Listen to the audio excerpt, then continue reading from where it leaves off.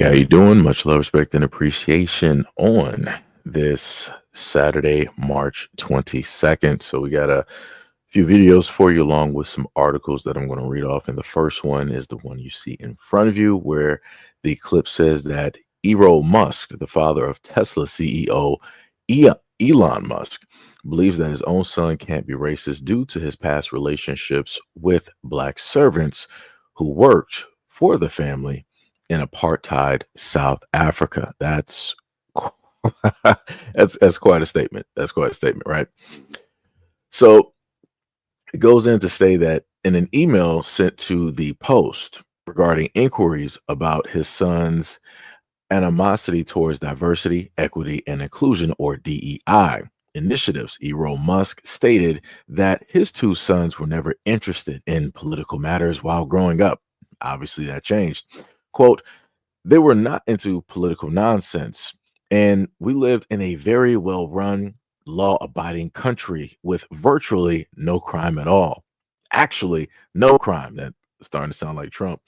We had several black servants who were their friends. That's diabolical work. You're going to sit up there and say that servants were your kids' friends. They're paid to work for the family and do the things that need to be done around, I guess, the house, the land, or whatnot, or whatever. Those are not actual friends. If people have to be paid in order to be there, those are not actually your friends, right? And of course, this well-run, law-abiding country at the time was run by a racial segregationist regime that kept its black majority population in a state of poverty and servitude until the system was finally dismantled in 1994. If people don't know what I'm talking about, I've covered the apartheid laws that they had, some stemming as far back, I think, to about 1911. And a lot of these were dismantled at or around the time of 1994.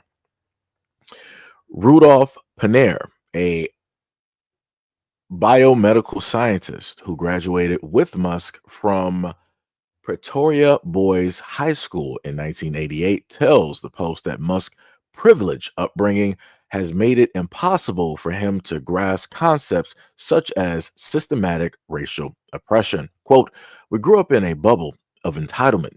I am not sure if Elon can conceive of systematic discrimination and struggle because that's not his experience. His life now, in some ways, is how it was under apartheid, rich and entitled, with the entire society built to sustain him and his ilk. That's some crazy work, though. You're literally going to say that your family member cannot be racist because they have black servants who are supposedly their friends. Crazy work. Funny enough, directly with the story, there was a meme that followed directly along with this, and we're going to take a look at that here. What it's like being outnumbered by what? Black people? Kafirs? Do you have any black friends at home, Mari? Yes, as a matter of fact, I do. I have Flora. Flora is my friend, my best friend. Flora is your maid. If you stop paying her, do you think she'd stick around? Or maybe don't even pay her. Maybe she's your slave. You've got it all wrong, and don't say that about Flora. Who has it all wrong? Me and the rest of the world, Mari? Or you and your racist South African people? Whether you want to admit it or not, you know I'm right. Why else do you think your own government would hide books and movies and stupid TV shows from its own people? What are they so afraid of? And why are they so afraid of you staying here? If you didn't want me here, all you had to do was say so.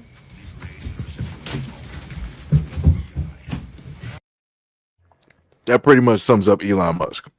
Again, you have the conversation in between this young black girl and this girl right here. And she is on the whole thing of Elon Musk's family. Hey, you can't be racist. Look, we got black people right here. Our servants, they're our friends. No, they're not. Those are workers for the house. That's all that is. That's like that proximity thing, 8 degrees of separation or whatnot, where a lot of white people say, like, yeah, I got black friends. No. What happened is 10 of y'all got that one black guy or that one black girl that you know within the community, and then magically everybody's friends with her. That's how that works. Because 9 times out of 10, somebody like an Elon, these rich, elite Caucasians directly out there, they don't have a lot of black friends because they choose and make sure to surround themselves around people who look just like them and also grew up and went to the same schools and everything, just like they did. That's how that tends to work out. But it'd be like that. What was that?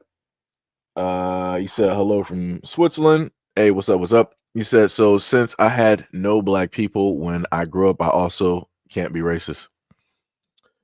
I mean, I don't know. It's we'll see. We will see. Next story we actually got up here, because I think I'm actually skipping a few stories, is this one here, where we have a Southern California couple deported after 35 years in the United States. Diabolical work. So they said an Orange County couple with no criminal history who have lived in the United States for 35 years was deported and are now in Colombia, according to an update from their 3 daughters on Thursday. Gladys and Nilson Gonzalez of Laguna Niguel were detained on February 21st during a routine immigration check in as part of ongoing nationwide mass deportation effort. While Gladys was initially granted an extension hours later, a different agent arrested both her and Nilson. Quote, the official was cruel. They arrested my dad first and then called my mom in and arrested her too. The couple were included in an ongoing mass deportations, were held in San Bernardino County Detention Center before being transferred to Arizona and ultimately Louisiana. They were told that they would be out of the country by the end of the month and could not appeal the decision. The backstory: the couple arrived in the United States from Colombia back in 1989, seeking asylum due to the dangerous conditions in their home country. Quote, there was a lot of violence, a lot of drugs. They came here to escape that danger. The Gonzalezes, despite facing setbacks, continued their efforts to gain legal status. Their daughters state that their parents hired attorneys who were later disbarred, but the couple remained persistent, obtaining yearly extensions on their status. Nilsson worked as a phlebotomist and Gladys was a housewife. Neither had any criminal record. Quote, they missed an appointment. They always showed up. I'm sorry, they never missed an appointment. They always showed up. They were never hiding. They were just good people doing what they were supposed to do. Following their parents' arrest, Gonzalez's daughters created a GoFundMe to help Gladys and Nelson rebuild their homes in Colombia. In an updated post from the official page on March 20th, the daughters thanked the donors for their support and confirmed that their parents arrived in Colombia together. Quote, we are very thankful this nightmare is over, while at the same time grieving that the reality of our parents will not be coming home anytime soon. Our goal now is to help them prepare for their new lives in Colombia and do whatever we can to bring them back home in the future. We never expected to receive so much generosity and kindness from friends, family, and strangers. Our parents deserve the world. And if people want to give financially to help our parents, we weren't going to say no. So again, from the bottom of our hearts, we say thank you. During Trump's first week in office, Trump signed 10 executive orders on immigration and issued a slew of legislation that carried out promises of mass deportation and border security. Trump expanded arrest priority to anyone in this country illegally, not just people with criminal convictions, public safety, or national security threats, and migrants stopped at the border. The administration also entered a policy to avoid arrest at sensitive locations, including schools, hospitals, and places of worship. It also stated that it may deport people who enter the country illegally on parole as presidential authority that former President Joe Biden used more than any other president. It also threatened to punish any sanctuary jurisdictions that limit cooperation with federal immigration authorities. Under the Biden administration, ICE deported more than 270,000 people in a 12-month period that ended in September. That was the highest annual tally in a decade, helped by the increase in deportation flights, according to the Associated Press. The Biden administration did not use any military planes. So again, I just wanted to point this out because you have a lot of people out here that voted a certain type of way, and a lot of those individuals helped to get this family. Again, they stated that they have no record at all. They seeked asylum all the way back in 1989. They did everything. They got their, three daughters directly right there at a graduation. The mother was a housewife, not causing any type of mess. The father was clearly out there working, doing the things that he needs to do to, be just a normal person here, paying, I guess, paying taxes or doing whatnot, whatever, and, making sure that his family is fine. But yet you have people that were a part of the Latin community that voted to get people like him directly out of the country. Crazy work. It's diabolical how that happens. But this is what happens when your own people decide to vote against themselves and you at their own best interest. Crazy work. Crazy work. Mm-mm-mm. You would think that people in America would actually want to keep positive contributors like this family here, right? The girls are, going through, school or college or whatnot or whatever. They're going to add to the economy and, different things like that. Again, not causing any type of problems, no ruckus. They're not out here as some people want to always state that, oh yeah, they're, these illegals are selling drugs. They're doing this and they're doing that and all this other. But that's not what we hear directly from the Gonzaleses. Not at all. But yet America was like, hey, we got to get you on up out of here. We're going to deport you by the end of the month. It is what it is. And, there's nothing you can do. There's no lawyer that can sit up there and help you. Crazy work. Crazy work. Diabolical. Look at that. America failing the people. Well. Now, let's go to another story that I have directly up here, which is this one. OnlyFans model charged with murder, allegedly filmed content as 11K client, because the client offered her 11K, to bag, tape, and saran wrap him like a mummy. So let's see what this says, right? An OnlyFans model is facing murder charges after a client lost his life during a fetish session. In April of 2023, police responded to a 911 call, found Michelle Rylardsden. That last name will probably mispronounce that. We're just going to go with Michelle, right? Performed CPR on an unresponsive male, later identified as Michael Dale, according to court documents. Dale, age 56, was taken to a local hospital where he was declared brain dead, and a few days later, he was taken off of life support. 2 years after he passed, police have arrested Michelle and charged her with murder. On the night Dale passed away, he reportedly paid the woman 11K to encourage a fetish play and asked the then 29-year-old to, quote, wrap him up in saran wrap like a mummy, glue a pair of women's boots.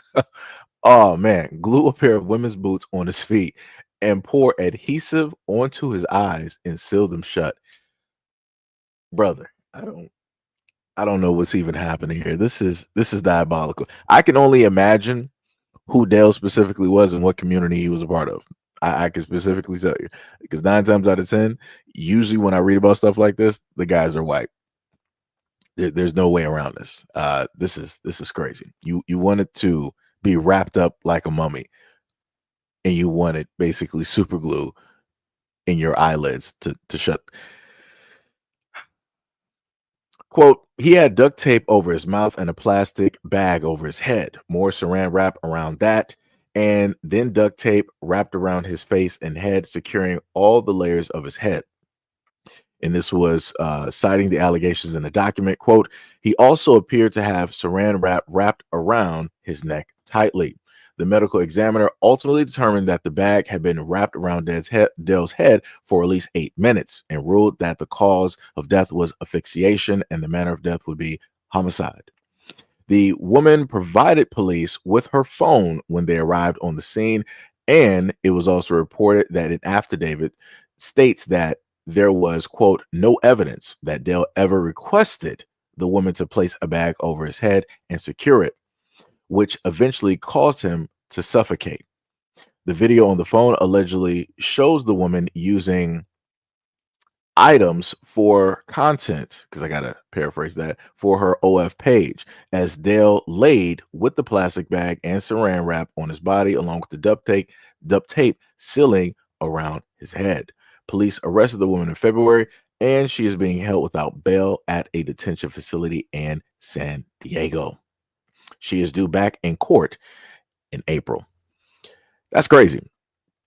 I need a lot of guys to get their lives right. I need a lot of guys directly out here to get their lives right. That's crazy. Like, you want to be wrapped up like a mummy? You want her to put you directly into like women's shoes and glue them there? Like, what are we doing here? So what? Now you got to go to the hospital. So not only did you want her to make content for humiliation because you're going to be a part of that content and you knew it, but then to further that humiliation, you were going to what? Go to the hospital to get the super glue directly moved from your eyelids, because you're going to have to do that unless you know somebody professionally at home that can do it. I mean, obviously, if he could throw away 11K, I guess he might know a surgeon or something like that, right? But then you also got to get the shoes removed too. I'm like, this is stupid. This is 100% stupid. 1000% stupid. This is why a lot of people just don't need money. This right here is a clear-cut example of why a lot of people don't need money. And this is also another reason on how it is that a lot of women need to learn and understand how to say no. Because if you don't know how to say no, you can end up just like her. Because she thought it was all good. It was like, I'm about to get this 11K. Plus, on top of that 11K, I'm about to use him for content and upload it to my page. That's some crazy work. So instead of doing all that, you done lost that 11K because you ain't getting that back, right? The dude that sat up there and lost his life because y'all both wanted to sit up there and play stupid. You thought it was a good look because you got money hand over fist, and you lost everything, and now you're facing a murder charge. Good luck. Good job. This is what it looks like to play stupid games and win stupid prizes. Everybody lost. So technically, three groups lost. The content creator lost, Dale lost, and then on top of that, I guess the guys that are subscribed to our OF page, they lost as well too. So hey, like I said, this is what it looks like. And I keep trying to tell people, hey, all money is not good money. Sometimes you got to learn how to say no. You gotta just learn how to say no. Crazy work though. 100% crazy work. We also got another story directly up here where we have a Kentucky man. I might have to block some of the stuff directly out there. Let me just do this so you guys can actually see where we are at this moment in time. Give me a quick second. Try to roll that up. Block out some of these words because YouTube likes to get a little bit funny with stuff. So let me do that. Call me a leader. Then we'll block out some of the words directly dealing with the article there. Yeah, we'll see what happens. We'll see what happens. They'll still probably try to act a little bit funny. So the next story that we have up here for you is dealing with a classic group in the United States, right? It says, nobody's going to change me. This white hooded leader who admitted to tossing thousands of flyers promoting white supremacist groups in Ohio towns makes bone-chilling proclamation in court, right? So again, I like to point this stuff out because people tend to think that things like this don't exist in the United States, right? So a Kentucky man and self-proclaimed, hate group leader who was cited for disturbing flyers promoting his hate group around several Ohio towns was recently found guilty during a bench trial. Police state that William Bader targeted several towns, including the historical Black village of Lincoln Heights, which drew national attention last month after more than a dozen neo individuals held a rally on a highway overpass near the town limits and were caught on traffic cameras flying flags adorned with their symbols. The demonstration heightened tensions in the community and led to the formation of an armed neighborhood watch that caught Bader driving around town scattering propaganda flyers for his hate group days after the rally. Police caught up with Bader in a nearby town of Laughlin and issued him a citation for littering. According to the Cincinnati Enquirer, body cam footage shows that Bader admitting to police that he scattered about 4,000 flyers in 16 towns along I-75 and had just run out when officers caught up with him. He even admitted that every propaganda pamphlet distributed by the greater Cincinnati area since 2022 had come from his organization. Quote, "It wasn't just me. There's quite a few of us out tonight." A search of his car yielded the discovery of several flyers, a white sheet that was commonly worn by the hate group, and a homemade banner that was hung on the overpass in the aftermath of the rally that took place, quote unquote, reading peace and love. During his court proceedings, he walked his admission back and denied any wrongdoing. He argued that officers didn't witness the flyer distribution firsthand and claimed that his fingerprints were not on the flyers. The court was corrupt and that he directed his members to throw the flyers but never threw them himself. The judge fined him $150 for each of the 2 littering citations and court fees that would round up the total cost to $700. 47-year-old told authorities that from the time he was a child, he was raised as a member of this hate group until he was appointed as an imperial wizard of his local branch. Quote, "Think about if you were on the other side and if you were in this person's shoes. What would the other person say? Ask yourself that. I grew up like this and nobody's going to change me." And then Bader later pointed to the judge, the prosecutor, and the officers, and then stated, "Not you, not you, and not you." So again, this is somebody who was a part of the United States. These are things that historically have taken place, especially in the United States and in Black, communities. And you would have people like this that would go directly out of their way in order to stoke fear into Black people. Again, there's no reason for him to decide to go out there to Black communities and to target them and to do these things. Again, this is something that is within him. He said it himself. This is how he was raised. So when I happen to say that within America, more so specifically white America, that racism is homegrown, that's exactly what that means. He said it from his own lips in front of the judge, who more than likely was white himself, in front of the prosecutor, who was more than likely white, in front of the officers, who were more than likely white.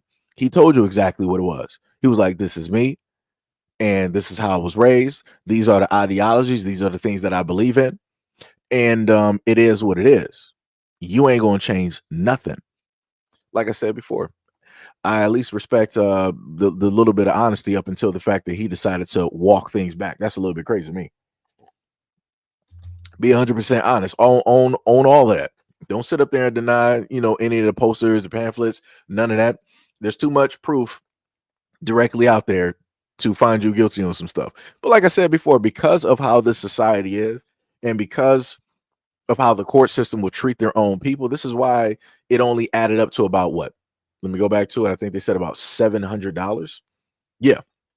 So his cost got rounded up to like $700.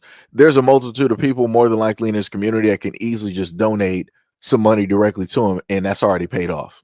So no lesson was learned, and realistically, nothing was actually done. This was just, for all intents and purposes, a show to be like, yeah, see, we really do sit up there and actually care about the Blacks, and we're going to do what we need to do to actually, fix and curb racism. No, you're not. No, you're not. But like I said, these are the things that they tend to, show off, and they want to report in a sense to try to show that they're actually doing something as if they actually care. But, they don't. It's crazy work. Crazy work.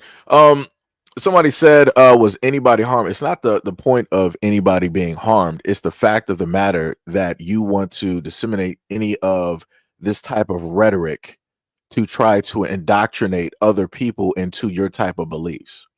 Right? Isn't this the same thing with what white Christians say in America? Oh, don't bring the Muslims here. They're going to indoctrinate us to Sharia Allah and all this. They're going to be trying to have us pray to Muhammad. Right? That's the whole fear that a lot of Christians, white Christians in the United States, basically have. If Muslims come over, they feel like it's automatically going to be a Muslim country and all this other type of stuff and yada yada yada. Right? A whole bunch of fear mongering. Right? Because people refuse to actually educate themselves.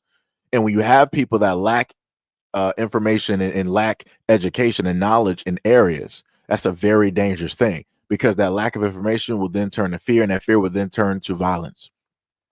So like I said, you could say that, oh, was anybody actually harmed?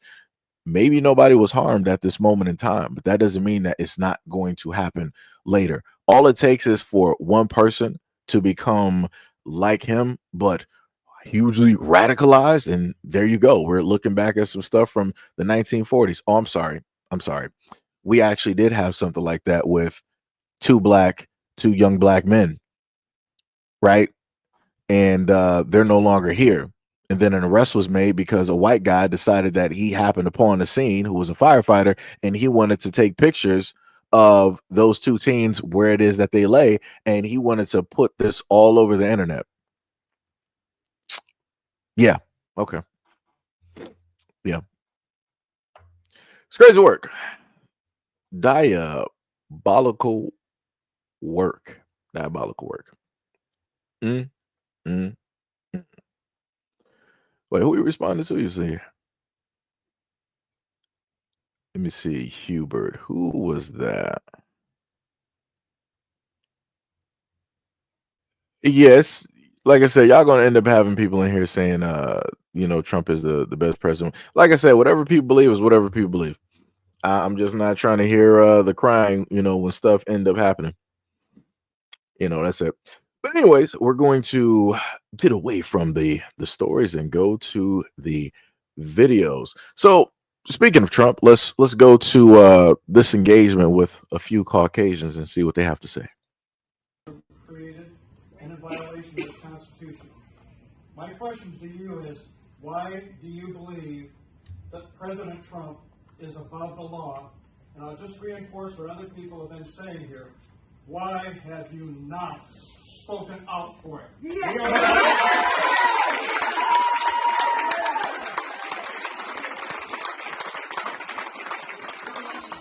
Do your job, and we have trusted you with our votes.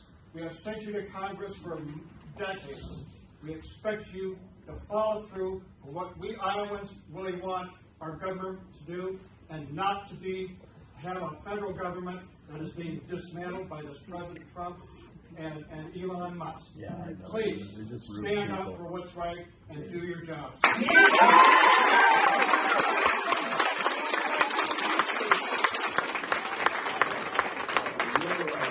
Your statement gives me a wonderful opportunity to explain to you that constantly, every time I go from my office to the Senate floor, there's journalists not by the dozens, but by a couple dozen, that are there to ask me questions all the time. And I take time to answer their questions. And I never see anything in print that I ever say to them. So I have to assume that you don't get a chance, unless you do a vast amount of reading, that you'd ever see anything that I say to the journalists in Washington, D.C. So this is why on a weekend I put out something on my website called The Scoop, that carries all the things that I have said or speeches I give on the floor of the United States Senate or press releases, because I can't count on the. So I just wanted to show that off again, dealing with the public officials. He specifically, the one gentleman standing up, elder gentleman who had the mic, he specifically asked him, like, yo, how come you didn't basically stand up against this, say something about this, yada, yada, yada, right? We voted for you. We put you directly into office for a multitude of decades. We're expecting you to do the job that we want you to specifically do. That's why we have you here. His whole thing, being a political official sitting there in front of the whole community, he was like, you know what, guys, I get what it is that you're saying, but let me tell you how much of a victim that I am. Every time I leave this office and I head directly to Congress, there's 5, 10, 20. In some instances, it looks like it's 50 because of the flashing lights and the cameras. And, I sit there all day on taxpayer money and I respond to and answer all of their questions.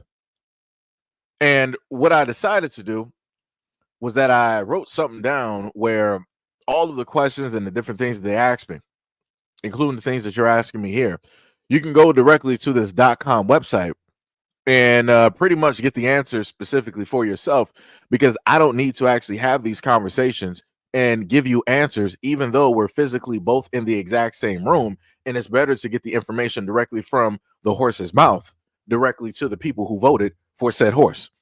That's what he did. He said a whole bunch of nothing.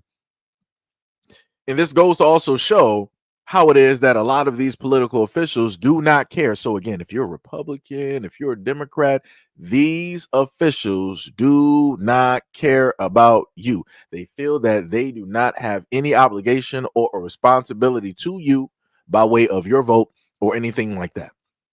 Because the only thing that talks is money. That's it.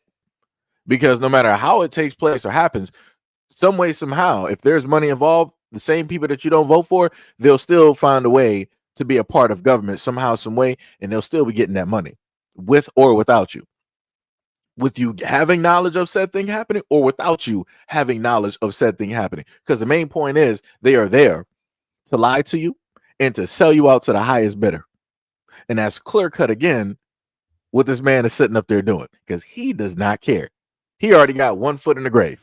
They said they didn't put that man in office for decades. So he's probably somewhere like 70s, 80s at this moment in time. And he's probably seen a lot of legislation, a lot of things pass in between his hands that were probably very beneficial for the people or the community. And he more than likely voted against the people and the community, even though you yourself voted for him and put him into office. Your tax dollars are making sure that he can afford those suits, that he can take trips, that he can, have the nice house that is nicer than yours. But like I said, people choose not to listen. It's crazy. Crazy work. True said the media is trash. Elon got corrupt government scary. Corrupt no more, thanks to Trump. If you really think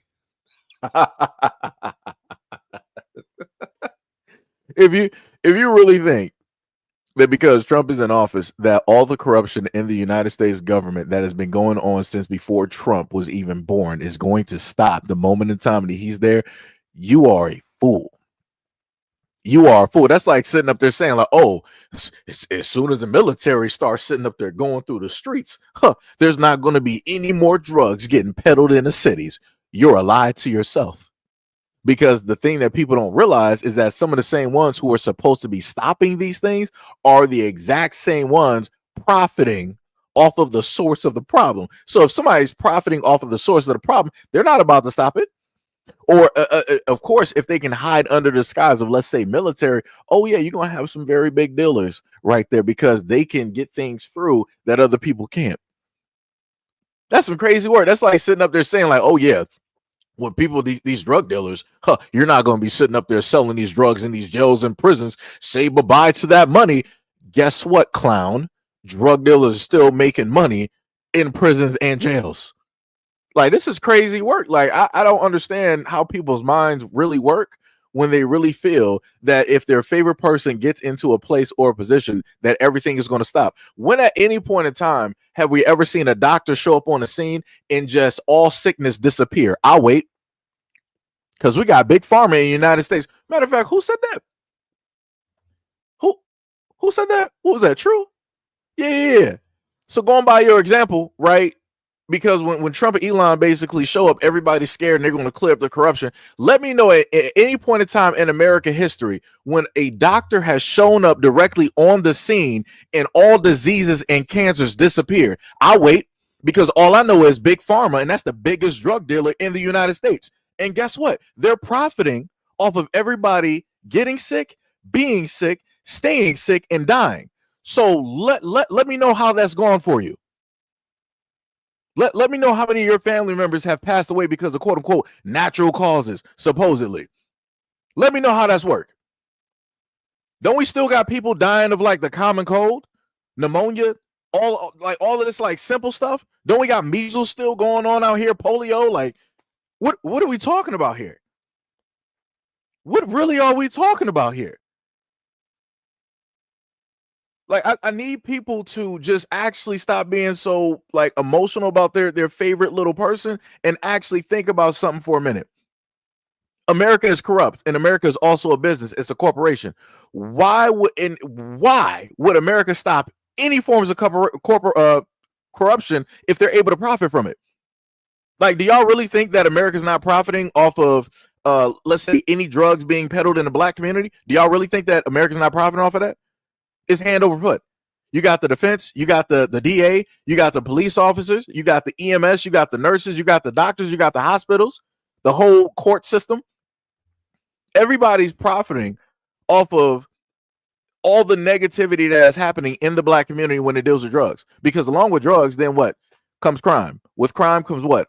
Murder. With murder, then people get delivered directly to morgues. But when you get delivered to the morgue, what do people have to do? They got to do autopsy. So all of those bodies, all of those people that have died one way or another by gun crime or whatnot, whatever, in the black community, by way of crime there that is prevalent, guess what? Now those said individuals like the morgue and the hospitals can profit off of those bodies. How would they profit? Well, you might ask, the black market. Because every single one of your organs, including your toes, your fingers, and bones, are all up for profit, up to the highest bidder. And then I did a video over this before where it talked about the fact, well, technically it's two things. Some of the main people that can happen to get on the donor registry and skip past the line come directly from over there in Israel, right? Another group is over there in Australia. So you got two groups that are the main ones that need donors, right, for organs. Because if you look at the worldwide scope, you got people all over the world, places all over the world. People just so happen to need organs, but some need them more than others. And some people can just so happen to skip the line before everybody else. And it's like that. So like I said, any which way you sit up there and slice it, the government is able to sit up there and profit. Now, mind you, I get that a lot of white people just can't, actually consume this and actually understand it because they don't really actually see it happen, right? But then they don't take an account and think about the fact that within white communities, y'all are suffering from massive ODs. So much so that they have to open up facilities of which your family, your kids, and other people, the addicts in your communities, can actually go to this safe environment and inject themselves, which is crazy. Diabolical work. Drugs that are illegal, that are scheduled, where it's like anybody has these in their possession and you're trying to sell it or distribute, guess what? You're automatically going to prison.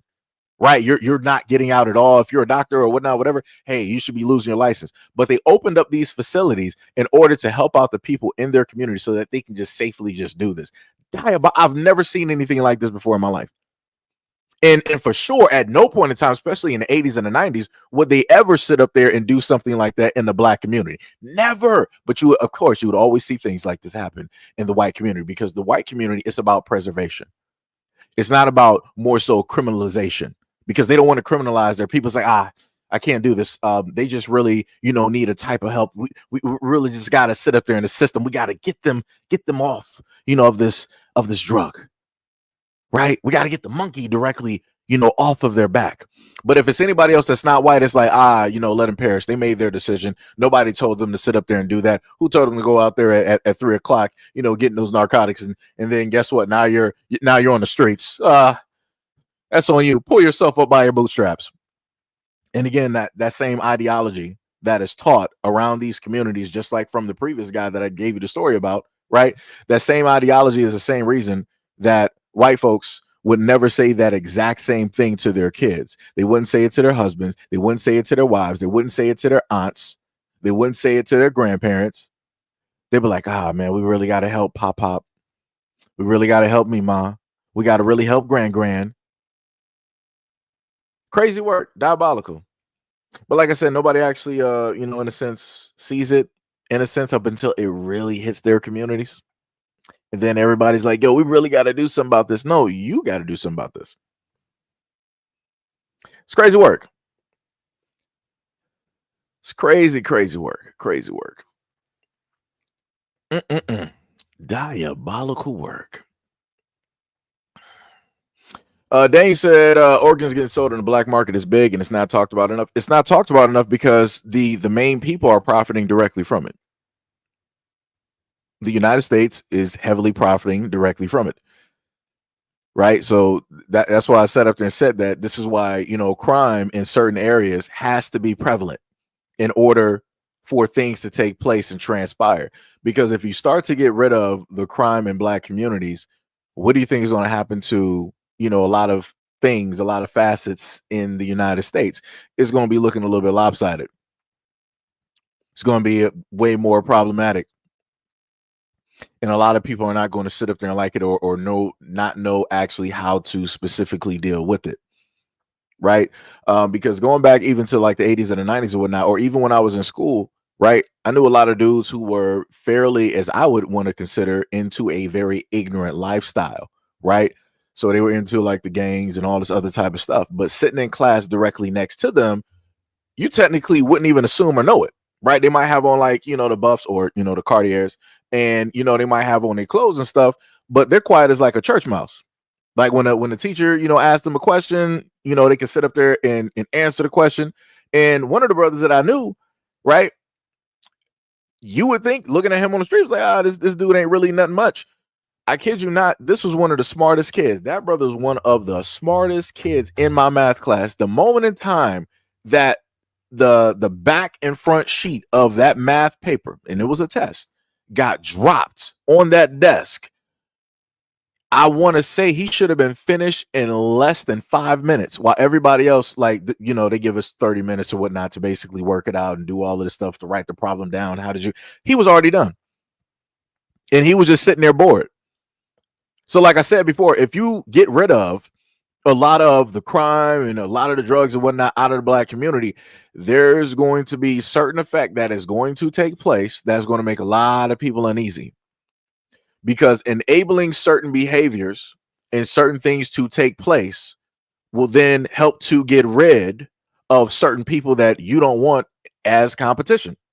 So again, it's a multifaceted situation. A lot of people just don't want to see it that way because they can only picture and see themselves. And if they themselves become victims, then they're trying to, this, that, and the third. This is just a terrible, right? Because nobody's really trying to target them in the exact same manner, right? If something happens to the white community, it's like, man, it just happened. It just hit. It came out of nowhere, right? They're not thinking about it as a targeted situation because historically in the United States, that's not something that has taken place. But when it deals with the black community, we can automatically see and identify why this is happening, how this is happening, why it's being allowed, why it's not being stopped, right? And why you see an influx and a continuous flood of said thing still coming directly into the community. And then that also links back into the videos that I've done about corrupt cops. Because again, the police, they profit over this hand over foot. Because in the suburbs, the police, the cops, they can't sit up there and work overtime. They can't milk the system for, $30 an hour or whatnot, whatever. And then plus doing overtime, getting double and working. They can't sit up there and do that. So this is why a lot of these cops, you don't really have a lot of cops in the suburbs, right? Because ain't nothing happening. They're not going to, in a sense, allow that type of stuff to happen. But the funniest thing is in the suburbs, things like that do happen because I've also covered videos of drug dealers being in the suburbs, and it would be white families. They got all types of like Breaking Bad labs directly in the basement of they nice suburban towns and all this other type of stuff. But like I said, white people, don't really want to put their business out there. They want to make it seem like it's pristine, it's clean, and ain't nothing happening. They're just all living in castles and everybody is just whatever. Right. So then the cops from the suburbs, they're like, we can't sit up there and do this. So let me sit up there and move to a city like Detroit. That's where, everything is hot, where everything is bumping, So they can decide to work overtime. On top of that, if they're working in, let's say, like the gang part or whatnot or whatever, where people are deep undercover, they're getting money from the taxpayers up front, on top of the fact that they're able legally to redistribute narcotics in the form of, okay, we're using these drugs to put them back on the streets from evidence in order to entrap and to get more people, right? So they're making money directly off of that because it's not on the books and it's not being accounted for. On top of the fact of those same drugs are taking the lives of black people within the community, on top of the fact of those same lives that are getting taken by way of those drugs, those bodies are ending up in the morgue and people are getting money, directly from that. On top of the fact that if they make a drug bust, guess what? Where do you think that all of that money goes? Let's say there was like a huge drug dealer that got like $500K directly in his apartment. Do you think that those undercover cops are going to really give you the full number on the amount of money that was there? Right. So that 500K that might have been there now might be 250. So where the rest of that money go? Real quick, where did that just get dispersed to? Oh, that's right. They happen to split it in and share it amongst themselves. On top of the fact that they'll take guns directly from evidence to put directly back on the streets. On top of the fact that in black communities, nobody can still explain this to the day, how it is that you have military issued type guns on the streets in black communities, because a lot of people like to say that, oh, black people, they can't afford this. They're all on welfare, Section 8. I've never seen somebody use a welfare card and buy guns. I'm just saying, or bullets. I'm like, where do you do that at with SNAP or EBT? Where they do that at? Because I've never heard of the government allowing that to even take place or happen. So obviously money must be coming directly from one or two places, but more specifically, that would mean that you would have the police who are able to get their hands on these weapons in vast amounts. And the way that they can afford these weapons is by using the money that they acquired or procured, right, during said raids that are off the books.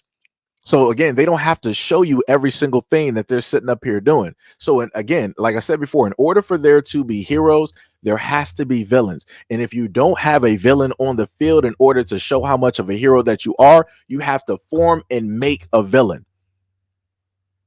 It's that simple. It is literally that simple. And it still goes back to the whole thing where I said in this video, where a lot of these politicians do not care about you. They're only there for the money, and they're there to sell you out to the highest bidder. It's that simple. That's simple. What is it? Hanzo said a conspiracy theory about the country trying to take the lives of black folks. Hanzo, I got a question for you there, good sir. Who were the people who took the lives of Martin Luther King? Let me know. Take your time. Use ChatGPT. Use OpenAI. Use DeepSeek. Let me know who are the people that took the life of Martin Luther King. Let me know, because you telling me that's a conspiracy theory, right? And on top of that, let me know who are also the people who took the life of JFK. Let me know, because you're saying all of this is conspiracy, right? Because ain't that the same thing that people were saying about the whole thing with JFK? Y'all said it's these conspiracy theories that you guys said that JFK is taken out for this and da da da. You guys have no proof. You have no this. You have no that. Oh. Because last time I checked, when it dealt with a lot of our civil rights leaders, Malcolm X and Martin Luther King, and when it also dealt with the Black Panther Party, how a lot of those things were disassembled from the ground up, it seems that the government, who was white, had a heavy hand in all of that, just like when it deals with JFK. So, color me surprised. But you want to sit up there, Hanzo, and try to tell me that, oh, it's a conspiracy. Word? Really? That's amazing. So, like I said before, I guess it's just conspiracy. I guess, none of those things actually took place. The government had no hands in any of it. All of these incidences were just random people, random individuals that had no links to nobody. Gotcha. No problem. Crazy work, though. Like I said, nobody wants to believe it up until it specifically happens to them. Then it becomes some type of fact. Then people want to start running everywhere, but like, oh, you guys got to believe. Look at what the government is sitting up there doing. Like, it's crazy. Like, if black people sit up and say that the American government has been systematically attacking and going after them for decades and all this other type of stuff, it's conspiracy. But if I sit up there and tell you that the American government is sitting up there poisoning you, your kids, your family, and everything, the American people with GMOs and putting chemicals and all this other type of stuff in the air, oh, magically, so, oh, yeah, he's right. He's right. Yeah, the government they're really not for the people. They're really sitting up there doing this. They're really sitting up there. So I'm like, okay, so one can be true. But if it's really finite and it's targeted, even with the facts and the government saying that, yes, we did this, you're like, oh, no, it's conspiracy. That's not facts. Woo, that's crazy. That's diabolical work. Like I said, when it happens to you, magically it's fact. Magically it's true. Everybody got to believe it. When I can point it towards black people, oh, no, that's untrue. You blacks always want to be victims. You guys always want to portray yourself, pull yourselves up by your bootstraps. Nobody owes you any. Stop talking about slavery. Crazy work. Stop talking about 9/11.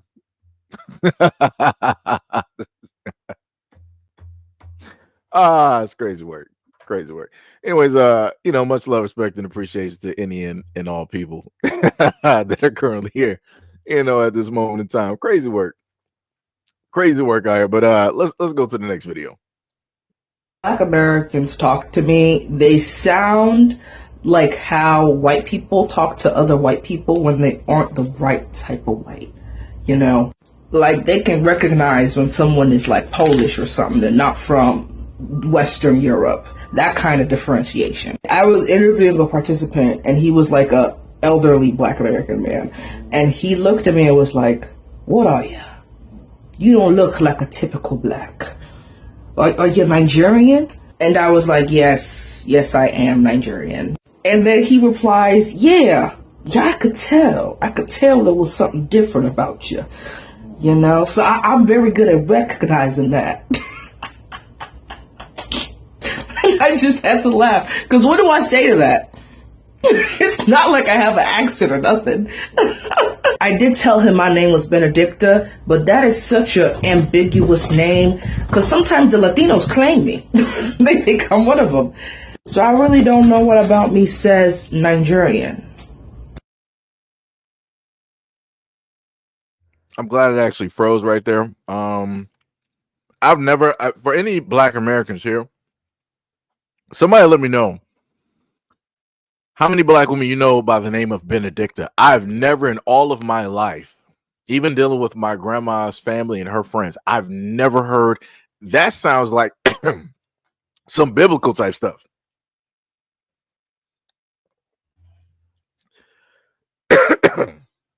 Like, that's crazy. I've never heard of that. Benedicta? What is that? What are we in, like the Victorian ages or something? Queen Benedicta the Second. Like, what are we doing here? And then she's like, I don't know how people can't tell. She looks African.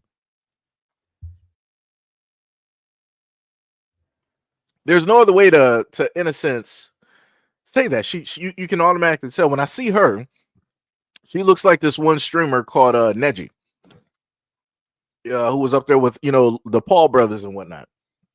She looks just like him. Like, we can obviously tell our own people. I'm not sure how people don't understand this that come from other countries. We can tell by the lingo. We can tell by how it is that you look, how it is that you carry. Things are just off.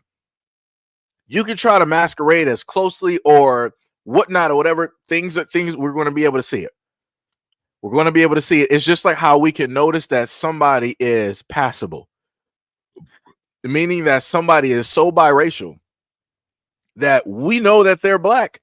But when you look at them physically, other people would just automatically assume that they're white just off of the whole like face thing. But Black people can look like, who are your parents? Because that's the main question. I'm like, who are your parents? Because even I've asked that question before. I'm like, there's something there. Can't tell you specifically, but I know there's something there, Ashley. I know who you are. But do you know who you are? Right? It's that whole type of deal. And yeah, that's hilarious to me. She was like, yeah, I don't even got an accent or anything like that. I'm like, you don't need an accent.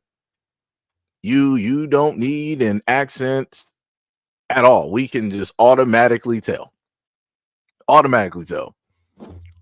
Oh, I love it. What was that? Red Mane. He was like, people who are obsessed with race are racist. Well, Red Mane, explain to me being a Black American how it was that I even found out about the term of race. Let me know that. Who in this great society of America taught Black people that? Who taught Black people about color and everything? Let me know. Let me know. Because when I go to the American system and how it is that I was taught, they're the ones that told me about race. Looking at the history books, your history books, of which, you know, your education system can yay or nay what wordage or how things are specifically put directly out there. Matter of fact, your documentaries have taught me that as well too, right? Matter of fact, a lot of your laws, rules, and regulations that you've used over the inception of the United States have taught me that as well. Matter of fact, your history of burning down Black towns and cities to ash, making them into, you know, strip malls, completely bulldozing our graveyards, right? Flooding the towns, putting in ponds and lakes to, you know, bury a lot of your, you know, evidence. Just saying. Since you want to, you know, go around here and talk about those who focus on race or races, I guess you must be talking about yourself. I guess it takes one to know one, huh? I guess if you're trying to sit up here and talk about I'm really focused on race, I guess, you know, you're basically seeing yourself within me, huh? Right? Takes one to know one, buddy. Let's keep going. All right, let's keep going. People get so upset when Black people are celebrated is because they believe we only exist to serve them or entertain them. If we do something within our own community for us that doesn't replicate some form of servitude or involve them at all, they feel left out. In their minds, our only purpose is to exist to serve them in some way. They believe that we should inherently sacrifice our bodies for them and do not see us as human with our own autonomy, our own ideologies, interests, capabilities. This is why Trump brought up the fact that immigrants were taking Black jobs. He and a lot of other white people believe that Black people only exist in America to serve. He doesn't believe that we should be in any leadership positions or any job that serves our own interests or community. The only reason so many people were upset about the halftime show is because it had a much deeper meaning, and that meaning they could not understand. They realized that the entertainment that they think belongs to them was not for them. They think that all entertainment should be accessible to them and about them. They can't fathom how we can do anything other than be a Black body for their enjoyment. This is why they always tell athletes who use their platforms to speak about injustice that they need to just stick to football. We don't want to hear your opinion because they don't value us. They don't see us as human. That is their way of attempting to put us in our place. Do what we want you to do. Entertain us. Use your body to play the sport that you're good at and win me some damn money. Don't even get me started on the way the NFL draft mimics the slave trade. White people know how talented and capable we are. They know how close-knit of a community we have. They know that we don't need them to thrive, but they need us to thrive. If we didn't exist, they wouldn't have anywhere to steal their ideas from. And they wouldn't be able to keep up with the constant demands of life. They expect everyone else to do it for them. A lot of white people only want us if they can profit off of us in some way. Anything that the Black community initiates for ourselves offends them because this idea of white ownership is not at the core of what we do. They hate that even though we have to work 10 times as hard as them to get in some of the same positions of power and influence, we always do the job better than them every single time. Crazy work sitting up here seeing a lot of trolls come up in the comment section. What's up, guys? Right, so you don't just have to respond directly to a woman talking on the screen. You can now respond to the person who is a part of the live stream. A lot of you guys just so happen to say that, oh, you know, you guys are the victims of this, that. Well, white people, I want you guys to know you guys are actually the real victims. The way that the drugs are hitting your communities pretty hard. The STD rates, the rates of people deciding to leave this plane of existence. You know, the funniest thing directly about this, right, is that people always want to negatively talk about the black community and how it is that we have crime within proximity, right? Meaning that one black guy may have a discrepancy with another black guy and they'll grow into some type of rah, rah, rah type of violence and bow, bow, bow, right? Alec Baldwin style. Cool. No problem. Right? That happens. But for whatever reason, you guys don't want to focus on the rate or the stats of your people wanting to leave this plane of existence by way of their own hand. That's a lot of your husbands, a lot of your sons, a lot of your uncles. And they're doing that by way of drugs and alcohol or a combination of both. Or they take the third option and happen to use, let's say their good old, right to carry, right? And just throw out a quick Alec Baldwin, Hail Mary directly to the sky. And it's funny how you guys always tend to focus on the rates in the black community, a community of which you don't care about. But all lives matter people, right? The people that always like to say that they don't care about race and they don't see color. Why is it that you don't care about your community and the lives of your men there that are seemingly not existing at this moment in time more than what you do for the black community? I need an answer to that. Because I did see somebody actually state that, why does it, do you hate whites? That's some crazy work. I've been actually delivering information trying to sit up there and save you dummies from yourself. But yet you choose not to sit up there and listen. You choose not to take the advice because when you hear the voice, you hear somebody black speaking. And when you hear somebody black speaking, you're like, he's talking gibberish. None of that's factual. He doesn't have the data or the numbers to back it up. But, I got the FBI stats. Look at these murders. Chicago. Right? You want to sit up there and do that because you don't want to actually face the fact that you're causing so much harm. You're causing so much crime and you're causing so much loss of life amongst your own people. So because you don't want to face that, it's much easier to deflect and focus on somebody else and be like, look at those mess ups over there. Look at those blacks. They can't do anything with their look at that, more blacks fighting. Look at that, more blacks gun, bang, bang, bang. Look at these gang members, right? I see y'all online every single time. But when I happen to post stories and I'm talking about, the predicament of your kids and what they're going through with these colleges, ODing, losing lives, filling up morgues, I never get nothing. I don't happen to see nothing directly up there. And this is a black man trying to educate you on what is specifically happening with your kids and your families, trying to help you guys stay together. Like you guys always say, like, we got this nuclear family. We're perfect. We got the best marriages. Clarence parents have a real good marriage, right? Y'all want to sit up there and do all of that. But yeah, when it comes to actually dealing with the real details, the nitty gritty, you guys are nowhere to be seen.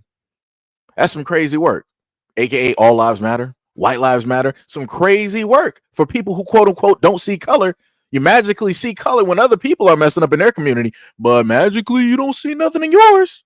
That's crazy work. So realistically, you don't actually care. And it'd be a lot, better if people could just be honest and say exactly what it is. But it's crazy work.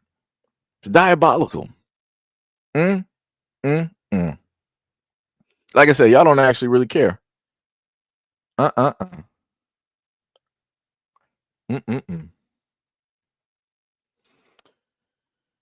It's crazy work.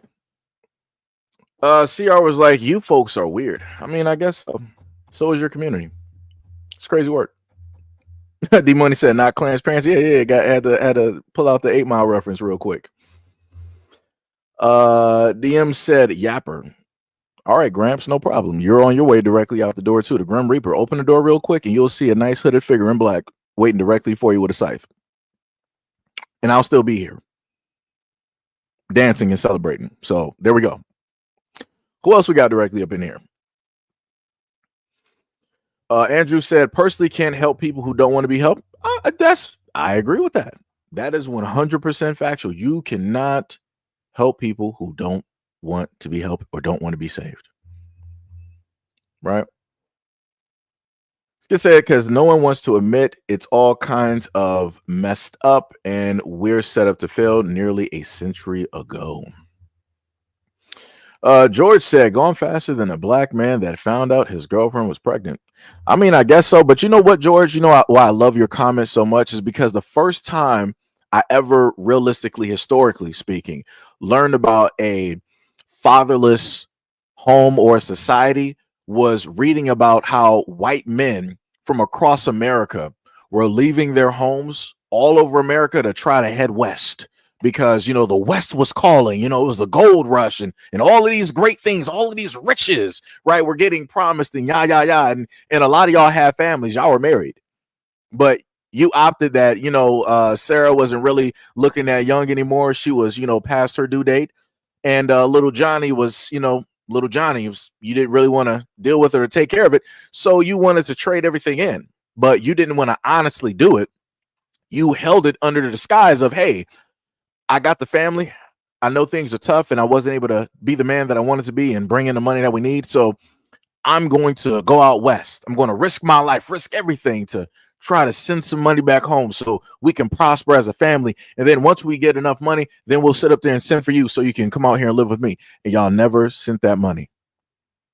Never sent that money. And I learned about that in history books. Shout out to the American education system. Because from there, of at least learning, I learned that white men were realistically, historically speaking, the first people that I at least know of that abandoned their kids on a grand scale and actually still do it at this moment in time, because we can actually point that towards the military and how many white military men would go directly over to these Middle Eastern countries, well, companies as well too, because they got oil, gold, and all this other type of stuff, right? They would go to all of these, you know, areas, and those white military men, you know what they would be sitting up there doing? Magically, they would have relations with a lot of the people that live on that land. And then when it's time for them to uproot and go to another place, guess what? That pregnant woman doesn't have a father to help raise that child. So that's a fatherless home that American soldiers, white, tend to go out there and create. Same thing with, like, you know, Vietnam and all these other types of places. But, you know, like I said, again, focus on black guys, right? Focus on the main thing about black guys. Oh, wait, I forgot. The CDC specifically stated, which is white, specifically stated that black men in the United States are the only demographic of men that are in and around their children more than any other group. So yeah, so much for that whole thing of a black guy just running out the door when he finds out that a woman is pregnant. That's crazy. Historically, y'all been doing this. It's crazy. DM said, bro has a channel? Yeah, I do. And you're directly on it and leaving comments. How else do you think that you're getting these responses along with the other clowns directly in here? Crazy work. Shout out to the trolls. Shout out to the troll. Some diabolical work. Diabolical work. You got Ultra was like, drugs, alcohol, and smoking ends all lives. So we're going to all lives matter the situation of which I brought up. That's what we're doing. That's the best thing that you're going to go with right now. Smoking, drinking, and drugs, it ends all lives. It affects all. You're one of those all lives matter. I can't believe this. We're still doing this. This is like dealing with the whole thing when people's like, yo, Black Lives Matter, right? And then white people are like, why does just your lives matter? This is hurting my soul. Are you trying to sit up and say we're not human? Why don't you care about our lives and what it is that we're important to, right? And black people just commonly stating, hey, you know, our lives are actually important. But you guys want to be so ignorant. Y'all want to be like, oh, well, if black lives actually sit up and care about black lives, then why don't you guys start, you know, stop the black killings in your communities? Gotcha. Well, if all lives actually matter, then, you know, why don't you get rid of the corrupt government officially? Why don't you get rid of the drugs out of every community? And yet, white people, I have yet to see that actually happen. Crazy. Y'all will march if black people are saying Black Lives Matter, but when it actually deals with drugs and alcohol and DUIs and everything else, like the Catholic Church affecting your families in a negative light, I don't see y'all marching. I don't see y'all doing nothing. But so much for that white lives and all lives matter, though, right? So much for that. Like I said, like, this is crazy. Like, who at what point in time did I sit up there and say, got to sit up there sound like an owl because of how crazy this is right now? Who stated that drugs and alcohol and smoking doesn't affect everybody? Like, what type of time are you even on at this moment in time? Like, I need y'all to get better. I need y'all to get better. It's crazy. Revelation said, I'm so tired of all the racism from both sides. All right. So where specifically dealing with the black community? Right. Where is that racism? Now, I can sit up there and list prejudice. right? No problem. I can sit up there and say that without a problem. Like, hey, Cedric, are you prejudiced? Yeah. I'm wary of a lot of people directly out here, right? For a variety of reasons. I can honestly sit up there and say that. And again, I'm live on a platform and I'm openly sitting up there saying that, right? No problem. I stand 10 toes down on that. Now, when it deals with the whole racist bit, now I need you to explain to me how it is that the black community is racist and how it is that the black community can implement that racism in order to impede or stop the whole of people. Well, more specifically, white people. Take your time. ChatGPT, DeepSeek, OpenAI, whatever you want to sit up there and use. Because I'm looking for some laws, rules, and regulations. Because at this moment in time, I don't see nothing. Because this is right up there with that white woman from Mississippi who decided to say that black people are practically running the country. I'm like, since when? Because white people would never allow that to happen. Never in a billion years would never allow that to happen. So I'm like, like I said, I'm looking at some crazy statements right now. Real crazy. 100%. Ty was like, well, I guess it's time for me to go to work. It's crazy. True said, the jig is up. Woke ain't a joke no more. Conspiracy theorists no more. A negative. Eyes open. That sea opening. Mo said, I'll be back going to get cigarettes. The white man. That's hilarious. What was it? Antonio said, are you the chosen one or you need the attention you don't get day to day? I've been doing this for about 5 to 6 years. So I don't even know, Antonio, what you're even talking about. You just happened upon this spot. So good luck with that one. Buddy, obviously, the funniest thing is, again, this is something that I normally do, but you popping up into this comment section and let me know that you're even alive is proof that you're the one seeking attention. Because again, I didn't call for you. I didn't send for you. I didn't pray to God or Baphomet directly for you to show up on my doorstep. You did that on your own accord. You could have showed up and left the exact same way in silence, but you opted to let everybody else know, hey, my name is Antonio. I'm here. Right? You wanted to do all of that, but you say that I'm the one seeking attention. Crazy work. That is diabolical. Wow. All right. You got it, though. Let's see what else we got directly up in here. Since the nation is founded, what other clowns we got up in the section? Ain't doing the something over and over again is called doing the same thing over and over again is called insanity. That is true. That is 100% true.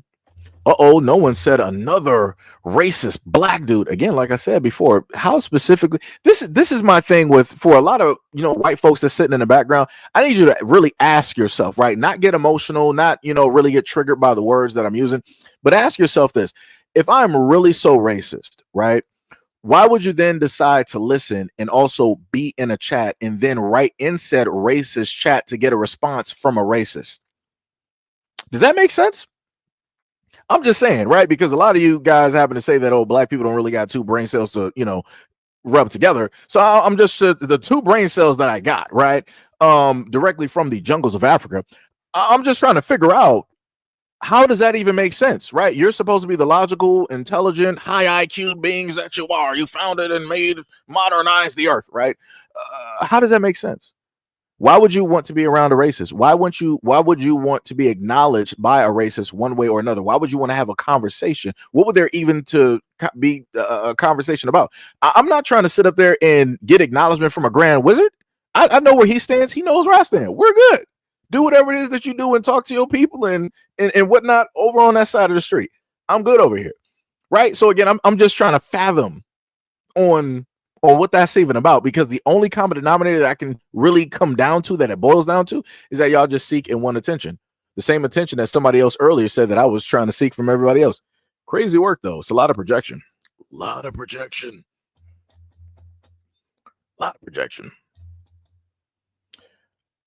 Let me see. You said before, because it's performance and social media structure, that all types are twisted unless you start getting towards the lower class types in the United States, right? Nothing said there are. Wait, how did you write that? You said they are anything that doesn't center whiteness as race. Okay, I got you. I see what you're saying. I got you. Dominique said, I'm on Google right now and can't find anything. Yeah. That's the main point, because it doesn't make any type of sense. At no point in time have black people, past, present, or future, realistically made legislation to try to literally hinder and stop white people's movements all across the. We don't care. We're just trying to, like, hey, we're human beings. That's it. It's like, yo, just human beings. The same way that you see yourself, right? You see us the exact same way. You look at yourself as a living being, we're living beings too. But like I said, people are stuck in that mentality where they're like, oh, well, somebody told us that we're actually better than you. So what we're going to sit up there and do is we're going to stay directly up here and we're going to look down from Mount Olympus and we're going to throw and cast our judgments, right? We're going to perform these laws and these rules that are going to make sure to guard over you and to control you in a multitude of ways. And we're not going to really put that on ourselves because we know how to act, right? And that's pretty much the American system that is run by the faces of who is the grand majority in the United States. That would be white. But when you say this, people are like, oh, that's racist. How is it racist? What you want me to say? You want me to call you Caucasian, invisible, clear, translucent? Like what words can I use to, in a sense, baby your intelligence so much so that you can actually understand and perceive what it is that I'm stating and getting directly to, so that we can then get to a further problem, such as how it is that the United States government is creating a class of poor and rich. But like I said, we can't even get there. We can't even actually have an intelligent discussion. We can't even, actually sit at the table and do that because people would rather stay dumb, deaf, and ignorant. And they would rather sit up there and troll. So like I said, y'all would rather cut off your nose to spite your face because you know that if anything is out there that other people can profit from and not just you, it's problematic. You don't want that to sit up there and happen. It solely has to be just for you. Now, mind you, when black people happen to do stuff, we're not doing it in a sense just for us. We just happen to be here at this point in time at the stop of the train. And we're like, yo, we see a problem. We really got to, make a ruckus. We got to make a fuss about this, because if we stop and do this now, it's also going to help out other people that's going to come in right behind us. So that also details the immigrants. But like I said before, somehow, some way, the white folks directly out there got to the immigrants as well. And the immigrants really think that, oh, we're basically right side by side with them. So we're going to vote and think and act just like them. And we're also going to treat black people the exact same way. And look at how that's going for a lot of people here. Tisk, tisk, tisk. Like I said, a lot of people going to be learning the hard way. A lot of people going to be learning the hard way out here. But I love the fact when people pull up to the scene and say that Seji is racist, or he hates a certain group of people. I love it. Birdman said, dude, we had a black president. We have a Mexican president. No, yet Mexicans ain't crying about white people. You will be a victim. You do realize that a lot of Hispanic folks, I didn't. Dear Lord, when I got to rehash the exact same stuff, go back to the 1940s, go look up 4 men and see what they did in order to make sure that people of Hispanic descent, Latin descent, Spanish speaking people, how it is that they're categorized. Mr. Garcia, one of them basically stated that, or it might have been somebody else. Somebody stated during that time that Hispanics belong to the white race. Pay attention. A lot of Cubans that came directly, the first wave and the second wave of Cubans that came directly over to the United States and Florida way back in the day, perceived themselves also as what? White. I've also showcased documented proof from elders, Mexican elders back in the days of segregation, where they themselves were talking about, hey, back during our time of segregation, we didn't have to segregate on the buses, in the schools, at the water fountains, the exact same water fountains that whites used. Anybody that was Hispanic, anybody that spoke Spanish, they were using those exact same water fountains. Black people were the ones that were made to use their own water fountains. So again, I'm a little bit confused on how it is that you want to talk about, oh, you guys had a black president, but do we have a Mexican president? You don't see us sitting up there complaining. Well, guess what? You might not have a Mexican president, but you voted for a president, Trump, who sat up there and said that he was going to get rid of your people. And he did just that. And I've been reading stories for quite some weeks, going over videos for quite some weeks, where people of your community have voted against themselves. You know why? Because they looked at Trump as one of them. They thought that they were honorary, right? They thought that because they were their good little pets, they were shoulder to shoulder, they were directly right there in the house. They thought that they were automatically better. Guess who's getting deported and guess who's not getting deported? I'm not getting deported. Color me surprised. But like I said, I tried to warn people. I tried to tell people, like, hey, you don't specifically know what you're doing. You don't know what's happening. Like I said, people gonna mess around and find out. But like I said, Birdman, you got it. You got it. We're the ones that's going to be victims. But the funniest thing is, I'm not on TikTok or other places trying to create a GoFundMe or bring awareness on a TikTok video trying to say that the deportation is illegal and that the black community needs to come out and help. So who's the real victims? I'm just wondering. Just wondering. It's crazy work though. Mm-mm-mm.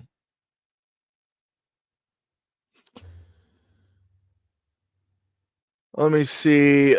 Fortune. I'm not even sure what you're talking about. Look like some clownery, so we're gonna overlook and bypass that one. Bonehead said, I don't think you're racist. I think you're passionate. You care for others and don't want others to suffer. Well, you know, the funniest thing is if you can happen to hear things directly through a message without getting triggered, you'll hear quite a bit of things. But this is what happens when you have people that are clearly emotional and they just want to be caught up on quote unquote not seeing race, even though they do. In order to not see race, you have to actually know that race exists to say that you don't see something. It's like it's like I don't see people, but how would you know that people exist? You would have to already know that in order to say that you. Never mind. I don't see race. I don't see color, but you made sure to color coordinate today, huh? You make sure to put the correct ornaments on your Christmas tree, huh? You make sure to wave the red, white, and blue, huh? But you don't see color. Okay, I got you. No problem. No problem. No problem. No problem. Nothing said. Okay, so if black doesn't exist, then why does white supremacy exist? Interesting. Interesting.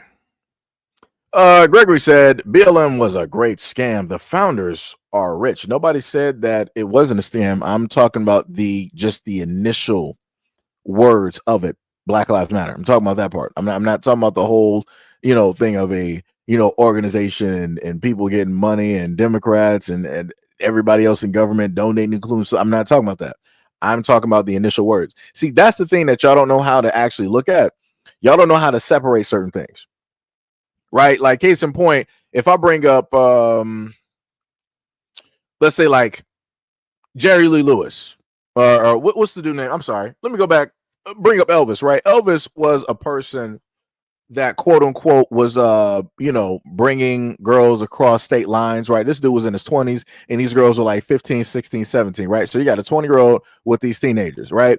But even still, with all of that, white people are like, oh, Elvis is the greatest. Like he was just there, hip shaking. I'm all shook up. Mm-hmm. Right? I'm nothing but a hound dog. Right? All of those things, right? But then in the same exact vein, in a sense, you would look at somebody like R. Kelly, like, yeah, that person needs to be prosecuted. They need to strip their everything. They're not great. They're not this, all this other type of stuff, yada, yada, yada, right? But it's like, how is it possible that you can know the information of Elvis and then y'all don't want him stripped of all of his accolades? Y'all don't want to muddy his name, throw it directly in the water, all of this stuff. Y'all still love him, right? But oddly enough, you go to somebody like R. Kelly and be like, oh, yeah, throw him in prison. He deserves to be there. Crazy work. But then I'll take it to the further extent. I want to go to the King of the Kings when it deals with Hugh Hefner, who was with a lot of young girls, especially during the times of Playboy Mansions, because during that time frame, you had it was quite normal, right, for older men in their 20s to be directly with teenagers, right? Shout out to Happy Days because you had Fonzie, who what failed. He was a grown adult who was literally still in high school dating high school girls and nobody found a problem with that. I'm like, that is some diabolical work. But I'm like, hey, these are the television shows that y'all got, because within those television shows you're telling the truth about what it is that y'all allow and do within society, especially during those times. Well, like I said, it is what it is. People like to pick and choose, and do those things. Crazy work. Crazy work. Gregory said, what did Black Lives Matter do for the black community? Well, going by the statement itself, which rang directly true, especially when you deal with the historical factors of the United States and what it is that black people in the black communities here historically have had to face, that is a very true statement that black lives do matter. The problem that takes place and the thing that people don't want to look at is when black people stood up and was basically saying like, hey, we do, love our people and ourselves and different things like that. Our lives do matter too when it deals with this great system, when it deals with the healthcare, when it deals with the police brutality and how it is that we're getting looked at and brutalized and yada, yada, yada. It's like, yo, these things are a heavy factor. We need to bring awareness because if we don't bring awareness to it, nobody else will. Your response, Gregory, and your people, y'all are like, oh, all lives matter. White lives matter. Blue lives matter. Asian lives matter. Latin lives matter. I'm like, all of these things magically came up because black people said something first. And then in order to do a gotcha moment or to try to show black people up, everybody else decided to do that that doesn't make any sense. That just basically proves that none of those lives actually matter that you say actually matter. Because if they did just matter, then you would focus on what the focus is actually on. So then we could progress and cover the whole spectrum. But y'all didn't want to do that. Y'all literally cut something short that everybody else would have been able to, in a sense, profit from. I'm talking about at least when it deals with lives, people losing their lives with drugs and all this other type of stuff, and especially police brutality. On my platform by itself, I've covered Latins, I've covered Native Americans, I've covered your people. Who was that I'm talking to? Gregory. I've covered the men of your community, the elders of your community. It wasn't that long ago where an elder in your community who was a war vet was pushed down by a cop on some steps, and he was walking with a cane. The dude just came and heavy-handed pushed him. He was leaking. And I called out how wrong that was. That dude should have been fired, stripped directly of his badge. But like I said before, y'all don't tend to pay attention. Y'all don't actually care about your own lives the way that you say that you do. Even when somebody else, such as myself, points it out, y'all still want to deflect and talk about something else. That's some crazy work. So like I said, within that whole thing of bringing awareness, that's what it did. I'm not talking about the corporate factor where it details money and people doing this, that, and the third. Like I said, y'all always want to focus, whenever it's black people, y'all always want to focus on the corruption part because it's a lot easier versus focusing on what the actual problem is. Because when I bring up, again, going back to police, when I bring up the corruption all across the United States, when it deals with the police, how it is that you guys have gone through no-knock raids, how it is that I got videos, body cam footage videos of these cops entering your home, your domicile, your castle, going directly in there and shooting directly at your families. You guys getting pulled over and these cops planting drugs directly on you. Like I said, I can show off all of that, but you're still going to pull up to the scene and do this. So it's like, what's the use of actually focusing in on everybody else's problems when y'all don't actually care necessarily about your own problems? But y'all want to sit up there and call me racist? Y'all want to say that I'm problematic when I've done my best directly out here to try to cover the whole spectrum? But to receive this, please. And you wonder why it is that black people in the black community don't just so happen to care about everybody else? Because y'all don't actually care. We will do our best to actually support and bring awareness to all of y'all plight and situations. All for y'all to sit up there and tell us to shut up, mind your business, focus on Detroit, focus on Chicago, focus on Atlanta, focus on Houston, focus on Watts or whatever it is, Oakland, California, like crazy stuff. Like I said, so Gregory, back to you, since you want to say, BLM was a great scam and what has it done for the black community? What has the United States government, since its inception, positively done with 100% for the white community? I'll wait. Let me know that. Let me know what your police and your military have done with 100% proficiency for the white community. Because there's a lot of facets throughout society where the government has poisoned your people by way of military personnel, some of which are in your family or that you support. There's proof directly out here of the police, who was, an extension of the government, has been used in order to push narcotics directly into your communities, causing zombie lands, taking the lives of your kids. There's proof by way of the government of they themselves lying directly to you when it deals with the food, water, and the air and everything else that's happening. But yet, here we are, Gregory, and the rest of the clowns that follow you, wanting to pull up to the scene and write nonsense versus focusing on what the actual real problem is. Crazy work. My bad, Outlaw.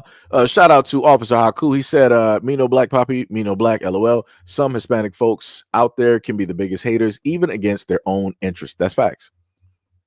100%. 100%. 100%. See what else we got. Who else we got directly in here? Andrew said, much assumptions. Worldviews differ. I'm not talking about worldviews. I'm talking about the United States of America, right? The red, white, and blue. I'm talking about this. I'm not really talking about a worldview in a sense. Now I'll get to, in a sense, a slight worldview when it deals with people from other places like Africa wanting to specifically talk about Black Americans here. Yeah. Or when people in the UK who just so happen to be African want to talk about Black Americans. Yeah. Right. That's when it'll move directly over to that slight. Right. But all right. All right. Let me see. What else do we got directly here? Daryl said we don't have to be racist to care for each other. Oh gosh. Bleep said, you mean he got rid of terrorists and illegals? Not fully. Because there's a lot of people here else that are Caucasian that are illegal, that are not supposed to be here. There's a lot of white people here that are a part of domestic terrorist organizations, aka hate groups in the United States, but yet they're still here. So yeah, no, he didn't actually get rid of the people that he was supposed to get rid of, and nor will that happen, because those are part of the exact same demographic that also voted for him. So yeah, it's crazy work. Schizo said, as a Cuban descendant, Hispanic is anyone under the Spanish banner. Yep. The Latinos and Tainos are natives. Even if I'm mixed by heritage, the stigma and culture has been around and still exist. Yep. On top of the fact of the racism that comes in with that as well, too. Because the thing I've noticed about the people, as you stated before, underneath the Spanish banner, and I've covered this as well, as long as reading a couple of paragraphs from a book that I have that talk about the Cuban, the 1 through 3 Cuban waves that came directly over. When it got to the last wave, which is the darkest wave, which is the third and last wave of Cubans, the white Cubans, the first and the second wave, were looking at them like, oh no, you're not supposed to be here. Why are you even here? This is not for you. Like I said, that's some crazy type of talk when all of you are Cubans. But like I said before, that's that colorism, that racism that people basically have within themselves when they see somebody that is darker complected. And you can see this in a variety of other ethnicities out here, including going over there to India. It's the exact same thing, right? You can see the whitewashed areas of South America where they practice the exact same thing. Brazil is as Afro and as black as can be. But when you happen to look at the media, guess who you happen to see? You see the lightest Brazilians directly on the television. You have to ask yourself why. Why wouldn't you want to put the beautiful demographic that is there, that obviously represents that area, directly on the news? Crazy work. It's the exact same thing of why it is that you would have the lightest of lightest, if not whitest, of women representing Africa, knowing the fact that a lot of those lands over there have darker melanated people. Crazy work. It's diabolical. Diabolical. Schizo said Filipinos is technically Hispanic. It's anywhere Spain went and ran to show, essentially. Gotcha. Andrew said you can find evil wherever you look hard enough. We must move forward with common sense and empathy. Hate infects. We are the human race. We are all individuals. Let me tell you something. If you're white, back in the days, if you would have preached any type of rhetoric like that, they would have got you. Just to let you know. Just to let you know. There would have been, it would have been not possible for you to be around a group of people, let's say like a sundown town in the United States, and to try to say anything like that. They would have got you and your family and your dog out. If you decided not to move, they would have burned you out. If you decided still not to move, they would have put you in a bag real quick. So you would have had three options, just to let you know. So the reason the reason that a lot of white folks can even speak like this about, oh, all people are black people had to sacrifice lives. There's a lot of black bodies directly on the ground at this moment in time in order for people to even speak like that at this moment in time. And people don't even want to recognize that. That's the craziest part. Because again, before black people was realistically trying to like stand up, have a voice, and do all of these things, people weren't just out here. You didn't have fields of white people, hundreds of millions of white people back in the day. Oh, everybody is God's child and we're all equal. And no. Y'all was just moving around. Y'all was just, hey, it ain't my business. Let me carry on about my day and go get this ice real quick. Let me go get this 10-cent, 5-cent newspaper. Let me go get my shoes shined real quick by this Negro boy. Like, come on now. Come on. It's crazy work. Round, yo, what is up? You said, notice how they don't call or accept Haitians or Jamaicans as Latino. It'd be like that. Mm-mm-mm. Let me see. Big said, how is segregation a good thing? Shouldn't people live together? I'll put it to you like this. And I saw this also goes into a thread that I just so have happened to see on X, where somebody was saying that there's a lot of Black Americans trying to romanticize segregation, right? Not really understanding the totality and all that. No. We, historically speaking, we understand what took place in black and white. Now, of course, by physical means, by video means, we don't really have any of that because, you know, people are not willing to release those videos. They're out there amongst families and all this other stuff. They don't want to really put that out there. But I got a book that can showcase what was going on during, you know, a lot of those times, right? And primarily, that type of stuff was happening by way of one community in the United States. And guess what? It wasn't black folks doing this. And, you know, like I said, you know, that's something that doesn't want to be talked about, you know, as well when we talk about, you know, this whole thing with segregation and the type of violence and the mob riots that was taking place and whatnot or whatever, and how I got pictures of white people with their whole families directly out there, you know, watching these events, you know, take place. Nobody wants to talk about that because they're like, that's too far in the past. No, none of us was there. It's no, right? All that good stuff. So the reason, in a sense, that there is a silver lining in segregation is due to the fact that it would force the government will basically, in a sense, force black people to spend money with themselves, in a sense, like if you were to think about how segregation actually was, right? But the funniest thing is, even with segregation, right, black people were not able to go to white schools and areas and all this other type of stuff. Even with segregation, white people, if they wanted to, they could still come to black neighborhoods. They could still drive around. They can still go to black restrooms, restaurants, and all this other type of stuff and yada. So, you know, it really wasn't, it was only segregation for one side. And that's the other thing with segregation that a lot of people, you know, don't want to talk about, right? The black people weren't able to do that. They didn't have the liberties because guess what? You had the government, you had the mayors, you had the rules and laws, and you also had fear put in place to make sure that black people will stay where it is that they're supposed to stay. This is why black people had the Green Book. White people never had to have a Green Book. Y'all didn't have to try to take a risk and go across the United States and figure out, okay, what's safe for us Caucasians and what's not safe for us, because y'all are all over. You had all of the towns and the cities and yada, yada, yada, right? And what towns did remain of black cities that we had, y'all burnt down, so then y'all could further claim those things or turn them into a national park, right? Or y'all would turn them into, you know, some type of park, such as the one in New York, Central Park, right? Which was originally, somebody can correct me if I'm wrong, was Seneca Village, which was an area where black people were. But y'all decided to, you know, eminent domain that and just take that away from them and push them off of their land, just like you've continuously done throughout the United States. And who always just so happens to get that land so that they can profit? White people.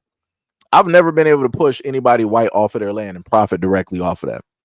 I've never been able to go through a white town and just burn it down just because of the color of their skin, claim all of the stuff, the jewels and things, you know, directly there, bulldoze that land and decide to build a multi-billion-dollar corporation. And now I got old money coming in for the rest of my generations. I've never been able to do anything like that.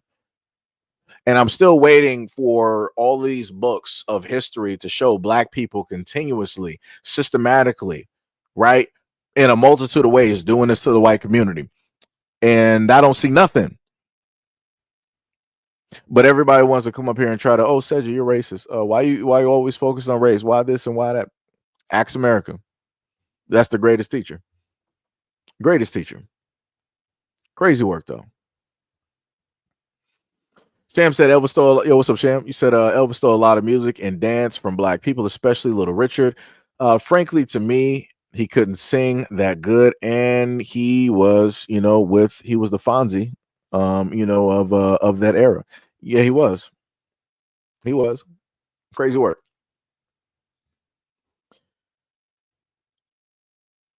So then here go the dummy directly right here. Azar said Black Lives Matter, except when it comes to gang violence and drug addiction. What about that? Yeah, there's the whataboutisms.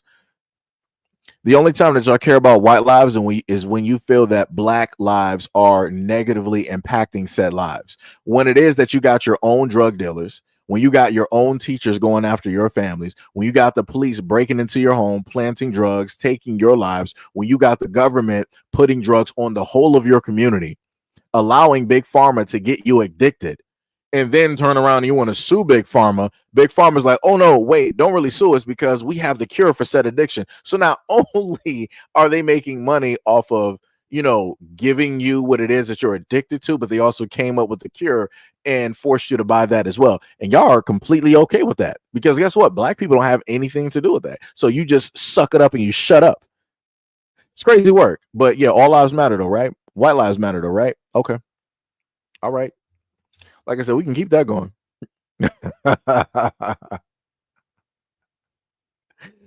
Sanu said, all delusional nonsense. You can't have double standards and special treatment for black people. The Black Lives Matter movement was not a protest. It was a destructive and racist movement. Bye. You didn't really say anything, so I don't even know why you're saying bye. Like I'm a little bit confused. You didn't really put your stamp directly on it. You're saying the exact same thing that other people have basically said, right?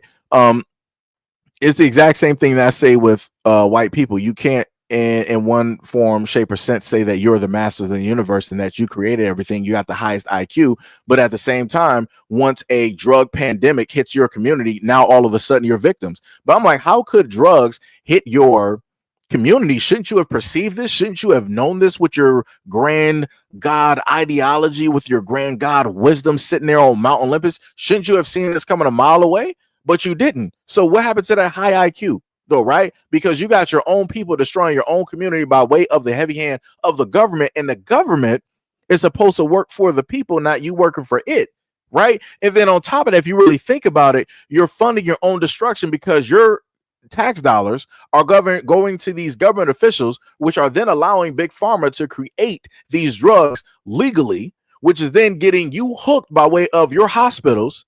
Then not just by way of your hospitals, but you also got your white drug dealers at colleges and all these other campuses and high schools delving out this same narcotic, dangerous narcotic to your kids, hitting all age ranges and groups directly into your community by way of your own tax dollars and how it is that you voted. But you want to turn around and try to say that I'm talking delusional nonsense. I'm literally up here trying to inform you and try to get you to see what specifically is happening by way of the government to your people, and you're still talking stupid. Like, this is what I'm talking about. Let me just highlight this. This is what I'm talking about. This is what I'm talking about. This is the umpteenth comment where I've literally gone directly in, gave a response and answered and showed you exactly where the problem lies. And the common denominator is you. In all of these instances, the common denominator is you. The reason why drugs are in your community, you. The reason why the government doesn't care about all lives matter, white lives matter, you. The reason why you got police abuse in your community, you. The reason why you got medical misinformation, you. The reason why you have white drug dealers, you. The reason why your kids are addicts in colleges, middle schools, and high schools, you. The reason why you got to sit up there and either plan for a hefty medical bill of which you can't sit up there and afford. And note, the government is going to allow these insurance companies of which you've been putting your dollars into to cancel that plan at any time. On top of the fact that now, if they're not going to the hospital, they're going directly to a morgue. And guess who's profiting off of that? You. And guess who also has to bury that? You. So what are we doing? What are we doing? I didn't even go directly into the court system either, because that's still you, and you. But like I said before, as much as y'all want to talk about black people, Black Lives Matter, y'all don't actually care about your own lives. I'm showing you the symptom. I'm showing you exactly the solution. But you're not paying attention. You're not even listening. But y'all want to roll up here. Oh, since you're racist, what do you got against white people? Oh, why do you hate white people? Why do you hate me? I don't even know who you are. I didn't even know you existed up until you let me know that you existed, up until you wanted me to acknowledge you. So you're welcome. I acknowledge your presence. What else do you need? Like, it's crazy work. It's crazy work. Schizo said, let's be honest, if people had to go through being profiled, they might actually notice it's a police state. Yeah, they probably would. They probably would. Eric said that they're waiting for us black folks to go out there and protest. Don't go. Yeah, I said that before. Black people, sit yourselves directly at home. Don't be protesting nothing. I don't care what happens, because they're going to try to tempt fate. They're going to try to do whatever it is that they need to sit up there and do in order to enact what will be more than likely martial law. They are waiting to sit up there and do it. That's all they want to sit up there and happen. So this is why you see these groups going directly here. This is why you see people doing stuff to black men directly out here and taking pictures and putting it. They're trying to do everything possible that they've been able to use in the past to enrage black people, to get them mobilized so that they can move, so that the moment in time black people go out there and protest, guess what? It's going to be way worse than you ever seen before. They're going to be pulling out all types of new weaponry. They're probably going to actually use real bullets. There's going to be bodies. There's going to be a lot of things that's going to sit up there and happen, right? And then once that happens, then you're going to have even more people start to gather because, yo, this is heinous, this is crazy, this is criminal, right?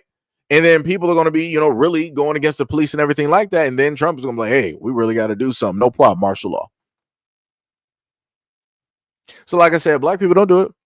If anybody's going to go out there and protest, let everybody else that voted directly for this administration and this president to go out there and protest, no matter what happens. You better sit yourself directly down.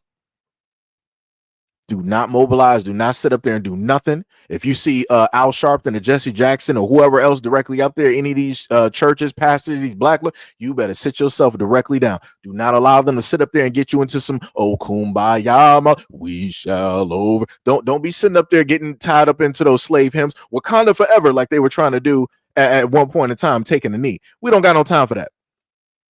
Because when we were sitting up there taking a knee, you had white women online sitting up there telling black people to play basketball and shut up. Crazy work. So like I said, do exactly what white people always been telling you. Mind your business. Stay directly on the sidelines and allow the white gods out here to fix this country of which they created. Every single problem out here, the white government has enabled and allowed to take place and happen, along with the people who voted for it. 9 times out of 10 are white, no matter if it's on the left or the right. Like I said, let the majority fix America the same way they built it, the same way they stole it, the same way they claimed it. Crazy work. It's crazy. Andrew said, how you view the world is your worldview. Okay. Yes, said keep coping, bro, I guess, and keep leaving nonsensical comments directly up here trying to get acknowledged. You have now been acknowledged by God. Continue on. Eric said, law and order was never meant to be applied equally. Police was meant to populate the private prisons. We are cattle. Well, try to tell that to white people. They still think that they got freedoms directly out here. They think that everybody else is enslaved and that they're the only ones that's young, 21, white, and free. It's crazy work. But like I said, they will understand the moment in time that they're able to, that you start seeing these tanks and whatnot mobilized through there. They'll be like, oh my gosh, I'm getting treated like a black man. I'm getting treated like a black person. You would have thought that we were in the hard streets of Detroit by the way that these tanks and these cops were out here. Crazy. But like I said, it'll happen. It will happen. We got Officer Haku out here with another $5 donor. Much love, respect, and appreciation. He said Elon Musk is illegal and no deportation for him. I mean, that's because he's working for the government. So, he has the ability, to do stuff like that. He has a full-fledged ability to just, be there. It's all get out and just do whatever. Crazy. Eric said black people in Brazil, oh heck, in Argentina, they are the most oppressed in the world. Right, right, right. KR said in a perfect world, wait, in a perfect world, love to believe we're all equal. Yeah, in a perfect world, I guess that would be the thing, but you need Doctor Strange for that one. And we don't got that. Indigenous said I went to Puerto Rico and you had dudes that looked like Bernie Mac sitting around playing dominoes. Yeah. And people would sit up there and say, me no black, me no black. And that type of thing. Eric said, just subscribe and it's about time. Hey, much love, respect, and appreciation for your subscription. Much love, much love, much love. Andrew said, you must take things within context. Peace. I mean, I guess. No problem. This fake Google account said, "Oh boy, more racist BS." I mean, I like I said, this is the way I like to look at it. For a lot of the white people that like to call me racist, it takes one to know one.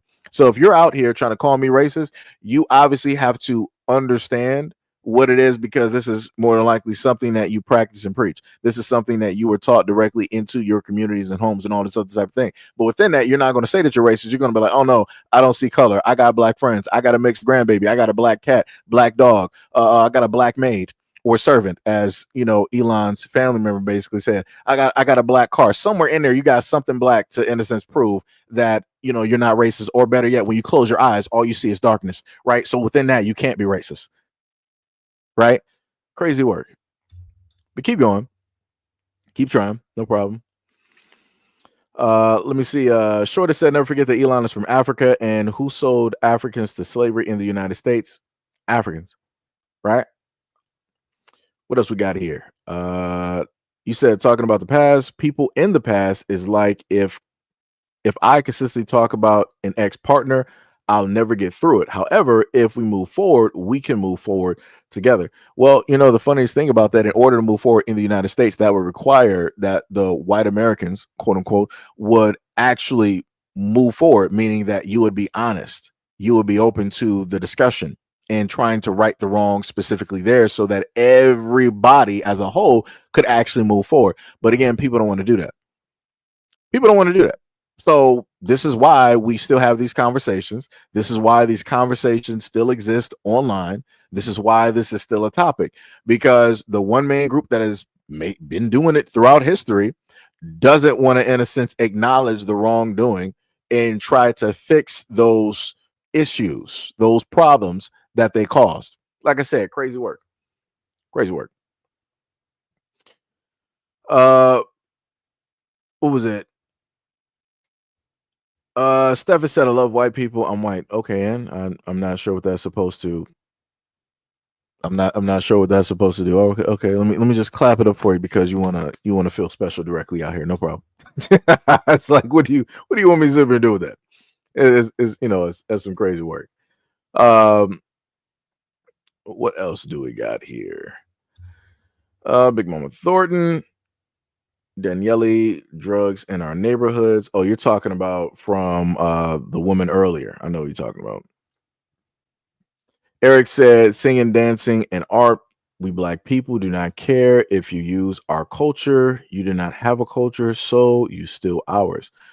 That is true. That is true. Now, I will sit up there and say, to a point, I do care if people want to sit up there and use our culture, because a lot of people say that they don't like black people, don't even want to be around them. But then you catch them listening to rap. But I'm like, so who are you listening to? That's a black artist. That's a black voice, right? That's black imagery, storytelling. That's directly there. So that's why I got a problem. And I done seen people from all over taking in rap, hip hop, all of this stuff, emulating and doing a lot of stuff. Crazy work. What else we got here? Let me see if we got some clownery down here. Alfredo said the solution is what again? Are you talking about to racism or to the systematic oppression and issues of which the United States government specifically details out to the black community, and then to everybody else? Like, which one are we talking about here? Because I've talked about a lot of stuff, going off the top of my head. What was that? Stoll said, "Oh, let me just highlight that." Stoll said another Democrat podcast I don't care. Basically, don't care about the Democrats. Oh dear Lord, I love the ignorance. Oh sweet mother, Jesus Christ, yo, this is how I know that people don't listen or pay attention. This is exactly like I said. I love these comments because this is how my points get proven every single time that I speak. Because I done went over this for I feel like quite a few years now. And no matter which way I decide to explain things and state things, you'll get stuff like this, or you'll get somebody else that'll be like, "Oh, you must be a Republican. What's wrong with you? And you're black." Y'all so stupid. Y'all are so like that proves the whole thing of people not using critical thinking. And like I said, a lot of these people that leave comments like this, they're older than me. They got grandkids. I'm like, I realistically, I expect better. I really expect better for all of the miles and stuff that you walked. For you to list an assumption like that as if like you're a 20-year-old or somebody that's a teenager, yo, that's crazy to me. That's 1,000% crazy. But like I said, here we are. Here we are yet again. You got me, guys. Oh dear God, I'm a Democrat. I'm a Democrat shill. Okay. I'm sorry. Okay, you got it. Like I said, whatever you need to sleep directly at night, I will be that directly for you. No problem. No problem. Somebody said, careful what you put online too, because things could get heinous. I mean, it is what it is. The stuff that I've actually seen online by way of other people directly out there who are not black, who carry this stuff out, of which I've carried, I've put warnings out there. It can be like Tumblr, it can be TikTok, it could be stuff directly on YouTube or IG. I've literally put information directly out there, and it'd be like that. But like I said, they got more to worry about than I do, because a lot of those people are doing illegal things of which they should not be doing. But I guess people don't care. I guess people do not really care as much as they say that they do.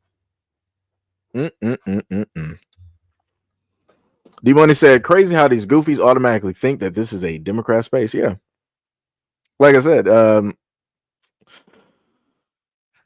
I guess. Alfredo said, let the red states fix the problems by their leader, Trump. Daniel said, interesting comment up there. I disagree. We do need to have special treatment and double standards for black people. That's why they're disproportionately going to jail. But like I said, you can't tell nobody nothing up until it happens to them. So like I said, I'm waiting for white people to be the poster child for incarceration, for the drugs and everything like that, because it's inevitable. It is going to sit up there and happen. If I'm looking at it the same way that I see all of these white kids, both male and female, going directly into rap, oh boy, it is going to hit like a ton of bricks. And then sooner or later, you're going to start to see white parents, just like in the 80s and the early 90s, coming directly up to the news. Someone, this rap music it's very harmful to the growth of our kids and our communities. And my kids were never like this before. Rap, they were so great, they were so pleasant, they were educated, and now they're talking these ebonics and this AAVE, and they're talking in this slang, and they're doing this and they're doing that, talking about selling rocks on the block. I don't even know what this is, right? You're going to hear white women at a point in time showing up to press conferences, like they did some decades before. And like I said, I don't care. I do not care. Like I said, let all of these white kids directly over there take all of the spaces and rap. Let rap become white. I'm completely fine with it. I am ready for it, because the only thing that they're going to emulate is the negative behaviors that are directly there, that have been out there for the longest time possible. That's all they're going to do. They're not going to go after the real lyricist. They're not going to try to emulate that. They're not going to emulate the real poets and the stories. They're not going to try to do it. They're going to be, oh, let me sag my pants real quick, let me get the double cup, let me start calling women derogatory names, let me talk about all of my cars, let me show my gang, my hood directly out there, let's start showing the illegal guns that were procured, let's talk about the bodies that we got directly on the street. It's going to be an exact same thing. But like I said, white people, y'all gonna find out. Y'all gonna sit up there. If you ain't seeing it right now like I'm seeing it, y'all are gonna sit up there and find out. It's gonna be a very nice 15 to 20. It's gonna be great. Like I said, like Scarface said, give it 15 to 25 or 15 to 20, 15 to 25 years. Rap is going to be white. I'm completely fine with it. I'm completely fine with it. Let it happen. Let it happen. Let it happen. Let it happen. Let it happen. Let me see. Rabbit said any white male in this live stream has no woman or romantic life. That is cold blooded. Cold blooded. What else we got? Let me see. He says somebody ain't African. I'm not sure who you're talking about. What else we got? Somebody saying blah blah blah. If you go to an embassy, get a visa, become a resident, then a citizen through the naturalization process, how is that illegal? He didn't border hop. Elon lost me when he said pardon Chauvin. It be like that. Yo, Pac Miller, what is up? What is up? Much love, respect, and appreciation. Lee said, are you a racist? It depends on how you interpret my message and the things that I just so happen to say. It's your choice, buddy. It's on you. Whatever you perceive. Like I said, whatever villain that y'all need, I will be that for you. So I will 100% be that directly for you. Eric said, look, I love people. I love white, Asian, African, European, Australian. I love humans of the world, but man, white folks, they need a therapist. That's a crazy word. Crazy word. D Money said, I stopped expecting better from them as a long time ago. They are their ancestors. He said, it's because the talking points are all fallacies. I guess. Alfredo said, fubbed podcast. Yeah. He lacks critical thinking, not too many brain cells. I'm a guilty Democrat. I guess. I don't know. Whatever. Jamal said a rap is trash. But you love it though. Big Man said, white people here hate white people rather than supporting black people. You can do that without hating whites. Who hated white people? Like that's like the projection out here is crazy. It's like the moment in time that something is, in a sense, focused on a group. Like I put it to you like this: who's this that I'm talking to? Where's that dude? Comment directly at? Yeah, Big Man. Let me let you know something.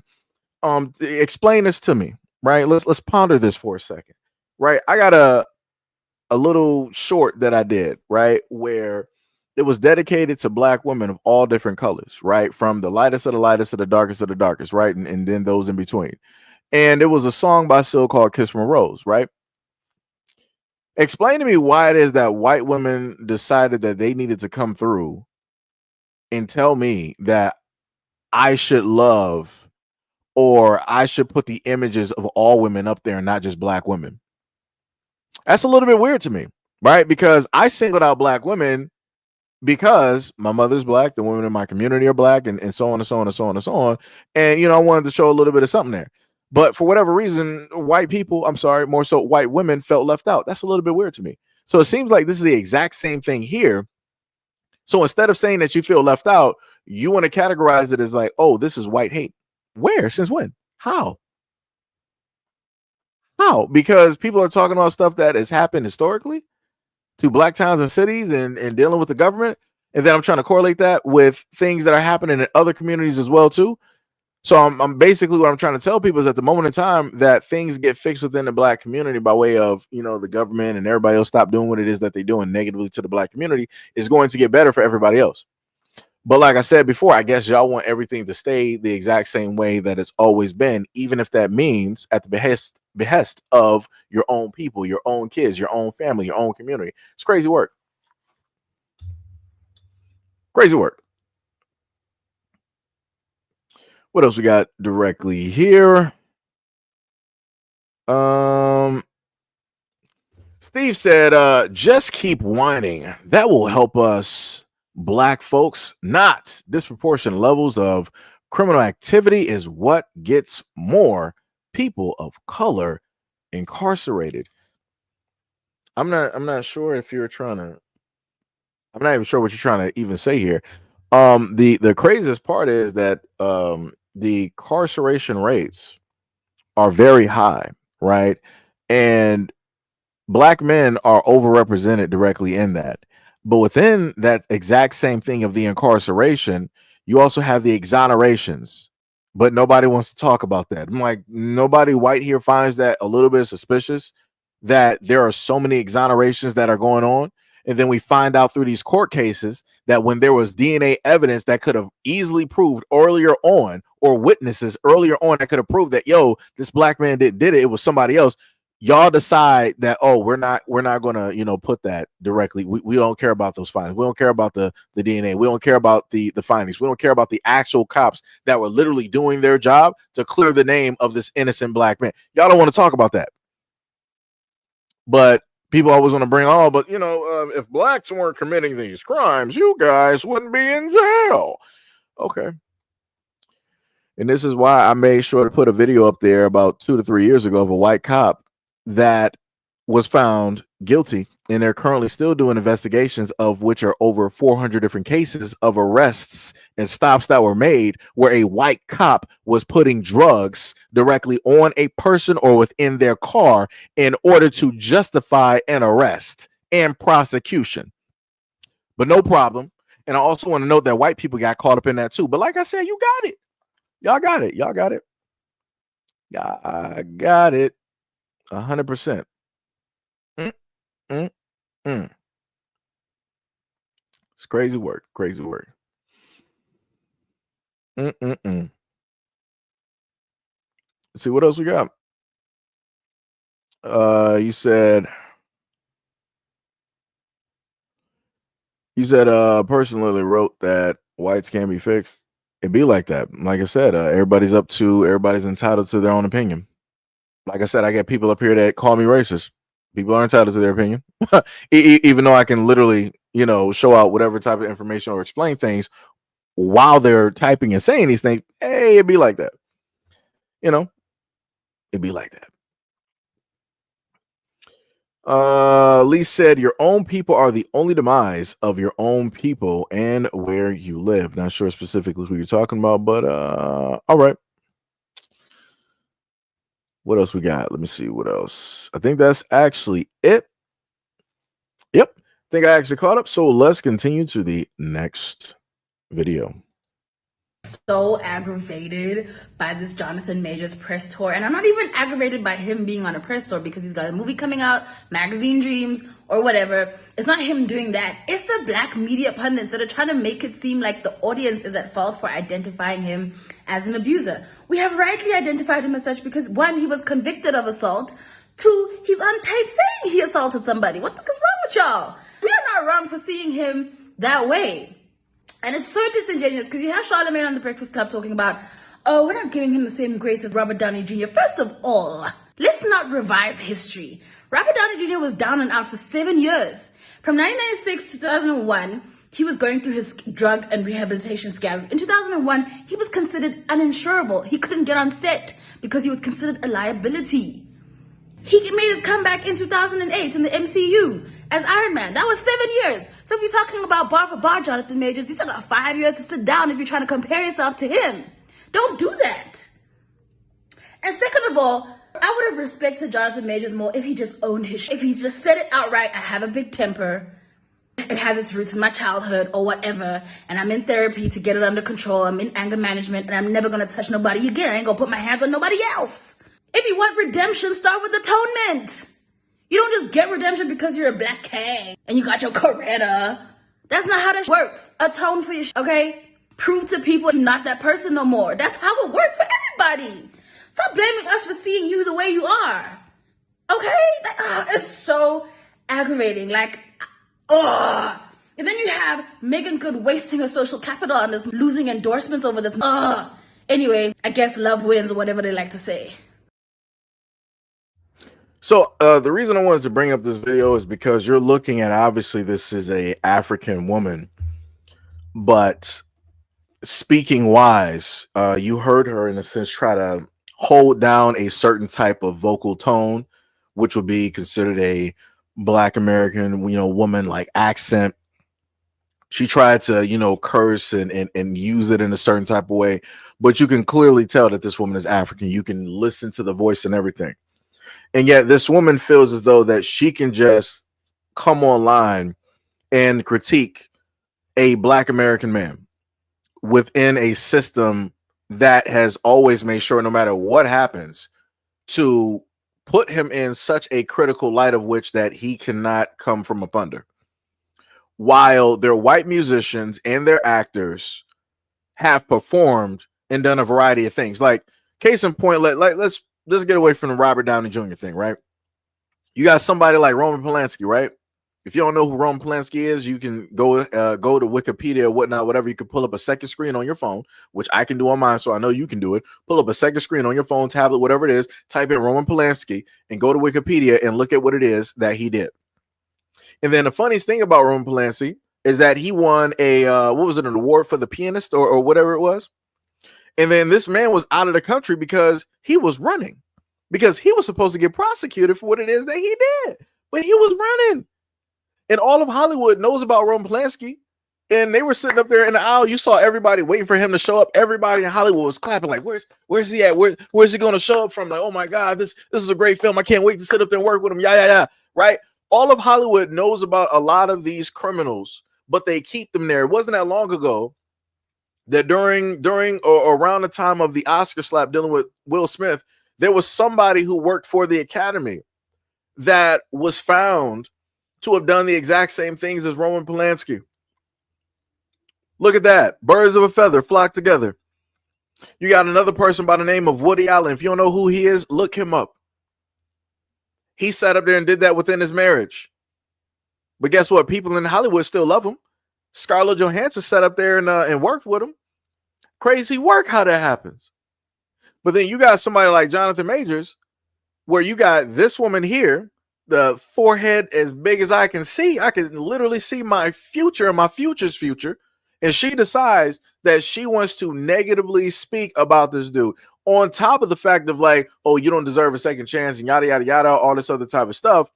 She then wants to sit up there and say that a Black American woman such as Megan Good should not be wasting her time with him. So let me get this straight, right? So originally you had Jonathan Majors that was in an interracial relationship.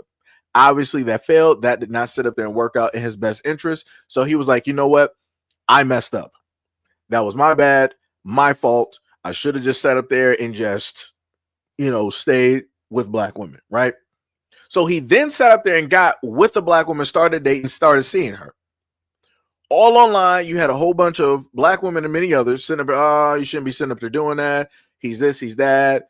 He doesn't deserve a second chance, all this other type of stuff, yada, yada, yada. Megan Good didn't sit up there and listen. She held that dude down throughout the whole thing. Black women calling her a fool, calling her this, calling her that. Whatever happens to her is whatever happens to her. So then they finally sit up there and get married. And now, instead of people trying to, go the whole route of Megan Good, now you got people doing this whole route again with Jonathan Majors. Black people, I mind you, or people who are immigrants, mind you. And I'm like, what are we doing here? Because I'm like, the type of scrutiny, the type of way that people are criticizing him, I never see this from these people when it deals with white celebrities. That's some crazy work. That is diabolical. 100% crazy. But I also wanted to show this as a proof of work of how it is that a lot of these people want to show up online and they want to try to masquerade as Black Americans or whatnot, and they want to try to talk a certain type of way while also masquerading, cosplaying in order to critique. Because do you think that she's going to talk about Burna Boy and Chloe? Do you think that she's going to have that conversation about an African man and how it is that he treats African women and Black American women? Do you think that she's going to have that conversation? No, she's not going to do that. She's not going to critique and go after her man the same way that she would go after a Black American man such as Jonathan Majors. It's crazy work. It's diabolical. Stuff needs to be studied, but it won't. And you'll have people that will sit idly by and allow things to happen like this unchecked. Crazy. But again, we're living in a world where a lot of people like to say that Black people are so fixated on, Africans and many other people directly out there. No, it's not that we're focused. It's the fact that other people want us to focus on them because that's their way of us giving them free energy one way or another. That's all it is. Like I said, a lot of people would not have the platforms that they have if it wasn't for Black Americans. Because if people really had to sit there idly by and talk just about themselves, those platforms ain't moving. Trust me, I've been on social media enough where I've seen people, let's say of African origin, specifically list and talk about stuff happening within their country or around it, and their platform's not moving. Ain't nothing happening. But when they start talking about Black Americans, guess what? Now you're starting to get that interest. Now you're starting to get that engagement. Now you're starting to get those comments. Now the subscribers are sitting up there moving. Now you can sit up there and monetize. It's crazy work. It's 100% crazy work. But everybody want to call Black Americans a liar and say that, you know, that type of stuff ain't really, you know, what it is and yada, yada, yada. Crazy work, though. Crazy work. But it is what it is. It is what it is.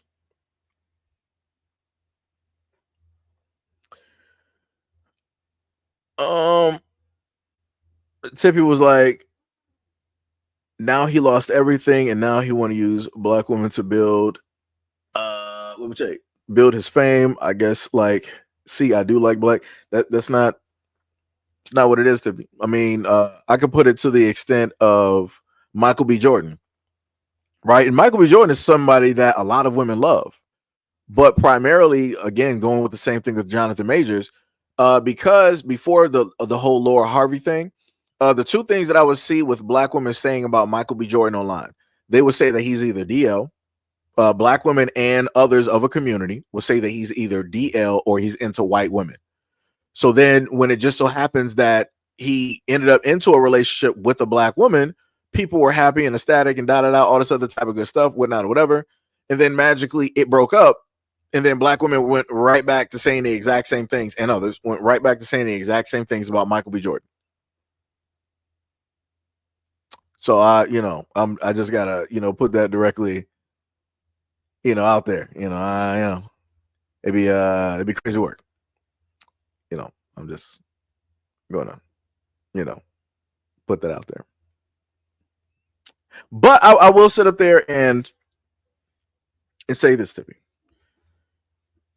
You do have instances out there, let's say in real life, where you have some of the Black guys who happen to worship white women who will decide that, hey, I didn't try this, 3 times with white women. I'm going to sit up there and dibble a dabble on the Black side to see, what it is. Now, again, you do have that takes place, right? Now, I'm just looking at this with Jonathan Majors as a 1-for-1. I seen him in one relationship with a white woman, and now I'm seeing him in one relationship with a Black woman. I'm looking at a 50-50 thing here. That's all I'm sitting up here saying. Because I'm getting to a point in time where I'm not trying to awesomely judge people off of this at this moment, up until I find out that people want to say something crazy either about Black men or Black women. That's the only time that I'll run my mouth and start talking crazy directly right back. But when you have, in a sense, a normalcy just sitting up there happening, I just basically I let it be, up until anything else comes up. Because at this moment in time, I haven't heard any tweets or anything like that where Jonathan Majors has said anything derogatory or negative directly about Black women. So I'm just letting this ride out and be exactly what it is. Because when it deals with white men, nobody is ever crucial. It could be a white dude that sits up there like, what was that dude, Kelsey? The dude, Kelsey, that was for like the Chiefs. He was sitting up there dating Black women left and right. And nobody was trying to say, that he was just trying to, better his career because he messed up. That's why he's with what's the girl name? What's that white girl name? Oh man, I can't even think of her name, and she's annoying because I can see her dancing and it looks horrible. Whatever her name is, y'all know what I'm talking about. Nobody said that about Travis Kelce, and that's a white man. So when a white dude basically dibbles and dabbles and does whatever all over, thank you, Taylor Swift, yeah. Nobody said that he was, in a sense, messing up with Black women. So this is why he went back to Taylor Swift.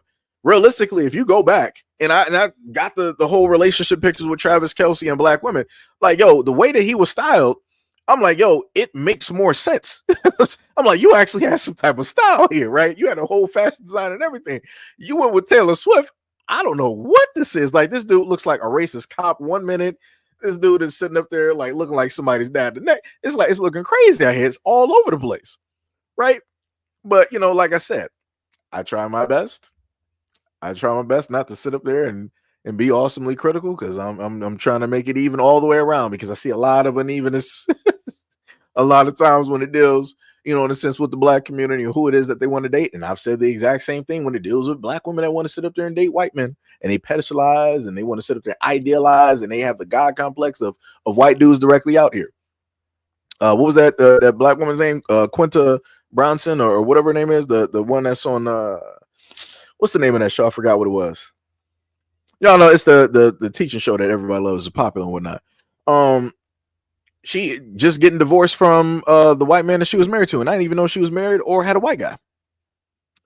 And a lot of people said that those were supposed to be the relationships that are perfect, never ending, that's going to go on forever, right? That lasts longer than any black relationship out here. And that's not what happened.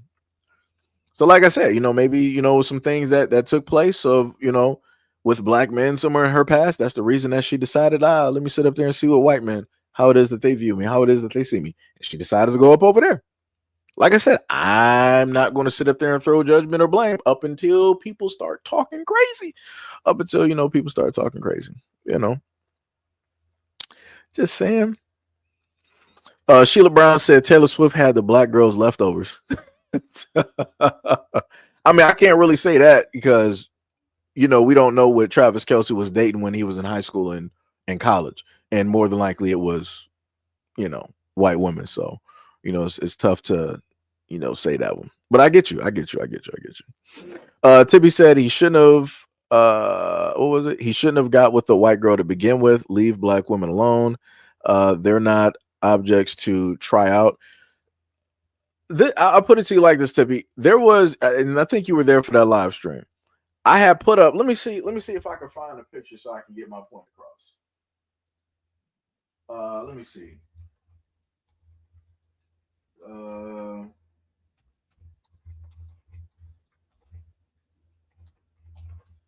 Because I gotta sit up there and put, try to make my point directly on this, because I had to sit up there and do this before. And like I said, only certain people are going to actually be honest directly about this when I put the photos, in a sense, side by side.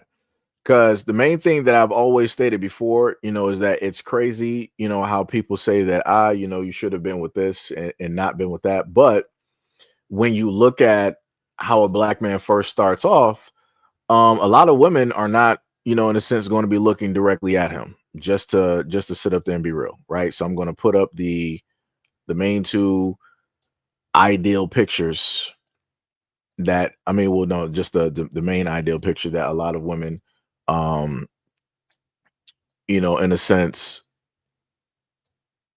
know of. Let me see. Let me just get those real quick. And this is not like the whole thing where people like to say like, it's black men trying to make excuses for dating other women. No, it's not even that. It's just the fact that in the reality of things, people have certain preferences, and I've realized this myself when it deals with women, which is completely cool, right? So right now we're looking at the two images of Jonathan Majors. Black women in general did not start jumping onto Jonathan Majors up until the bottom picture, and this is factual. I never heard black women out here on social media talking about, let me get rid of the banner up top, right? I never heard black women in general at any point in time talking about the top image of Jonathan Majors, that, oh, he's so dreamy, they really want to date him, they want to marry him, they want to have kids directly. Nah, you can, the top version of Jonathan Majors, you can run into any black hood right now and see that. You can run into any black hood right now and see the top image of Jonathan Majors. You ain't having black women falling all over the scene trying to sit up there and date him. Let's be real. Let's call a spade a spade. Let's be 100% honest. The only time that you literally had black women all over the scene on social media talking about Jonathan Majors was the Final Form. The Final Form Jonathan Majors, that was the main time that you heard black women even talk about Jonathan Majors. Let's just be real. Let's just sit up there and be real. The image. So Tippy, you said actually said he was. I know he was in Lovecraft Country, and I'm talking about that was Jonathan Majors with muscle. He had muscle directly on him. The top image of Jonathan Majors, that coat or whatever that blazer that he's wearing, it's hanging off his body. He doesn't have the muscle that he has. That's not the same muscle. That's Tippy. Come on now. That is not the same muscle. That's not the same weight. Women find certain things attractive.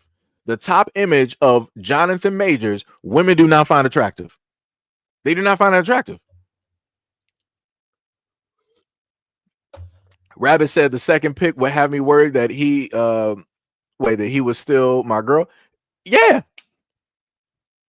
Like literally, if you were to put these two images of Jonathan Majors, not even just these two images, if you allowed these two versions of Jonathan Majors to walk through a group of women, the first image would never get no looks. He would get the ick. It was like, ugh, what is that? And all this. He would get clowned. 100% in the black community, that top image would sit up there and get clowned.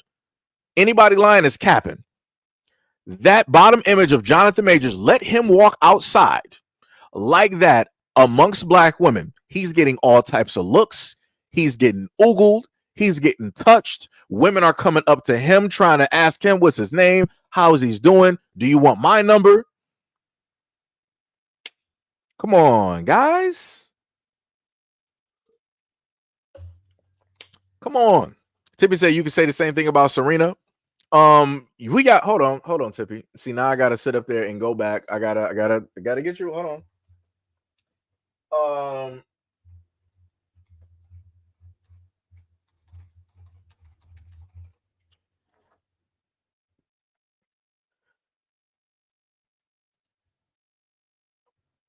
So let me go back to a classic picture of Serena Williams. Correct. Let me go to a classic picture of Serena Williams because you said Serena Williams. This is the Serena that I remember. Let me show you. That is the Serena that I remember.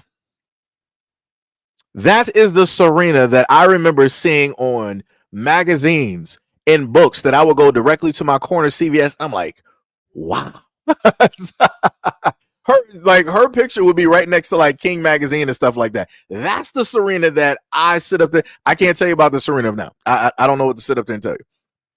I don't know what to sit up there and tell you. But I can sit up there and tell you going to school. You had dudes sit up there saying like, yo, Serena's like fine, like she looks good, like Serena got a body, like you seen it was nothing but just like wow. It was that type of deal. So it, like I said, Serena ain't have no problems realistically getting the attention of like black men. I can sit up there and tell you. I can tell you. Eric Nim said, brother, I love your forum and live sessions. First time, and I've subscribed, and I will support any way that I can. Hey, much love, respect, and appreciation. Thank you. So yeah, it's not even the same. And this is like Serena from like the 2000s. I don't even know what Jonathan Majors even looked like in the 2000s. It might even look worse than the first image that I set up there and gave you. Let me go back to that Jonathan Majors image. It probably don't even look like nothing like this. It probably don't even look nothing like the first image. Like he was probably looking like base form Frieza or something like that. Like I don't even know what to even give you on that. So it's like Serena has looked great for some decades. So it's like I don't even understand. The Serena. What's the name? Tippy said she's beautiful, but black men didn't want to marry her. Now she's with someone that can't fight or defend her. I'm sorry. That's what he looks like. He looks like he can't fight. You talking about the white guy? This is the thing that I've understood. I'm gonna like in a sense say it like this. You have a lot of women in the black community that are qualified to be with black men, but again, just because they're qualified with black men doesn't mean that they want the black men out there that are qualified for them. Because there was a video not too long ago, probably about like 2.5 years ago, that I put up where you had these very well-educated, well-spoken, well-versed black women, all professionals. And they were talking about how hard it is for them to sit up there and date, right? Because when it deals with a lot of women who are up there in that higher percentile, they date up. Those women, though, if a woman is making $100,000, she don't want a guy that's going to be her equal. That's going to be like, I'm making $100,000 too. So now we're, $200,000 a year. No. Women are like, if I'm making 100, you got to make 3, 4, 5. You got to be maybe even like $1 billion, right? So again, if you got a dude that may be a business owner, he's not making 100 grand. Maybe he might be making like 90 or 80 or something like that. Those educated women are like, nah. You don't make enough. You don't make enough to qualify to be with me, who is an educated black woman who has sacrificed all of her time and energy to get to the point of where it is that she's able to make this money and access this type of capital. I need somebody that's, above the level that I'm at. And this happens. I've also showcased videos where you got women who are working in Burger King who want to call other men working at the same job broke. So I'm like, obviously that means that those dudes at that Burger King can never date that woman, even if they wanted to. It would have to be another dude from the outside driving a nice car, probably maybe selling drugs, maybe a rapper or something like that would be able to sit up there and date her. Just saying. Just saying. Mo said, put some glasses on that top pic of Jonathan Majors and he looks like Seji. I mean, yeah. But again, Jonathan Majors is taller and bone density is way different. I'm not sure if I can actually get that muscle mass right there. I would need a lot of money in order to make that happen. A lot of money, a lot of hard work and dedication. Like I said, if I could get to Jonathan Majors' shape right, you can't tell me nothing. You can't tell me nothing. I'm living in Miami. I'm all of my wardrobe is nothing but open shirts. I'm doing random push-ups on the street for like no reason. Let me tell you, you can't tell me nothing. You can't sit up there and tell me nothing. I'm sitting up there. I got shorts. I got my nice open shirt. I got a nice gold chain. You can't tell me nothing. Let me tell you something. Can't tell me nothing, man. Can't tell me nothing.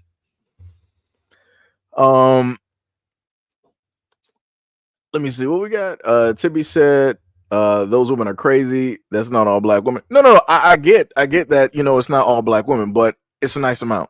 That's the main thing that, I like to talk about. And it's gotten to the point where you even have girls of the younger demographic, like the younger women in like the early 20s and some of their high schools, they're parroting the exact same rhetoric as the older black women out here. And I'm like, that's crazy to me. Because like I said, there was a mother who put up a post and she talked about how it was that her son finally he got up the courage to ask his crush directly out. He was like, basically he likes her. He would like to, take her out, the nice, thing to do, courtship, right? The girl's response was that you can't afford me, aka you're too broke. What is that? You're 15. What are you talking about? He's too broke. Like this is what I'm talking about. Like, I don't know how else to sit up there and make people see this. Like, I don't know how else to people, like, have people like understand how all the things that older women have been talking about socially about black women have now fallen down onto the younger girls out here. And now they don't have a chance to even think for themselves or even try to grow their own perspective or to, in a sense, have their own experience with the younger guys of their generation. They're automatically deeming them as broke. I'm like, you're 15. Both of y'all live at home with your parents. So how are you calling somebody else broke? Like, how can he not afford you? Like, I'm a little bit confused. And to hear a 15-year-old sit up and tell a dude at her age range that, yo, you can't afford me. So I'm like, okay, so now we're going back to the whole thing of women being property or something. Like, what's happening? Like, what's really happening? What's really going on, at this moment in time? Willie Wonka said, what's your supplement routine? You can't be talking about me. This is Jonathan Majors. I don't look nothing like this. This is Jonathan Majors in, for Creed. What was that? Creed 3. So I don't know what to sit up to tell you. I was just using this as a example. Tippy said they wanted the white girls and fast girls wearing heavy makeup to look older. Oh yeah, I get what you're saying. Yeah. Somebody said I'm evolving. I don't even know what that means. Sham said Seji can't do a supplement routine. His metabolism is way overactive. He can eat high amounts of protein and the body will burn it off too fast the moment the weight lifts. Yeah. So this is why I'm currently eating like Domino's and drinking Coke at this moment in time, because I'm trying to, gain those 3 to 5 pounds that I set up there and lost. Because I was at 165 and, ended up sliding down to like 160. I'm like, nah, we're not about to be touching the 150 now. We're not doing it. We are not about to sit up there and do that. But if there was like a routine of which, I could sit up there and do I feel like for all of that, I would have to really have the money to put on the type of like muscle that I would actually, want. And that takes a lot of work, dedication, money. I got time. But the money, yeah, we gotta work on that. We gotta work on that. Let me see. Tippy said that's true, Seji. Girls do say that, but ignore the silly ones and talk to the quiet ones. But see, that's the other thing, Tippy. Like, even going from high school, if you're a guy that's quiet and there's a girl that's quiet, even going from my experience, the quiet girls don't even like you. They're looking for the guys that are outspoken. They're looking for the guys that are like extroverts or whatnot, the ones that are like highly social and that all the other girls are looking for. And that's the other thing too that I've talked about as well. Guys can pay attention to a woman that ain't nobody paying attention to and give her light. When it deals with women, 9 times out of 10, women love guys who other women are going directly after. If other women find that dude attractive, then other women are like, okay, no problem, right? So like if a random dude ended up dating, like, okay, let's say like a random dude, right? He never got no play or nothing like that from any other woman. But then for some odd reason, Rihanna decided to be with this dude. Automatically, he's in the limelight, and people are like, oh, this guy, all this other type of stuff. So now he's elevated a little bit because he's gotten attention from Rihanna. And now other women out there are like, yo, why would this dude get attention? It's nothing really there. I don't even understand it. So now women are basically thinking, they're trying to figure stuff out. So let's say Rihanna and that dude breaks up. Guess what's going to happen? Even though he's not with Rihanna at this moment in time, women are still trying to ponder and figure out why it is that Rihanna picked him. So now their interest is peaked. And they want to sit up there and see for themselves what it is that Rihanna found so attractive about this guy. So automatically, just by association, he's going to sit up there and get more women. Versus if you got a guy, the same random guy, such as, let's say, the first image of Jonathan Majors, if he was with, just by himself, ain't no women sitting up there trying to look at him. The first image of Jonathan Majors looks like he was quiet. He's in class. He's really focused directly on his work. He don't bother nobody. He don't do nothing, right? Quiet girls are not going for a Jonathan Majors like that. Quiet girls are not going for a guy that looks like this, sitting in the back of the class like them. Trust me. They're not sitting up there doing it. They're going for something beyond ordinary. It happens every time because those are the main people in the world that always get the utmost attention. And the funniest thing is the people that get the utmost attention are the ones that also are the most insecure. Hilarious how that works. Crazy. Tippy said, I like the quiet, mysterious guys. In movies, they usually deem those guys as the most attractive ones. Like they'll give you like a Jack Reacher. They'll give you like a Tom Cruise from like Mission Impossible, Liam Neeson, or something like that. They will make those guys. They will never give you a quiet, mysterious, unattractive guy in a movie. Never. And then that guy is a love interest of the most beautiful, attractive woman. No. They're not doing it. They're not doing it. They're not doing it. What did Sham say? Let me look at this real quick. Sham said, LOL, I thought I was an ugly girl because no guys talked to me the whole high school year like that. Just was my friends until I got all those numbers the last senior year. It was crazy. Yeah, because the main thing is you may have had the perception because of what you might have thought internally of yourself. So because you thought about that internally, you basically, in a sense, closed off, yourself just to that. And that was basically your shield and your barrier. So if guys were giving you like looks or notices or maybe saying something like, hey, you look beautiful, you look great today, all this other, you weren't paying attention to it. Because trust me, there's been a lot of times when I was younger, I've told this to other girls and I'm looking directly at them in their face. And it just seems like it just went right through them. Like they just didn't pay attention. They just continued on with the conversation. I'm like, are you deaf? I'm like, what specifically is going on and happening at this moment in time that you didn't hear what it is that I'm like, that's a little bit weird. But like I said, it took me to get older to realize that women have a different perception of themselves versus what the world has as they perceive them and what guys have as they perceive them. It's a multitude of different perceptions.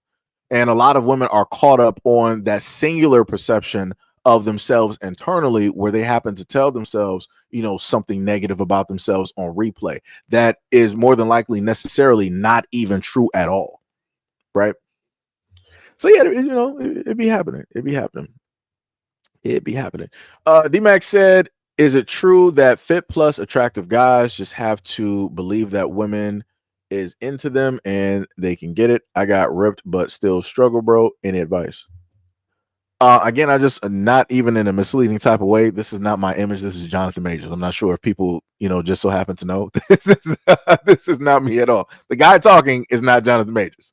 The guy that you see in front of the screen is Jonathan Majors, the actor, the guy that was on Creed. So again, not to mislead anybody. I just want to put that, directly out there. But the thing I will sit up there and say is this: even though I'm not in Jonathan Major's shape, the one thing is that if you have a belief within yourself, if you tell the universe and yourself that, hey, I am attractive, I'm this, I'm that, right? You tell yourself positive things, that's going to rain back down directly on you. And then within that energy and that perception that you are giving off, it will attract the people that you want, in your life or to be around you. So yeah, just, gonna put that out there. Teresa said Jonathan Majors looks great. Right. Tippy said, I never liked the jocks because they bullied me and F them. The funny thing is that everybody likes to say is that if somebody bullies you, it's because they like you. So if you got guys basically doing that, is because they like you in some type of way, form, or fashion, but they really just can't outwardly say it because they don't know how you're going to react. And then on top of that, they're worried about the reaction and the perception of other people around them who look at them or deem them a certain type of way. And that's usually how that works. Whenever you see a lot of these dudes out here trying to, bully girls, pick on them, yeah, it's usually that. It's usually that. Talking about dealing with school and stuff like that. Sham said, muscles just don't matter to me. I don't find bulky dudes attractive. I am that shy, quiet girl, and I like scrawny guys. I want the guy in. You say you wanted the guy in your class that played video games like me. Like I said, that's rare. Like you and Tippy, when it deals with that, that's a rarity. Because number one, it's rare for women to realistically play video games. Irregardless on what it is that they want to put on media, where they're like, 30 to 40% of women are gamers. I'm like, since when? Because I'm like, the amount of arguments that women have and on the podcast and blogs where women complain about guys spending hours, even if it's just 30 minutes on a video game, is insane. So I'm like, somebody's lying on stats. Because the greater majority of people who play video games are men, are young boys, are young adult men. Like that is the main demographic. Those are the main ones that are on, Steam and everything like that. Of course, you got some women out there, but it's not going to, be more than, like the guys and stuff. But like I said, for y'all like the rare, type. Y'all were like quiet directly in school. Y'all play video games and stuff. You don't have a lot of women, especially. You can ask any guys out here. 9 times out of 10, when you think about or look at girls in high school, they were not playing video games. They even back then they complained about guys playing video games. They were like, "Oh, you play video games? Like that's what kids do." Da da da. It was crazy. Like if you watched Power Rangers, cartoons, if you read comic books, played video games, you were considered to be a child. But yet the same as that girl calling you a child is walking into the class with a Dora the Explorer backpack. Crazy work. It's 100% crazy work how that happens. It's man, it's something. It is something. Tippy said, well, that's what I'm saying. It goes both ways.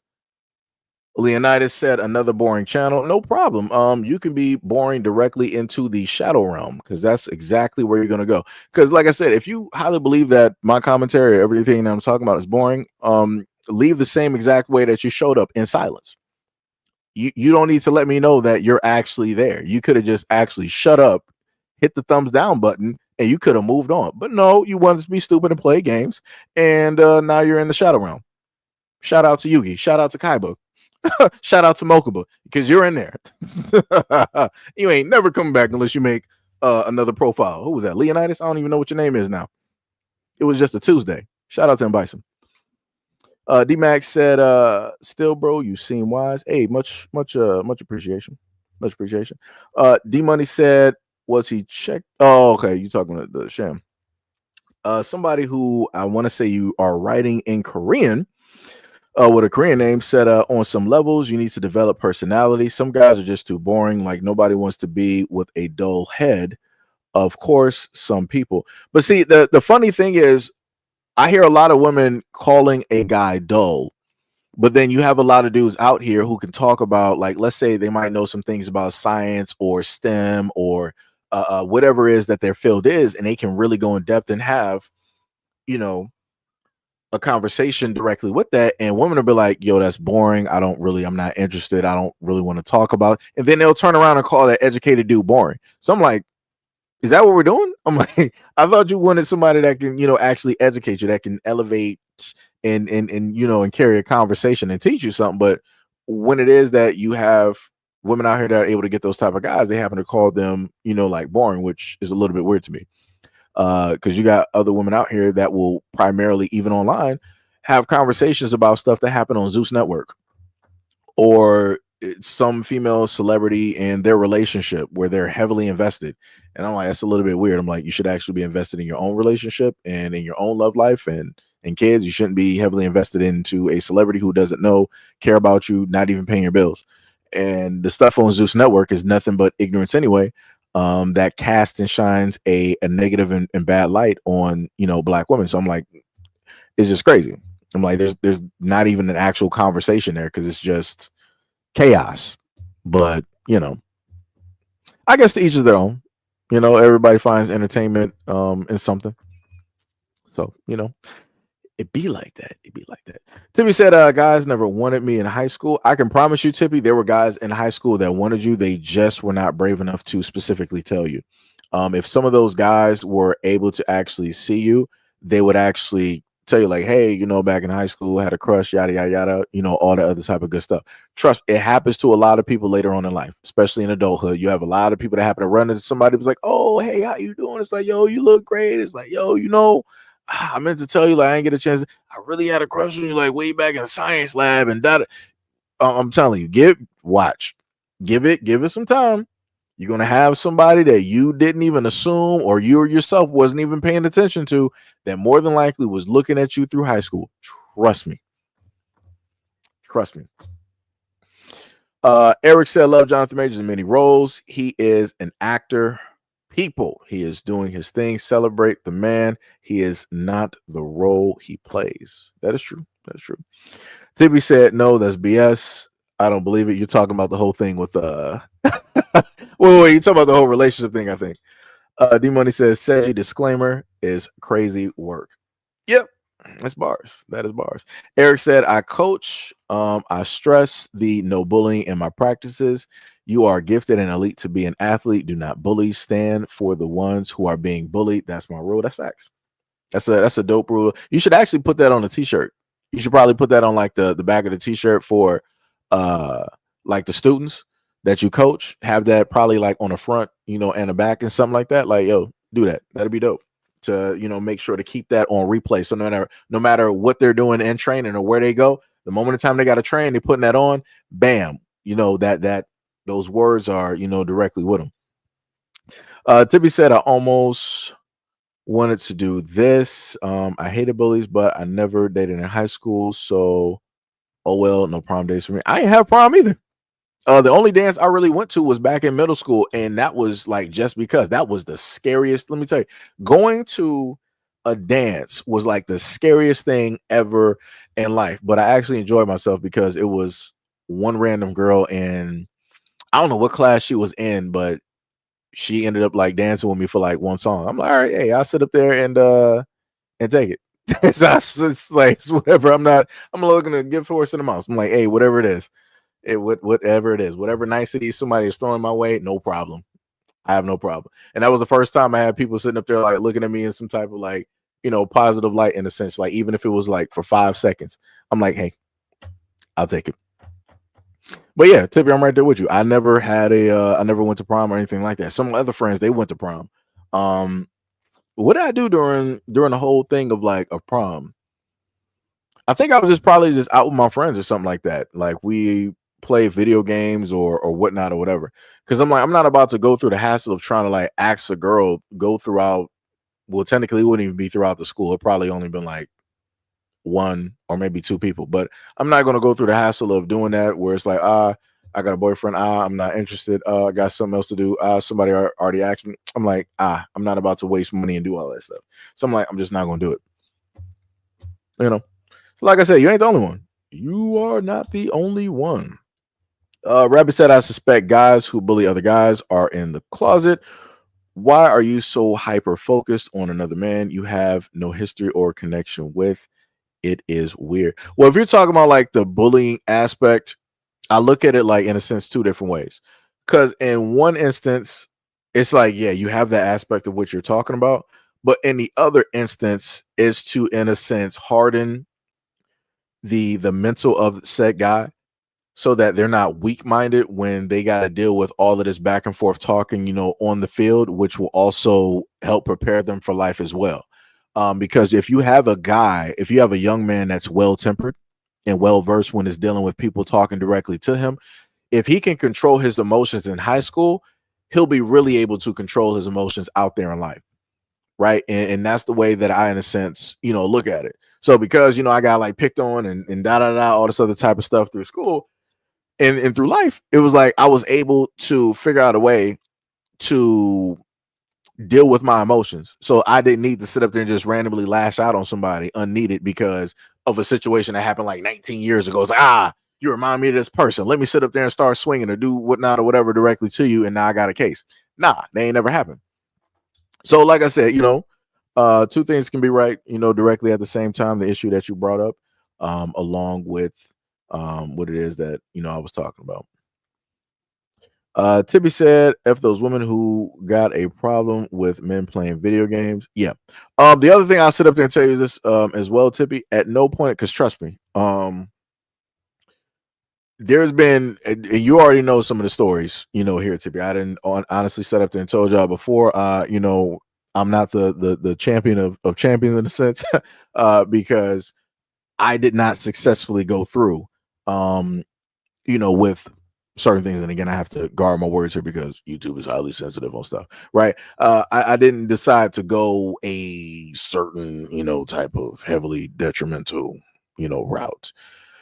And again, going through things directly in life, being a kid directly in school and getting picked on and all of that stuff. So trust me, I can understand what it is that you're talking about. And I can sit up there and tell you that going back and looking at the thought process, it was the dumbest thing, I was ever, in a sense thinking. And even trying to was even more dumb. Right. But that also comes into the effect of not being able to properly, as a child, be able to manage one's emotions.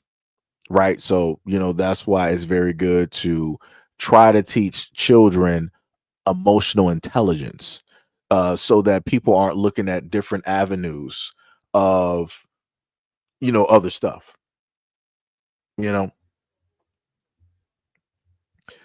What was it? What else we got? Tippy said, oh, okay, we got that. We got that one. DT says, Seji, have you played No Man's Sky? Nope. I actually never played it yet.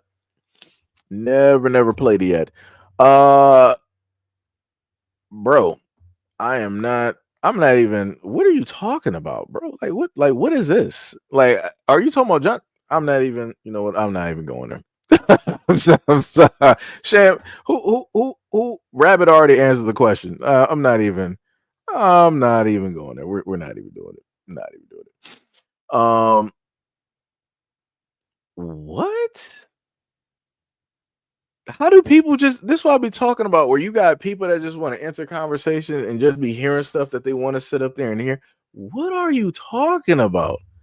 Like, yo, let me just. I'm not even gonna highlight the comment, but those who can see that in the comment, this is what a lot of guys mean when you have those out there that want to enter into a conversation and they want to try to project and they want to make themselves front and center. They want to do all of this other type of stuff in order to get people like caught up in some type of like cancel culture type of stuff. Like that's what that looks like. That's what that bait right there in the comment section looks directly like. And stuff like that is massively crazy. Because the craziest part is we didn't have a conversation really about other communities, directly out here. We were just specifically, staying on, pretty much one section. But here we are, somehow, some way. Somehow, some way. Shout out to Nickelback. Even though it's some way, somehow. Dun, dun, dun, dun, dun, dun. Anyways, Tippy said video games are fun. I like video games because it's an outlet for me. That's facts. 100%. Eric said I played college and semi-pro soccer. That's dope. That is dope. I know there was a lot of working out when the Dell were running. A lot of working out. You said you worked corporate IT, still play elite at 40 plus. I think of equality and mentorship and people, but man, white folks need therapy. Yeah, that's true. That's true. 100%. 100%. DT said girls just want to have fun. Tibby said, that's what I'm saying, Seji. It's not just dudes going through that. No, I'm not saying like it's just dudes in a sense going through it. But if you want to look at, I put it to you like this, Tippy. Look at the rates. How can I sit up there and put this? Look at the rates of drugs and alcohol usage and the rates of men no longer being here. Women are nowhere in that spectrum. Women are not towering over those numbers. And those numbers are like that because of loneliness when it deals with a lot of guys directly out here. Because you have a lot of dudes out here that would love to be in a relationship with a woman. They would actually love to be loved.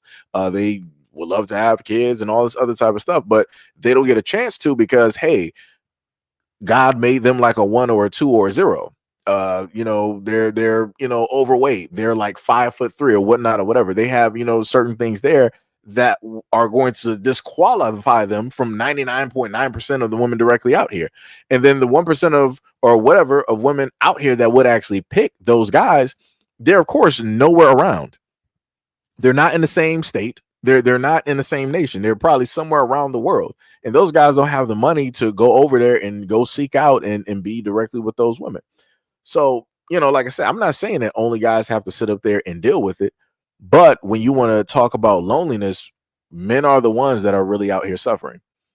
There's not really like a loneliness epidemic when it deals with like women.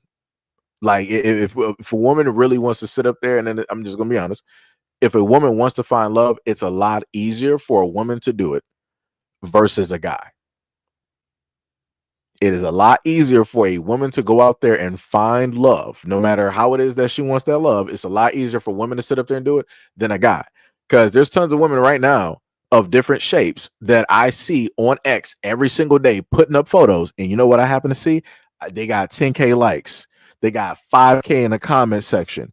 They got 60K on bookmarks. They got people going directly to their Twitter and all this other type of and looking up, their photos and all this. Like I said, those are women of different shapes. I'm talking about women that got weight directly on them. I'm talking about they fupa got a fupa. I'm talking about like that. So, like I said, it's not impossible for women out here to find it. Now, if a dude did that, if you got a dude that has weight on him, right? He like 300, 350, and he decides to sit up there and be like, yo, I'm about to sit up there and be like, shirtless pics. And, I got my nice pants on and my shoes. It's like, yo, ladies, what you think? Ain't no women hitting him up. They're going to tell him to lose weight. They're going to tell him to put a shirt on. They're going to tell him that you're too short. They're going to tell him you're too broke. It's going to be everything. Like I said, I see this. I've been seeing this since the internet has been the internet. But like I said, I ain't saying this, it's just guys, but Tippy said dudes won't go for the girl who wears glasses, wears no makeup, doesn't wear revealing clothes. Yes, they do. Yeah, they do. Don't wear weaves and not materialistic. They do. Eric M said thanks for the shout out. I don't need my kids to have that on a t-shirt. I want them to stand for what that means. No bully. No. I was just sitting up there saying because when I had a coach for track, we had like a slogan and whatnot directly on our shirts. I think somewhere downstairs. I think I still have. Oh, it might not even be here. I might have lost that too. But I had a long sleeve shirt from Oak Park High when I ran track, and we had the slogan. What was it? What was it? It was something to the effect of what other sports teams do for work, we do for fun, right? Meaning like we run track, we work out, we're running miles, we're doing conditioning, we're doing all of those things.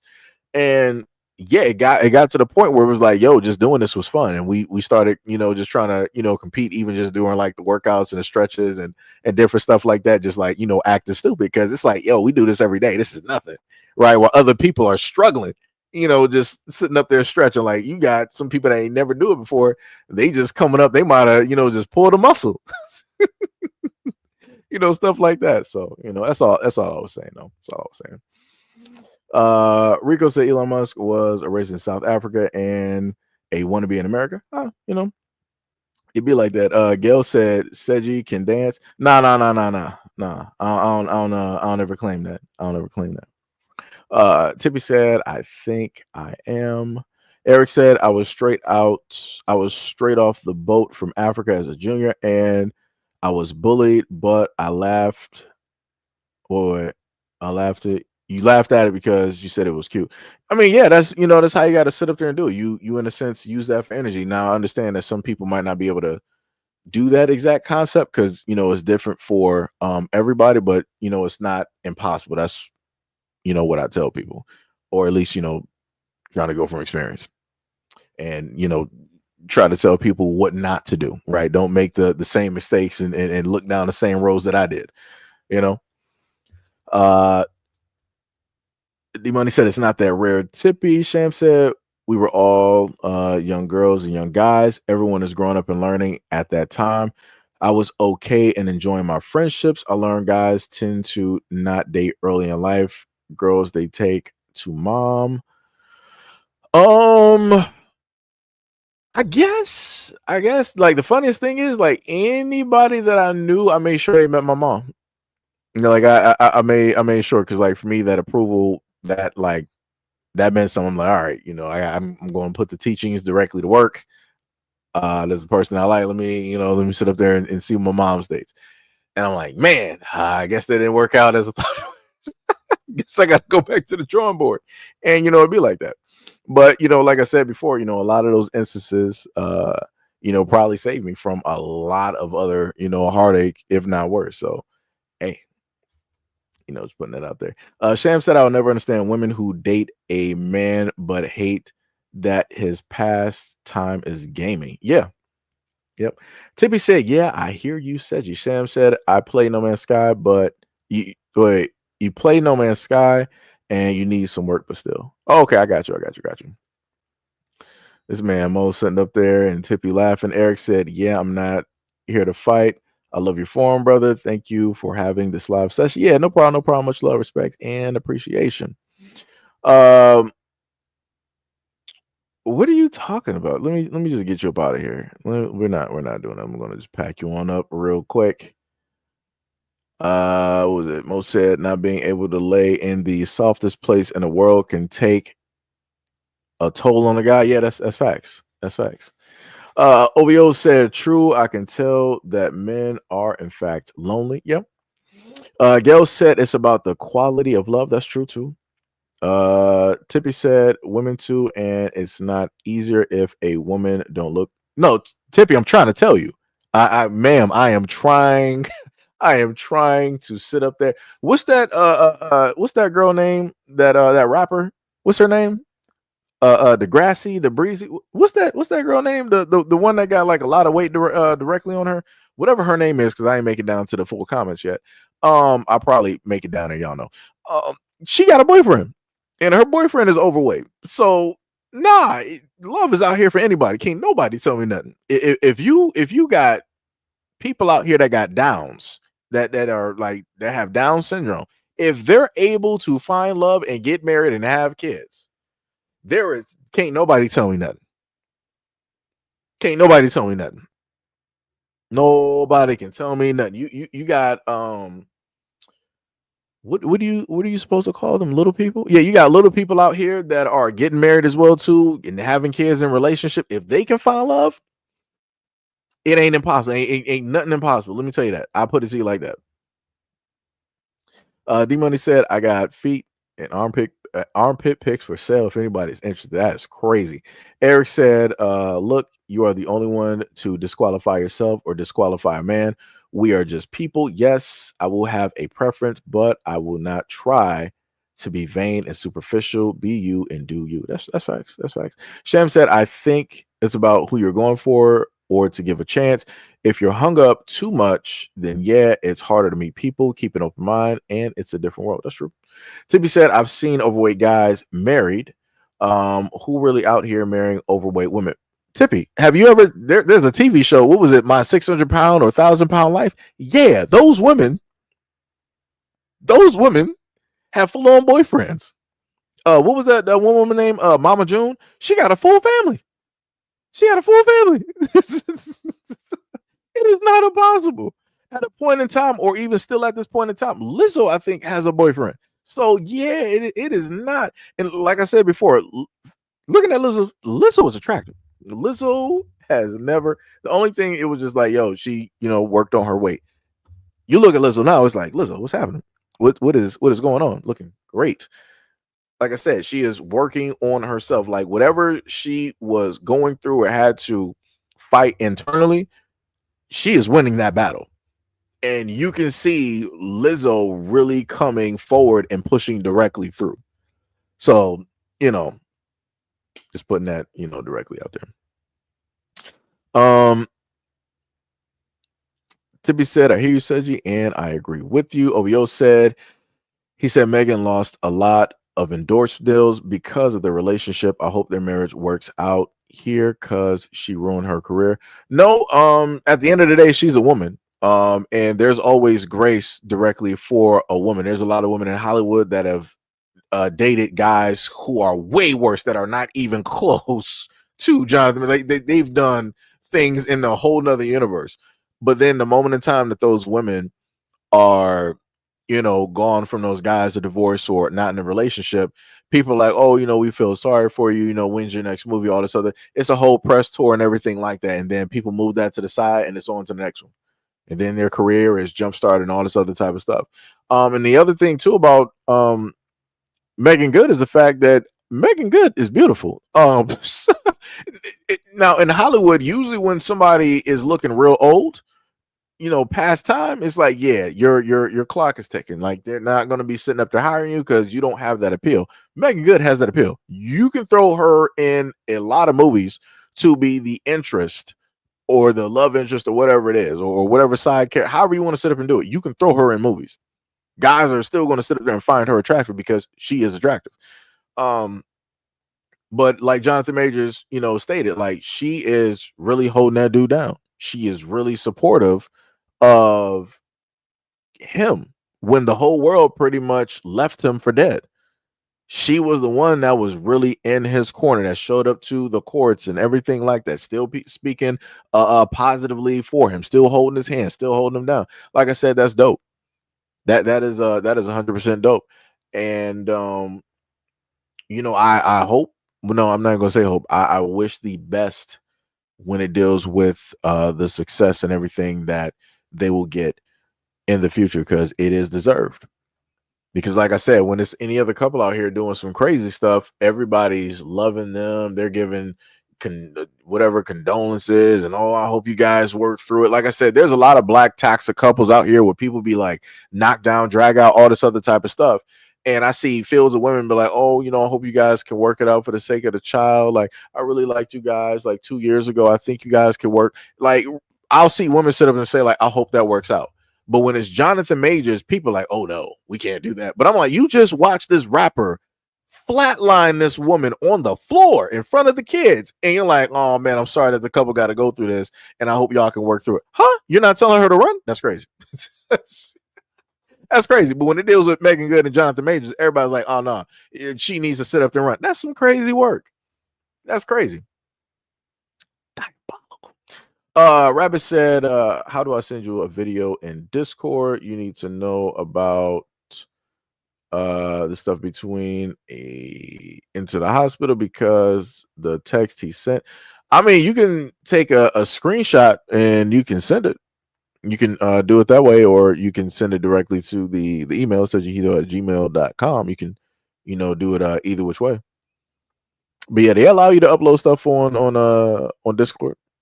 I think it might have to be like less than like 25 megabytes or something like that, but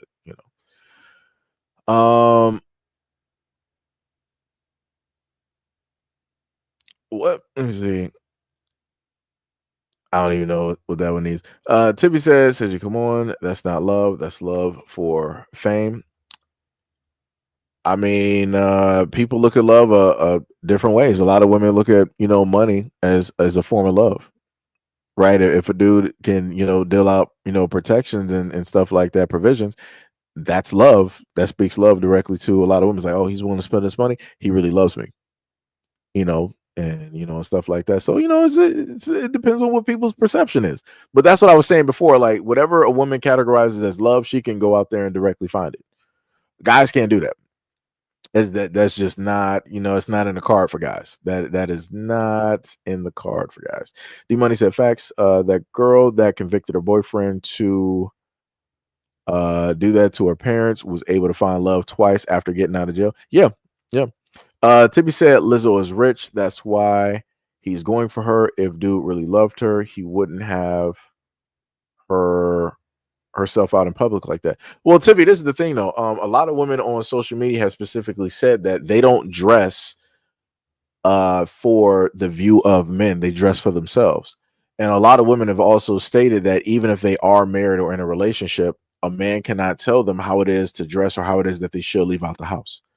Because remember what the women say? Women were like, hey, we're not your property. You can't order us and specifically tell us these things.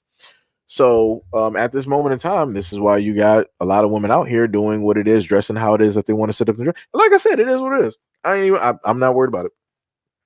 I'm not worried about it. I can give out warnings. I can tell people how you got nefarious individuals out here that don't mean you no good. I can show the fact that you'll have nefarious guys out here that are criminal minded. I can also show you the fact that you got women out here who are criminal minded, and they'll be criminal minded because they're jealous of another woman and how it is that she looks and how it is that she can obtain attention. And within that, jealousy will turn rage, and within that rage will turn violence. And a lot of times then that violence will turn into murder. So, I can show that directly from, both angles, and I can position that directly in front of women, be like, hey, maybe you shouldn't dress this way. And I'll get told to shut up, stop trying to control, stop being an oppressor. You don't have ownership and, that type of stuff. So, like I said, at this moment in time, hey, it is what it is. Whatever women want to sit up there, it was whatever women want to wear. Trust me, I'm on X all the time. And there's a lot of women out here that are pretty much naked. All intents and purposes. And like I said, it is what it is. It is what it is.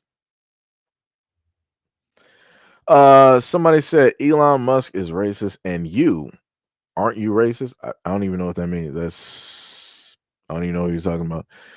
He said Elon Musk studied in South Africa and suffered racism for being white. What do you say about this?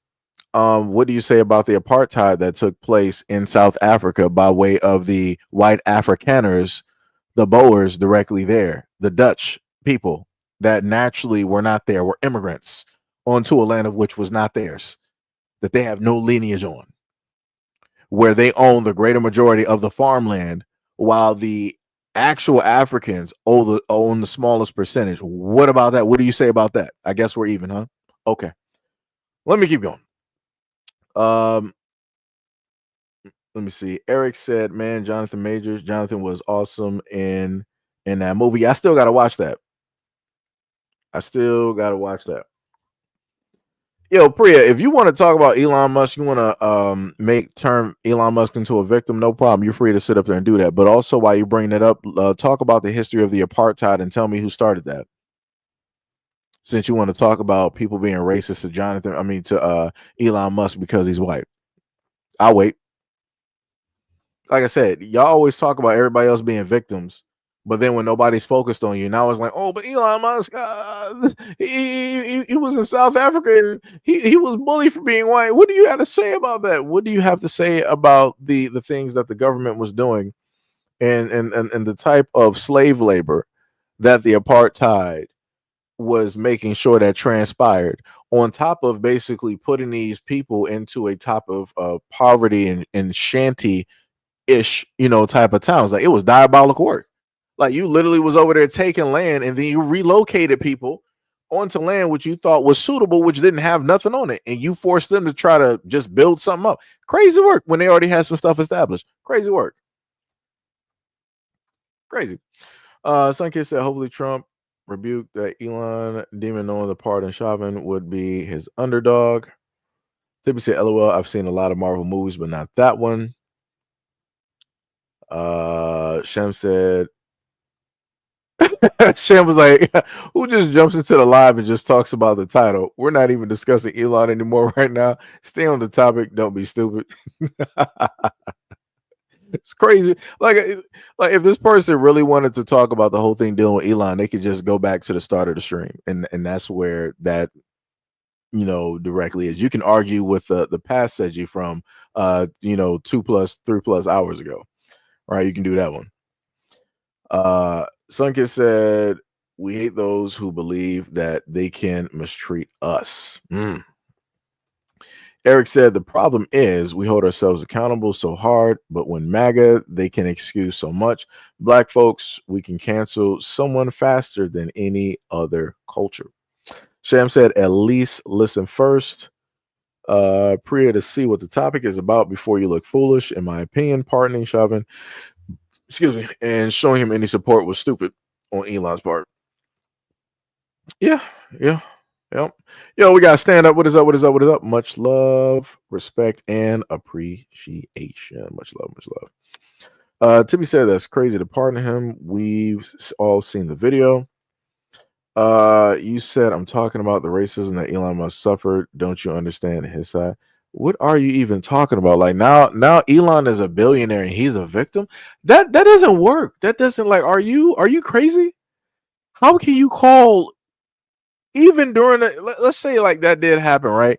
He was still richer than 90+% of the South Africans there.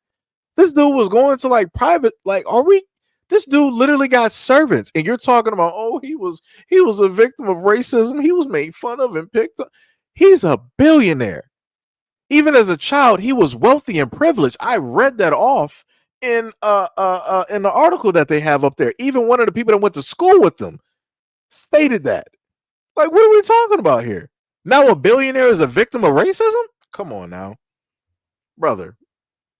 Come on. You said today white people suffer apartheid in South Africa.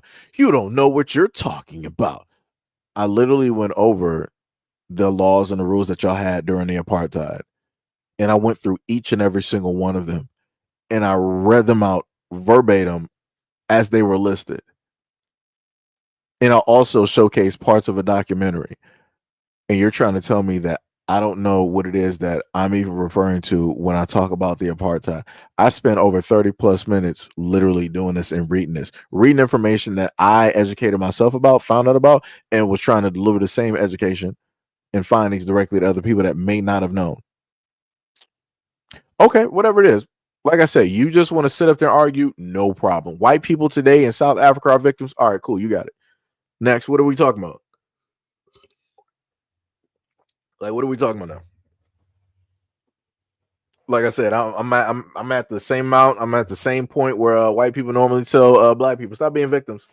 I'm over it. I'm over this talking about slavery, talking about reparations. Let's just move on. Let me pull some of the main quotes from other people. I don't see color. What was that, press? I don't see color, so I don't know what you're talking about. I don't know what a victim looks like. Tell me what a victim is. What color would a victim specifically be? Because isn't everybody victims? Why would it only be just like one person that's a victim? Well, because he's white, he has to be a victim. Like, Sam said he didn't suffer any racism. That man was a billionaire, and apartheid ended the late 1990s and early 2000s. That man was already doing major business deals. Yep. Eric said, don't get me started with the Dutch. Leopold was worse than him. And Zaire now the DR Congo, but hey, it was black people. It doesn't count as an atrocity against humanity. That's facts. That is facts. Mike said, bro hating because Elon Musk works harder than him. What? Do y'all even read what it is that y'all write before y'all write it? Elon is a billionaire because of the leverage of his family, and the leverage of his family came by way of the stolen land of the South African people. That's just like in the United States, how a lot of white folks got old money, and they got that because of slavery in the land that they stole. That's, so let's not act like people got it directly from the muscle, like they got it directly from the mud. Let's not do that. let's not sit up there and do that. Like, come on now. Let's not play these games. Let's at least be honest. Let's be honest. Jessica said, so if you have money, people can't be racist against you. What does money have to do with racism? Are y'all even from America at this moment in time? Because it's crazy. Like, anytime I sit up there and ask y'all to tell me how, like I said, because y'all want to use Elon for an example, right? No problem. So how, as a black American, could I be racist? Like, what is it, Jessica Martinez? So obviously you're Hispanic. How could I, Jessica? This is specifically for you. How could I be racist towards you, champ? As a black man in America, how could I be racist towards you? And I want you to also know, Miss Martinez, that your people are the ones that voted Trump and Elon directly in office, and your people are the exact same ones that voted to get your people, your family, and others directly out of this community, no matter if they were doing good, bad, or whatever. Because like I said, I just read off a story dealing with like a family that wasn't doing nothing illegal, nothing wrong at all, but y'all voted for Trump, and y'all basically voted to get them out of there and send them, right back to South America. Crazy work. Crazy work. D-Money says, so Elon is above me being made fun of. Blue Creek said, he better not mess with oh, you were like one of those trolls. No problem, got you. Mike said it's 1,000 times harder to be a billionaire than a millionaire. Who cares? His dad was a millionaire. Like I said, people just don't like to look at how things basically started off. The hardest way of being a millionaire is being black. Let's just try that. How many black billionaires can you sit up there and list versus how many white? Take your time. Take your time. Take your time. Priya said, you only look at one side of the story and play the victim. You literally came up here talking about Elon as a victim of racism and apartheid, but you're talking about I'm playing victim? Are you stupid? The project, dude, we got you in 4K. Like, this is you. Like, what are we even talking about right now? This is crazy work. So because I don't agree with you, now I'm playing victim. Okay, you got it. Whatever demon that you need, just to say what the name is. You got it. Eric said Elon's old brother said, bro, we did wrong and we're illegals. Elon's daughter just said that man is bad. Hey, they're gonna say like that's liberal news. That's fake news. That's all they're gonna sit up and say. They're gonna say that Elon's family and friends were paid by Obama in order to put that message out. That's what people are gonna do. They're gonna say that those people are anybody against Elon is obviously for Black Lives Matter. Like I said, they're gonna say a whole bunch of stuff. Crazy work. Tippy said it's not their land, and that would be funny if Africans tell white people in Africa to go back to their country. Oh yeah, they're not gonna do that. They'll destroy the land before they ever do that. Let me see. You said as much as you said, who cares? There's not as much racist people than before. Just love your neighbor. You wouldn't understand because racism can hide. Racism can be covert. Like, that's the craziest thing, how a lot of people who never faced anything will sit up there and try to tell another group of people like, oh, the racism that you're talking about, that was in the past. Like, that's not, today. Look at all the black people in NBA. Look at the NFL. Look at the millionaires, and even a few billionaires that you got. If white people were really racist, then we would have been stopped you guys a long time ago. But y'all ain't the ones that's in control of all that stuff, right? So, okay. All right. Yeah. It's crazy work. That is crazy work. Robert said, if I was a billionaire, I would not care what people say or think about me. I'm broke and yet I don't care. Okay. Kevin A said, love being Hispanic. I just grabbed my popcorn. Jessica said, every race has endured racism. That's not what I asked you. I said specifically, Miss Martinez, how is it? Because you wanted to say that, people can be racist. All right, no problem. We can go directly on it. I said how I, as a Black American, can be racist to you, Miss Martinez, which your people are the same ones overwhelmingly who voted Trump directly into office. Like, the craziest part is y'all pop up here in the conversation and y'all know how it is that y'all voted, or your family or your coworkers, and y'all just stand idly by and y'all just stay silent. Because before the election, y'all was all dancing maracas, bongos, and all this other type of shit. I will vote for Donald Trump. Y'all were doing all of this stuff. Y'all were holding up like these large banners, all this other type of stuff. And then once he got into office with his administration, it went dead silent. All of that celebration, all of those banners, it ceased to exist because now ICE is showing up. So yeah, that's a little bit crazy. That's crazy how that worked. Crazy. And like I said, I tried to warn people like, hey, if you happen to vote for this, this is going to negatively impact your people. You don't want this to specifically happen because it's going to be bad. It is going to be bad. And here we are. It's looking bad. Like some people not even sitting up there going to work. Like, even back when I was working at Whole Foods, like, I was working with some people that I know specifically didn't have papers. But I'm like, yo, I was cool with them. I ain't had no problems. Like, we were sitting up there all working at nights. When food would sit up there and get ordered, hey, I'm sitting up there sharing with them. If it was time for us to start work and the bakery was shutting down and whatnot, and before they got done throwing away the food from that day, they would sit up there and save the food directly for us, right? And we would all, sit up there and have something to eat, small conversation, and we would sit up there and work. Like I said, I had people that I work with, I ain't specifically had no problems with. But I can tell you, by the time that this whole thing with this administration took place, those people are probably no longer working there. And there's nothing that Whole Foods could do to sit up there and help them out. They probably gone. So, like I said, crazy stuff, man. Crazy stuff. Crazy stuff. Eric B said, quote unquote, I don't see color. I have a Black friend. Yep. Mo said the Bermuda Triangle was full. Looks as if they're still. Bria said Elon Musk did much more for Black people than you. What Black people are you talking about? Who are you talking about? Because there was a Black worker that sued Tesla for discrimination. What are we talking about here? Who are you? Are you stupid? You have to be kidding me. What has Elon Musk done for the whole of the Black community? Let me know. Because I'm not seeing nothing. Because I'm a Black American right now talking to you live in the flesh. What has he done?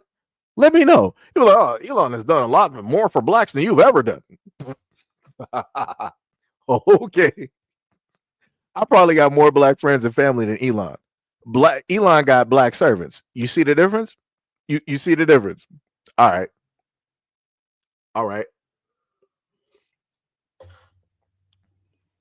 And the craziest part is, like, I don't need to sit up there and prove what it is that I've done for Black people because I've already performed those actions and still perform those actions still to this day. Like I said, I don't have to do that. It's other people that have to try to sit up there and prove something that, oh, they're not racist, they're not this, they're not that. I don't have to sit up there and prove none of that. That's a burden on them. So yeah, it'd be like that. Lucas said his family is rich because of blood diamonds. Bars. Let me see. Duke said you vote for the Great White Hope and his cabinet of Avengers because he's going to make America great again. Shame. Peter said they are not allowed to be there. Sham said no, he has not. Okay, you're talking about him. Eric M said money has nothing to do with racism. Institutions made by white folks have everything to do with racism. Ask Kanye. Peter said they should just have come here legally. Yeah. Sun Kiss, yo, what is up? Eric said, ask yourself, what does it take to become a billionaire? Yeah, that's a great question. Because if the answer was grand, everybody be basically doing it. But obviously it's more than meets the eye. Transformers. Dun. Sham said majority of his staff he has hired is also not black, and the massive layoffs he caused through Doge not only hurt black people but white people too. Peter said there are tons of wealthy black people. What are you talking about? Did you not just hear what? No. I specified. I said versus the billionaires out here. How many black billionaires do you have in comparison to how many white billionaires? Take your time. That's what I said. You're talking about wealthy. I'm not talking about just like in general, just money. I'm talking about money with a B in front of it. What is it? It's always impressed me that the magnanimity guys like you have for such fools keeps me humble. I'm not even sure who you're directly talking about. Paul said Elon Musk's dad had a baby with a woman who he was seeing her mother when he was 4. His whole family is jacked. Yeah. Yep. David says, suck it up. What happened? Stop taking your protein. I don't even know what you're even talking about there. Sounds stupid. D Money said, how do we get here? We're talking about relationships, and somewhere we took a hard turn down Elon because you got dummies, directly decided like, oh, let me start talking about Elon. He's the victim. That type of thing. David said, way better, my friend. What diet did you do? What are you? You're just talking to yourself right now. Let me tell you something. D Money said, Trump glazing is one thing, but Elon glazing is something else. Yeah, it is. That is crazy. Luke said, what do you want him to do? Are you talking about Elon or me? What else we got? Let me see. More than one black American has sued Tesla for racism at the workplace. Yep. Yo, Afronaut, what is up? Sunkist said they don't see color. Lies. It was like, it was like, go to sleep forever. Somebody got banned into the shadow realm. Let me see. So like I said, Elon doesn't do anything to support reparations. So how is he helping us? Yeah, that's facts. Luke says so much hate at the end of the day. Well, at the end of the day, they want you all. I ain't trying to hear this, dog. I'm just gonna be honest with you. I ain't trying to hear this. Like, I get tired of like people coming to black people when black people are like, yo, we're tired of like everything going on. We're going to close ranks. We're just going to focus in on ourselves. Here y'all come here and talking about like, oh, why are you guys so segregationist? Why you guys want segregation back? Why aren't you guys happy with integration? Why are you guys being so divisive? And Why are you trying to stay to yourselves? That's racist. Dog, we ain't trying to hear this. We ain't trying to hear it. It don't matter which way black people have moved in America. It's magically always been a problem for everybody. Like that's the crazy. I've never seen this happen with any other group out here in the United States. Because when we had segregation, you didn't see the Asians saying nothing. You didn't see the Hispanics saying nothing. You didn't see the Cubans saying nothing. You didn't see the Africans saying nothing, or if they even were here, or the Caribbean. Like, you didn't see no other groups out here saying nothing when segregation was happening and when black people were getting mistreated. It wasn't up until black people stood up and started saying something that now everybody else want to try to pick a side. Like, come on, man.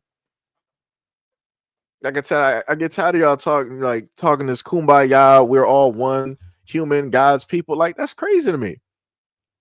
Like I said, y'all can obviously feel in y'all core that something is happening, that something is about to go down, and y'all like, yo, we really gonna need some help. We really got to close some. Like, there's a type of fear that is happening right now. Of the reason why I've been seeing so many comments where people have been trying to tell me like, oh, we're all God's people, and no, I ain't trying to hear that. I ain't trying, because I put it back to the main point of when it dealt with the pandemic and when it dealt with any of the protests that black people were doing out here across the United States. None of y'all were sitting up there trying to give me any of this nonsense talking about we all God's people, we're all one, we all bleed the same, this is all America, we're all. Y'all wasn't saying none of that.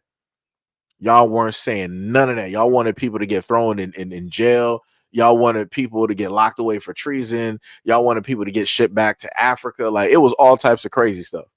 And now y'all want to come up here out the blue trying to tell me some other type of, man, keep that to yourselves. That's crazy. That is 100% crazy. Talking about so much hate. I wonder who started the whole thing with hate. Who started that? Like I said, nobody ever wants to go to the whole thing, like the problem, Nobody ever wants to go to, the actual core of the situation. People just want to, oh, there's so much hate out here. We just got to stop this. We all got to see each other as no. Go to the source. In order to get rid of the problem, if there's hate, right? If there's so much hate out here, what's your name, Luke? Let me go back. Yeah, Luke. If there's so much hate out here, go to the source of the hate. If you want to fix it, if there's cancer, go to the source of the cancer. Right? Don't just look at the cancer like, oh, there's so much cancer directly out here. We just got to sit up there and cut it out. You can't cut out cancer if you don't remove the source. So if you don't change your diet, if you don't treat your body a certain type of way, guess what? Whatever you cut away is going to grow back even bigger and it's going to spread. So what was the use of sitting up there cutting it out because you didn't deal with the source? That's the main thing. If the body is sick, you have to look at the source of why the body is sick. What is the intake?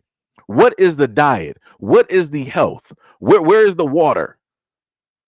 Where is the alkalinity of the blood? Like we got to look at those things. We got to analyze those things to basically figure out, okay, we got to, switch a couple of knobs somewhere around here to basically fix this. If you ain't about sitting up there doing none of that, please save all of that stuff talking about like God, we the people, we're all save that. Like I said, we ain't trying to hear that. We are not, and especially me, I'm not trying to hear. Now I'll sit up there and tell you straight up, directly right to you. Hearing the voice, I ain't trying to hear none of that. I ain't trying to hear nothing.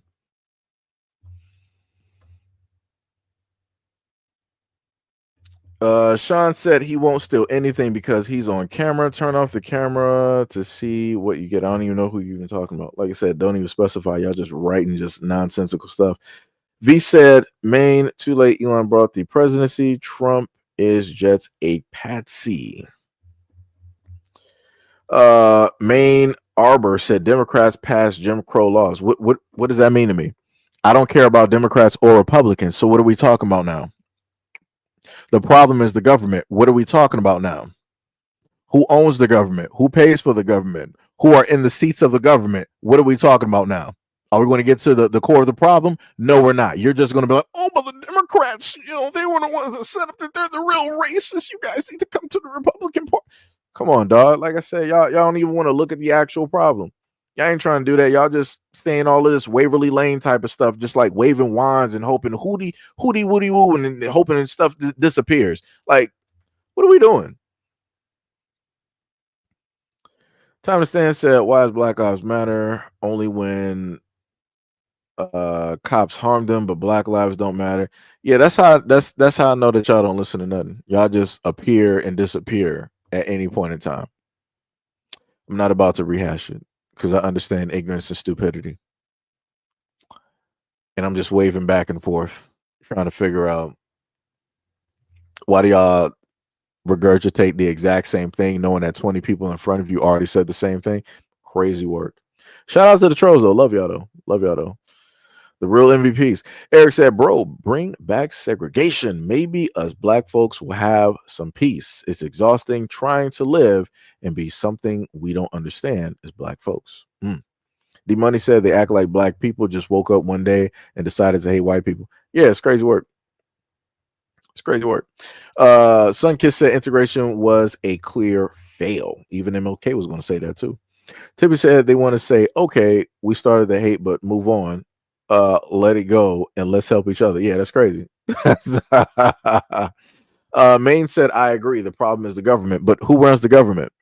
We got to keep going. We got to go to the source of the problem. The government is a body, or at least a part of a body. So, what's running directly through the cells? What's the cholesterol basically looking like? Right? What's the pH level of the blood? What's the salt intake directly look like? What's the vitamins looking like? Like we gotta keep sitting up there going until we get to the source. But like I said, y'all ain't trying to do that. Y'all ain't really trying to go to the source because it's beneficial. Because y'all know what it is. Because if you get rid of the source, then it's like, uh-oh, now we got a problem. Now everything that we're in a sense doing ain't really going to work the way that it should be, because now we got to really treat people as we treat ourselves. Like I said, people ain't ready for that. People ain't ready to do that. It's crazy work. Joshua said the real racists worry about others being racist. You are ignorant. I mean, if you're directing that towards me, I guess. whatever. Takes one to know one. I don't know what to tell you. Chevelle said crying over a white dude who isn't even racist is corny. I'm not even sure who you even talking about. Who are you talking about? Who's crying? Like I'm. That's crazy. So Main Harbor said the deep state. Okay. So when we look at the face of the United States, who represents the United States government? Take your time. Take your time. And I'm not talking about Democrat or Republican. I'm talking about the actual people that are in those seats, that are in the Congress, that are in the Senate, that are at the heads of all of these judge seats across the United States, who are the heads of all of the police, who are the head of the military, and so on and so on and so on, who are also the largest drug dealers in the United States. Take your time. Chris said, "What's up, everybody? What's happening?" Dinese said, "High school cafeteria was like jail, the TV show. Everyone had their cliques. When we wanted to take care of our own, there was a problem." Yeah. Tippy said, "Did they help Khalif Browder? But no, but let's help each other." Yeah.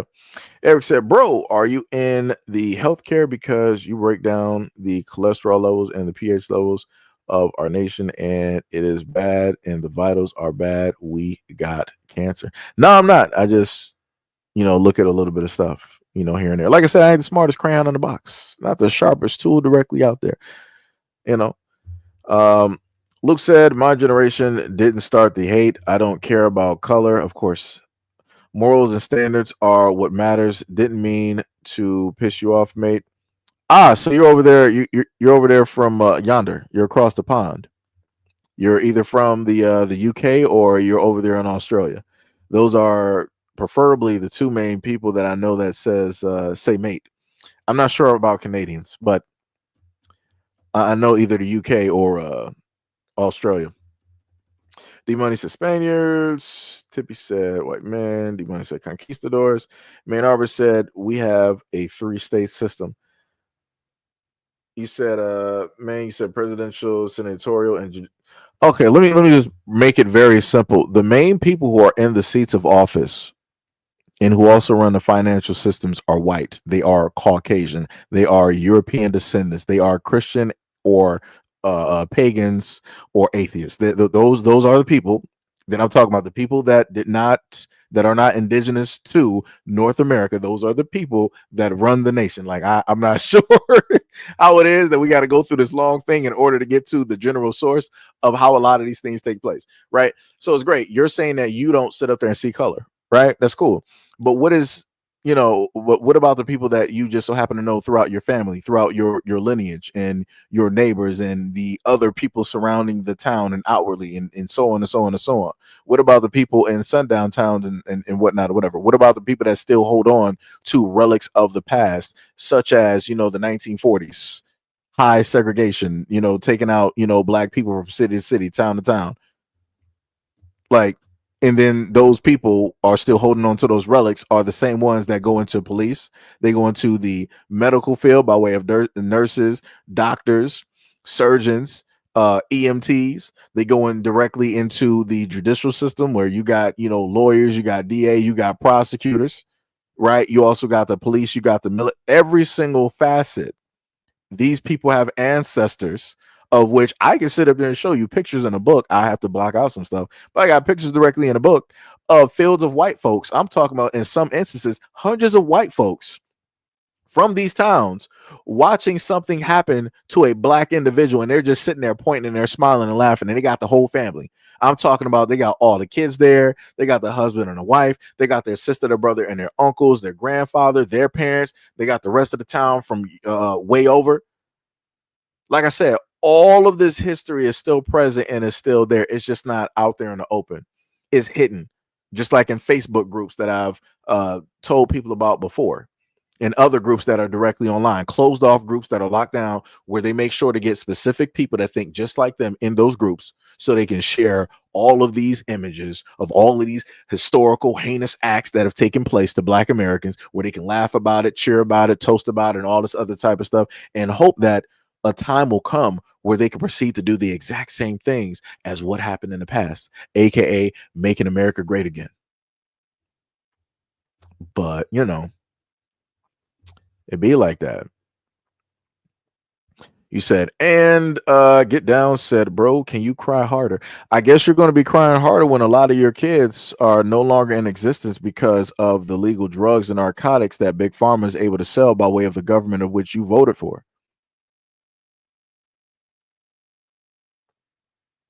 Good luck. Whatever God that you have is probably not going to have mercy on your soul, if you even believe in one. Good luck. Because I've been watching and seeing y'all cry directly online about your kids and your families breaking down. I've been seeing that, and I've been making sure to play a tiny little violin every single time I happen to watch it.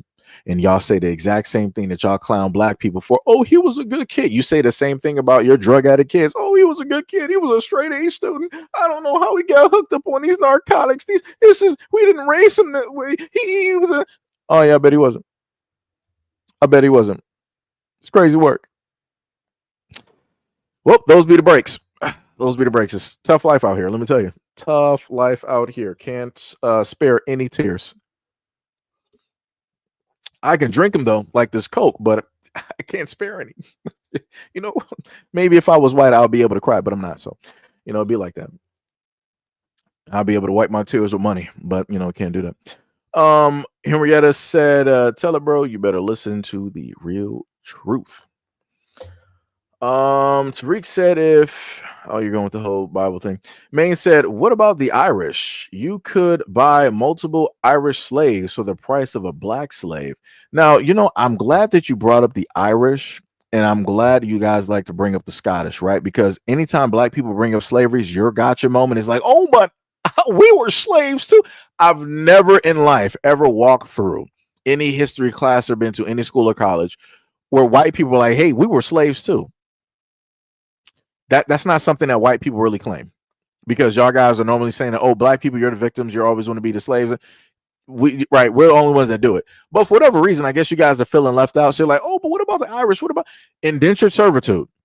When you willingly get fresh off the boat from Ireland or Scotland, wherever it is that you came from over yonder in Europe, and you come directly to the United States to run from your country, and you come here as a European, you decided to sign up. You signed a contract for somebody to work for them while getting paid for 7 to 12 years, whatever it was. And then after that, you were good. It was a partnership that y'all made with Europeans, with whites and Europeans.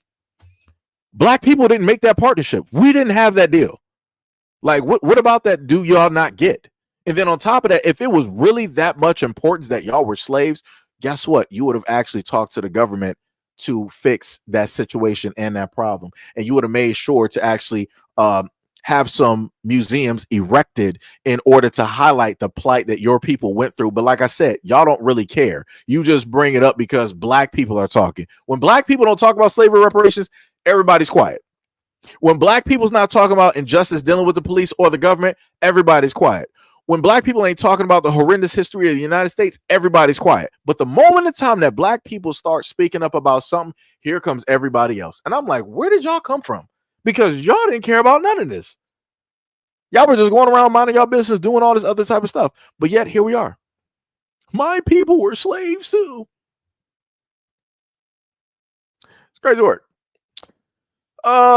Celtic said Europeans were slaves to, hold on, let me go back there. You said they were slaves to, literally Slavic means enslave. That's where Slavic comes from, the Barbary pirates. We're talking about the United States. We're talking about the United States. Can we stay on topic? Anybody stay on topic? Anybody know? River said, I took photography class and I did some volunteer work for an art center. The beautiful photos I've seen over the years, the photos of them in the 1800s. Neil said, and you changed the Irish for, wait. You said, and you charge the Irish for their privileges of renting your equipment, buying your merchandise, paying your mortgage, and actually the comments removed, I can't read it. And using your doctors. Right. Celtic said you're clearly forgetting about the Barbary Wars, which were over white people being enslaved. I'm clearly talking about the United States. What about that? Do people not get? I'm clearly sticking directly to the United States. Somebody decided to bring up the Scots, and they wanted to bring up the Irish, of which those things happened in the United States. I'm dealing with United States history. I'm dealing with people who came over to the United States. I'm not dealing with anything happening over there, Middle East, Africa, whatever you want to sit up there and call it. Go over there and deal with the African government. If you care so much about the Barbary trade and how it is that Europeans were basically treated, go talk to the African government about that. But you're going to have to stand in line because the Africans have to talk to the Europeans about all of these slave treaties and different things that they've been doing, stealing resources and everything like that over the millennia or whatnot or whatever. So, like I said, you're talking to the wrong person. If you care so much about your people, go talk to the African government, but you won't do that. So this is why you're here. Right? So Sham said, yes, as long as they paid off their debt, they were able to be free. Also, they weren't worked like slaves. Equally, they could marry out of their debt. Nothing like chattel slavery. Facts. Celtic said it's still the same thing as slavery, dude. It doesn't matter. Who cares? It will both of it was bad. Who cares? Who's the bigger victim? Like I said, you consider like I said, y'all want to bring up these whataboutisms, and then when people say something, they're like, oh, who really cares? Who really suffered more? Obviously you, because you wanted to bring up something and try to, stand on a soapbox to do a comparison and try to, but me too, we don't got time for that. we are not doing the same thing that white women set up there and did directly in the United States. The Me Too, we're not doing that. We're not doing the Me Too movement. We're not doing that. We're not doing that. Like I said, if you got a problem specifically about what it is that you're talking about, go talk to the African government. Go talk to the Arabs about that. You ain't about to do it though. So how much do you really care? Because black people have been talking to the United States government about this. So like I said, we're also committed to those actions in a multitude of ways. Y'all not about that life. So what are we talking about here? Like I said, we got two different groups of people. One that literally acts on what it is that they're talking about and mean what they say, while white people just want to bring up stuff just to throw some stuff in the air, to deflect, distract. That's crazy. D Money said, and if you were really slaves like you say you were, you would get your reparations. That's facts. Celtic said, because a lot of times a lot of black people misrepresent history and don't look at the bigger picture. Oh my God. Now y'all want to talk about bigger pictures. Y'all didn't care about the bigger picture when it dealt with humanity. Oh, so let me go back to the main thing that white people like to bring up. They're like, oh, but blacks sat up there and sold slaves over there in Africa. Your tribes and chiefs sold you out. Yada. Okay, fine, no problem. Cool. We got that. But who sat up there and told you to take your European self directly over there to Africa and be like, oh, well, when in Africa, do as the Africans do? Who told you to do that? But y'all supposed to be the same ones to sit here and tell me right now that all people are all people. Everybody should be treated like human beings. We're all one. We're all God's children. Obviously not. Obviously not. But like I said, y'all want to focus on that. The men said, how much do black people know about slavery? Well, you got a lot of black people around the United States that know quite a bit about slavery, some of which, such as Officer Haku, aka Brandon V. World, who has traced his lineage back to around, what was it, like the 17 or 1800s. So he can more than likely tell you quite a bit about slavery. You also have some elders in the black community right now who actually worked plantations.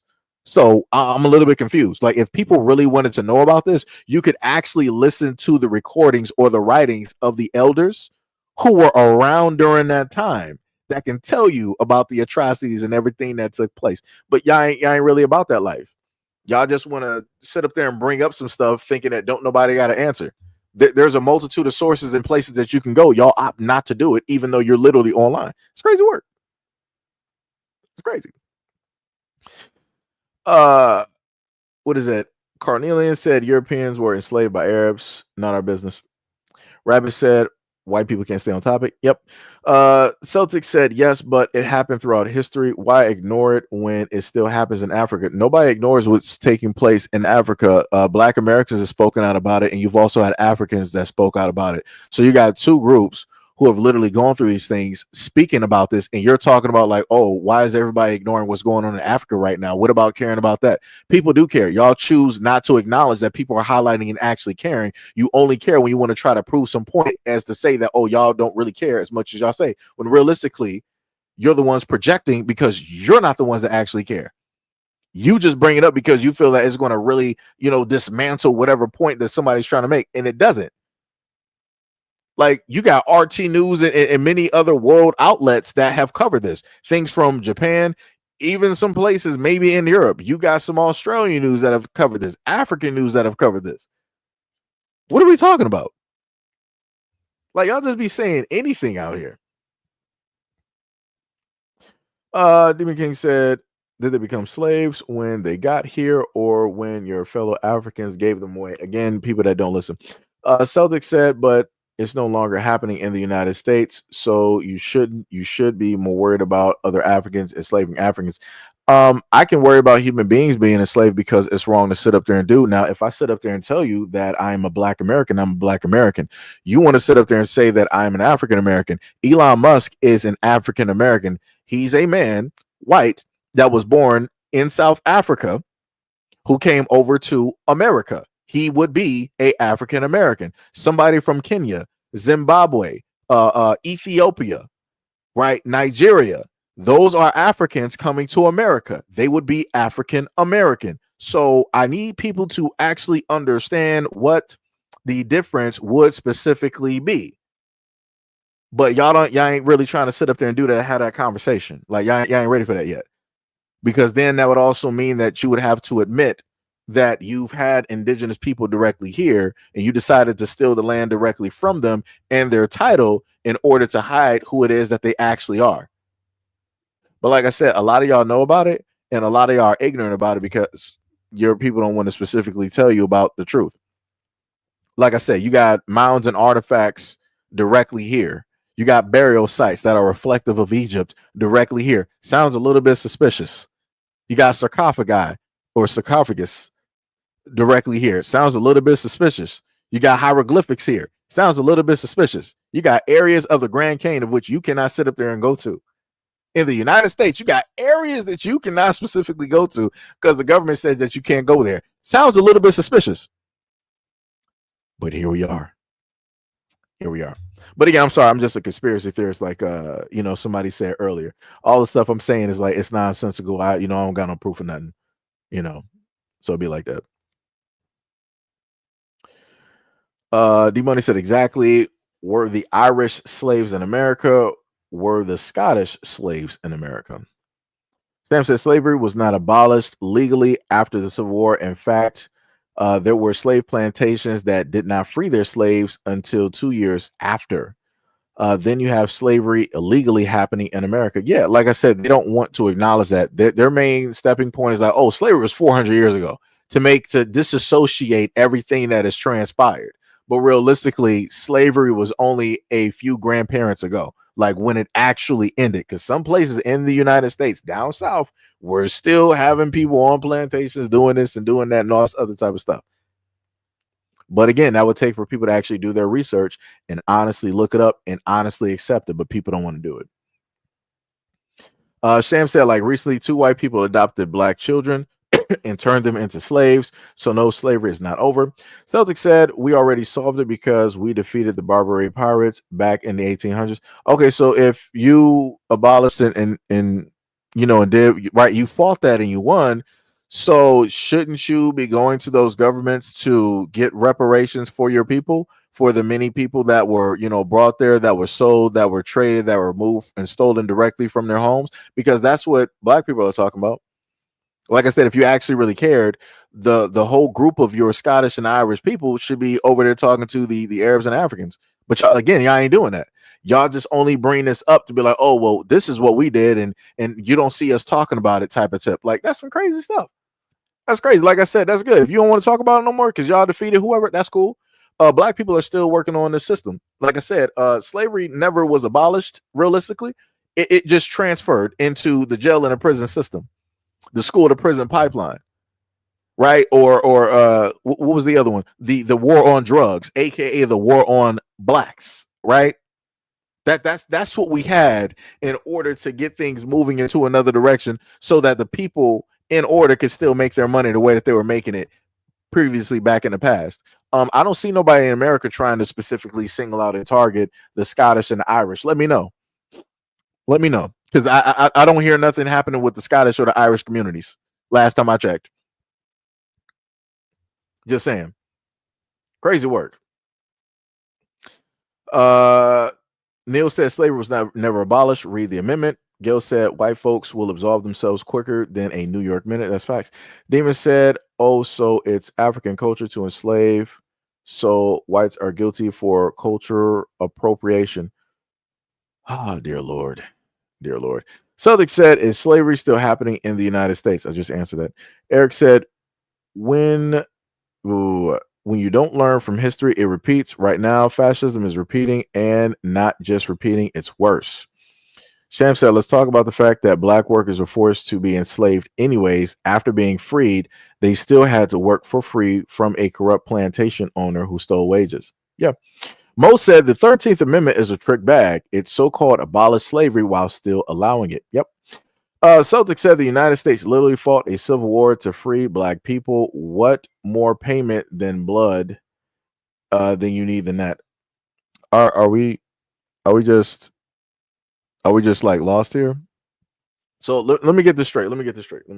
Okay. So to absolve white people of what it is that took place and happened, they were like, okay, we got you. No problem, black folks. Slavery is wrong. We're going to sit up there and fight tooth and nail in order to dismantle this slavery, this evil slavery system that never should have happened. So you created something, and then at some random moment in time, because you just got the wisdom of God, you were like, yo, we got to fight this system that's been created by us, and just get rid of it to have people treated as humans, right? So you fought yourself over a system of which you implemented and created, and then you list that to black people as if we should be thankful and tell you good job. How does that work? So that's like me thanking an arsonist for putting out a fire that he started. Huh? what are we talking about here? What are we talking about?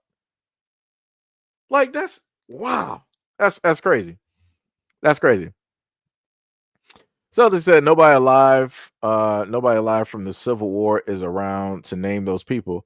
That's cool, but you still got some elders in the black community who are like 83 and 90, and they can sit up there and tell you about plantations. So, okay, what are we talking about now? Are you going to go listen to those elders? You're going to go sit down and have a conversation with them to learn some? No, you're not. So what are we talking about? What are we talking about? You said, so are white people's there? Wait, what? How are you writing this? So are white people, there's plenty of white people in prison for crimes that they didn't commit. Okay, so who cares about that? Do white people actually care about that? No, they don't. Do you have like a whole field of white lawyers trying to just free all of the innocent white men out? No, they don't, because what has the system, the United States government, primarily told white people about prison and jails? That only and primarily black people commit crimes and are locked up. We are overrepresented, even though the mass majority of the population of the United States is white. But people always want to make it seem, oh, it's always blacks committing the crimes and drugs and this and that. So why are you sitting up here telling me that there's innocent white people? Why am I supposed to care about that? You're white. How did that happen? How did that happen? How did your own government set you, again, high IQs, right? How did a high IQ individual allow himself to be entrapped in a system of which was created by his own people? How does that work? That don't make sense. That don't make sense. So what, you got swindled by a swindler? Like, what are we saying? What are we saying? Like, it's crazy out here when black people point out a problem and we say that, yo, we're being victimized and whatnot or whatever. People tell us to shut up. But while telling us to shut up, then you got people like you, Celtic, talking about, oh, but white people are victims too. We're locked up for crimes that we didn't commit. You're locked up by your own people. How does that happen? Explain that to me. A system that was literally created, founded by your people, from Europeans. How do they decide to lock you up for a crime that you didn't? That don't make sense. Explain that to me. I'm waiting to hear those excuses. Eric said, news in America never covers the real news worldwide. Yeah. Yeah, I mean, you got some stuff, like here and there, whatnot, or whatever. Sam said nobody has to be alive from the Civil War time. Their children are still alive and their grandchildren are still alive. It was only 2 generations ago. Stupid. The families are still alive. Tippy said they want to pardon Chauvin, but ignore the black men for nonviolent crimes and black men who didn't commit crimes. That's facts. Scarlett said, yes, I believe that. It's so many lies for thousands of years, Faison said, what blacks need to do is develop a hobby of reading books. The craziest part is black people, I even talked about the fact that back in the days of let's say the 70s and the 60s and so on, when black people actually had bookstores, magically these bookstores would get burnt to the ground. They would get flooded. They would get raided, especially during the time of the Black Panther Party when they actually had bookstores. The cops, for some odd reason, would continuously raid these places. And then they would board these places up, right? Because they would have to get boarded up because the door is busting in, the windows are broken, and all this other type of stuff. So then what would end up happening is that the same police that came through there would then come through there during the night, and they would decide to cut the cords on a lot of the water and whatnot, and they would allow the place to flood or they would burn it down. That's crazy. It's almost within the same instance as white people talking about, oh, why don't you black people build up some towns and cities since you don't want to be around white folks? Well, every single time we built those towns and cities, you know what you guys would do? You couldn't mind your own business. And you decided that instead of being by yourself and minding your own white business, you were going to come over to black neighborhoods and you want to start rampaging. You wanted to sit up there and start breaking down this, breaking down that, stealing this, burning this. Like, what are we talking about here? What are we talking like? The denseness out here. You talk about black people need to read. Crazy work. Crazy. Sam said my father was one of those people who was a slave on a plantation in America, a sugar plantation down in South Carolina. Those people still exist today. Sham, let me tell you, you can explain that to all the white people in this who are watching this live stream. They ain't trying to hear nothing. They don't care nothing about nothing. If it's not the history that they were indoctrinated by and learned, it's all meaningless. It's all they're gonna. Oh, it's fake news. It's fake news. What proof do you have? What proof do you have? You can show them 1,000 different types of proof. That's still not proof. Still, if this was really proof, how come nobody white wrote a book about it? How come they're not documentaries about this? Right? It's just gonna go somewhere else. Go somewhere else. Right? Drew said research like the facts that whites brought black slaves from black slavers. That kind of research. Okay. What do you want me to do with that? Because people do remember during slavery, in order for a lot of black people to actually get their people back, people had to, in a sense, own said plantation that they bought or whatnot or inherited from the slave master. And since they had ownership over that, they were then able to go and buy back their family. I guess people forgot about that though, right? That the many, tricks and whatnot that black people had to do in order to get their kids back, in order to get their families back. But y'all want to roll up here talking about, but you had black slave masters sitting up there selling blacks. Wow. Like, it's crazy work. Like, y'all really think that y'all are saying some stuff that black people don't know about. Like, this is crazy work. But y'all want to omit a whole bunch of other things directly within that. Craziness. Like I said before, y'all were the main ones sitting up there snatching freed blacks up north and bringing them down south. What are we talking about? Y'all are literally the original kidnappers. Like, what are we talking about? But y'all don't want to talk about that though. Y'all don't want to bring that up. Y'all want to deflect and try to go directly to something else. Like, what? Was Ali said, hello friend, how are you doing today? Doing pretty good. Doing pretty good. Tippy said, LOL, I guess blacks need to read the books that the whites wrote. Yeah, I guess that's what they're talking about, because those are the only books that matter, right?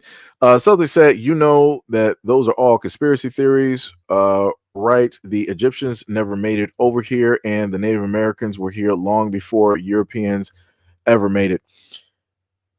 Oh boy. Oh boy.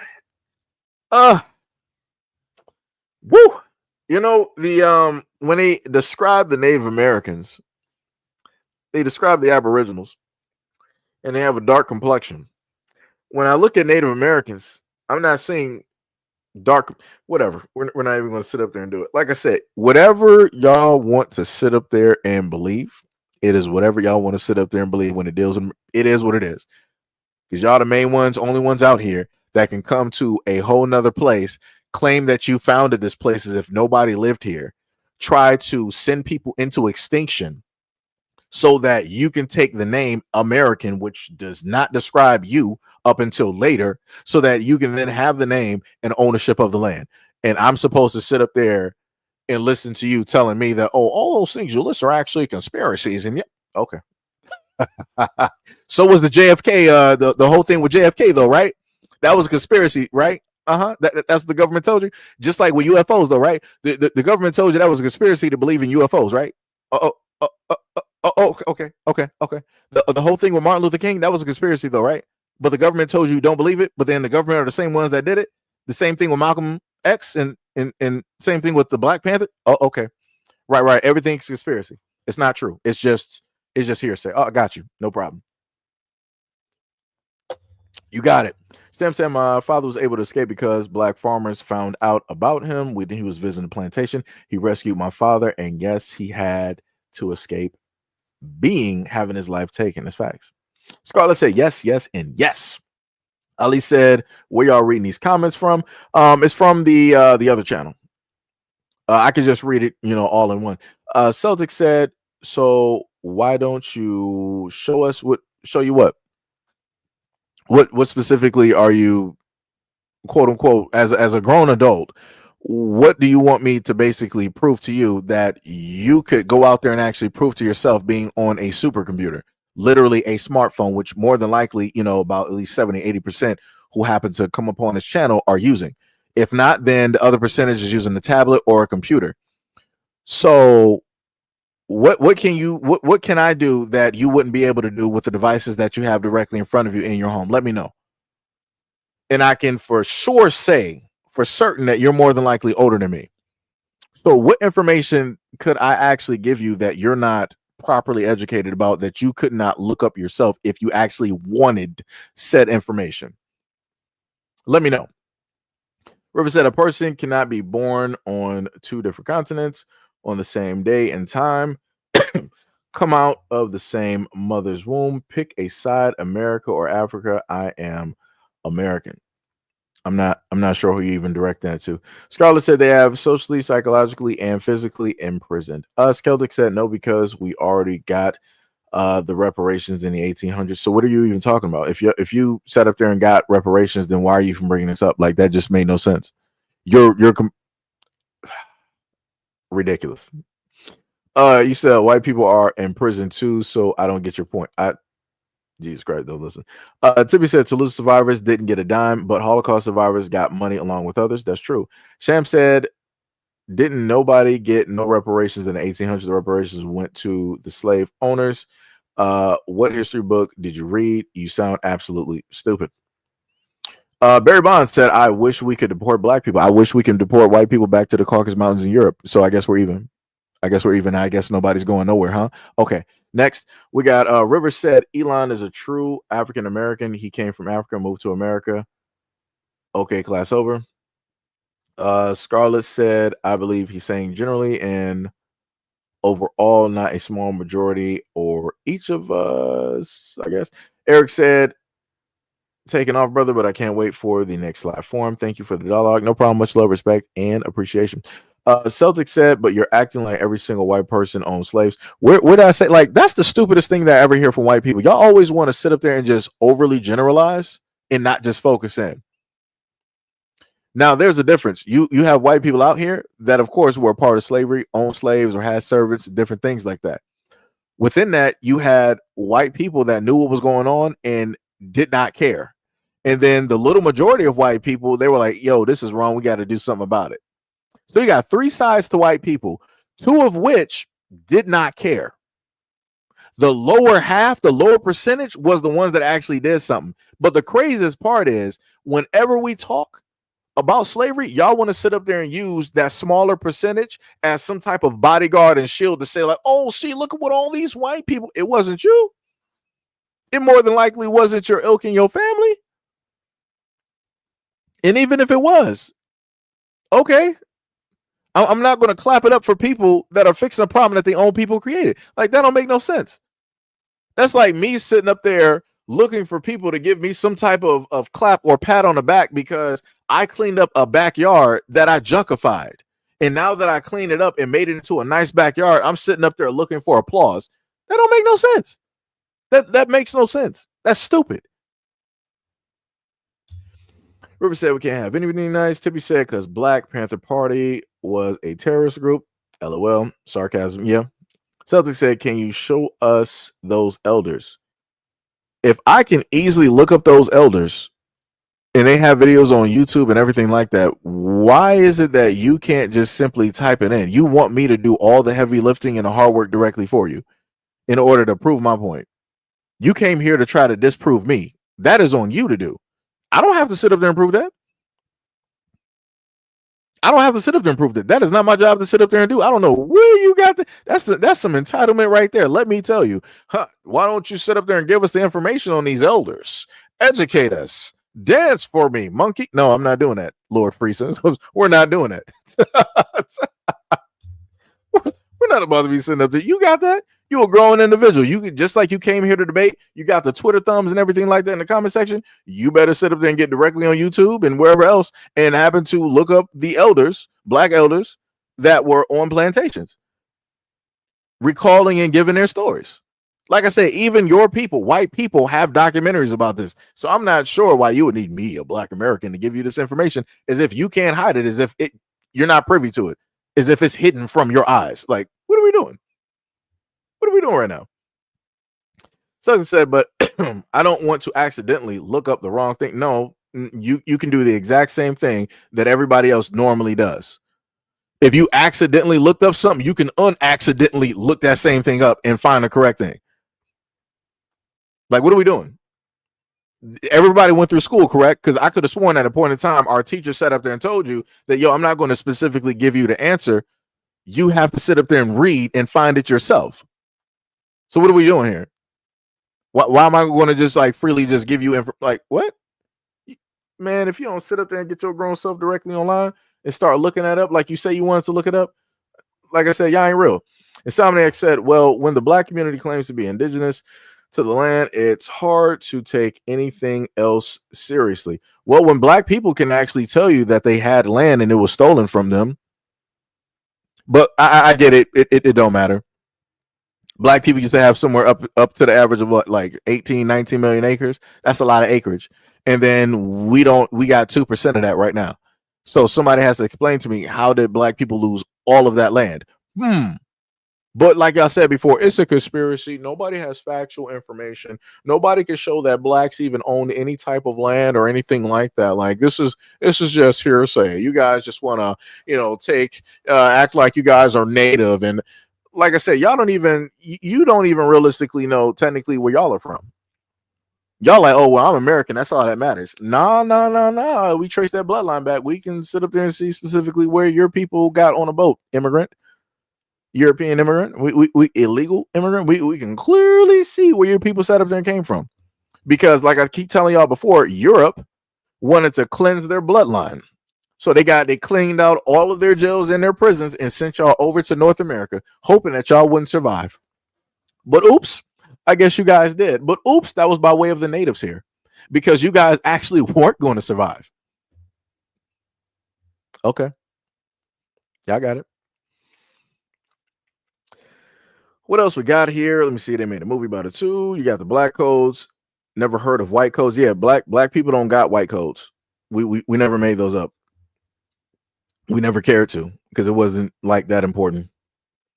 River said, where are my copper colored people at? Bars. Mo said, early European explorers described and drew Native Americans as Negroes with afros. Yeah, like I said, but you can't tell them nothing. They're gonna like, oh, that's the Democrats wrote that. That's fictitious. That's AI. They're gonna say it's everything else but actually true. They would rather believe in aliens believing in the pyramids versus Black Americans actually being indigenous to something.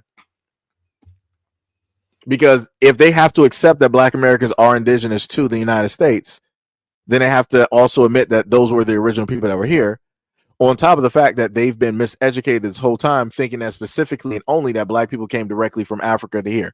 and our only history basically starts and stems from slavery. Crazy work. So it's like it don't matter which way you want to cut it. They always want to try to cut something short, right? Our history, if our history is only slavery, and we try to say that it's more like, oh, we were king and queens directly in Africa and whatnot, and they were like, y'all weren't kings and queens over there. I'm like, how would you know? How would you know? You said that our history only starts at slavery, right? So how would you know more about our history than us if you were never the person who captured us? If you didn't own any type of slaves? That seems a little bit weird. Seems like you know a little bit more than what you're giving off. But like I said, I digress. I got it. Got it. Timmy said, I used to think that Native Americans were our allies, but I don't know about today. We black people have no friends. Native Americans also voted for Trump too by upwards to about 70, close to like 70,000. About close to 70,000 Native Americans. It might be a few thousand off. Have voted for Trump. Had Trump flags and everything. And then some of their people are the main ones that are getting hit up by ICE, that are getting deported because they're like, actually, you guys aren't Native. You got people that are in the Navajo tribe that are getting deported, that are getting told that they are not Native. So, if the Native Americans are getting deported, if people of Hispanic origin are getting deported, if even some white Europeans are getting deported, seems a little bit interesting that black Americans aren't getting deported. But like I said before, we're not indigenous to America. Y'all got it. Because if that was the case, then every single black city, y'all will be sitting up there militarized and deporting all of us off of this land back to specifically where it is that we came from. But obviously somebody knows something about you. You went to, that whole thing. Shout out to 8 Mile. You went to Europe. That's a private school. So, it's crazy. It's diabolical out here. Let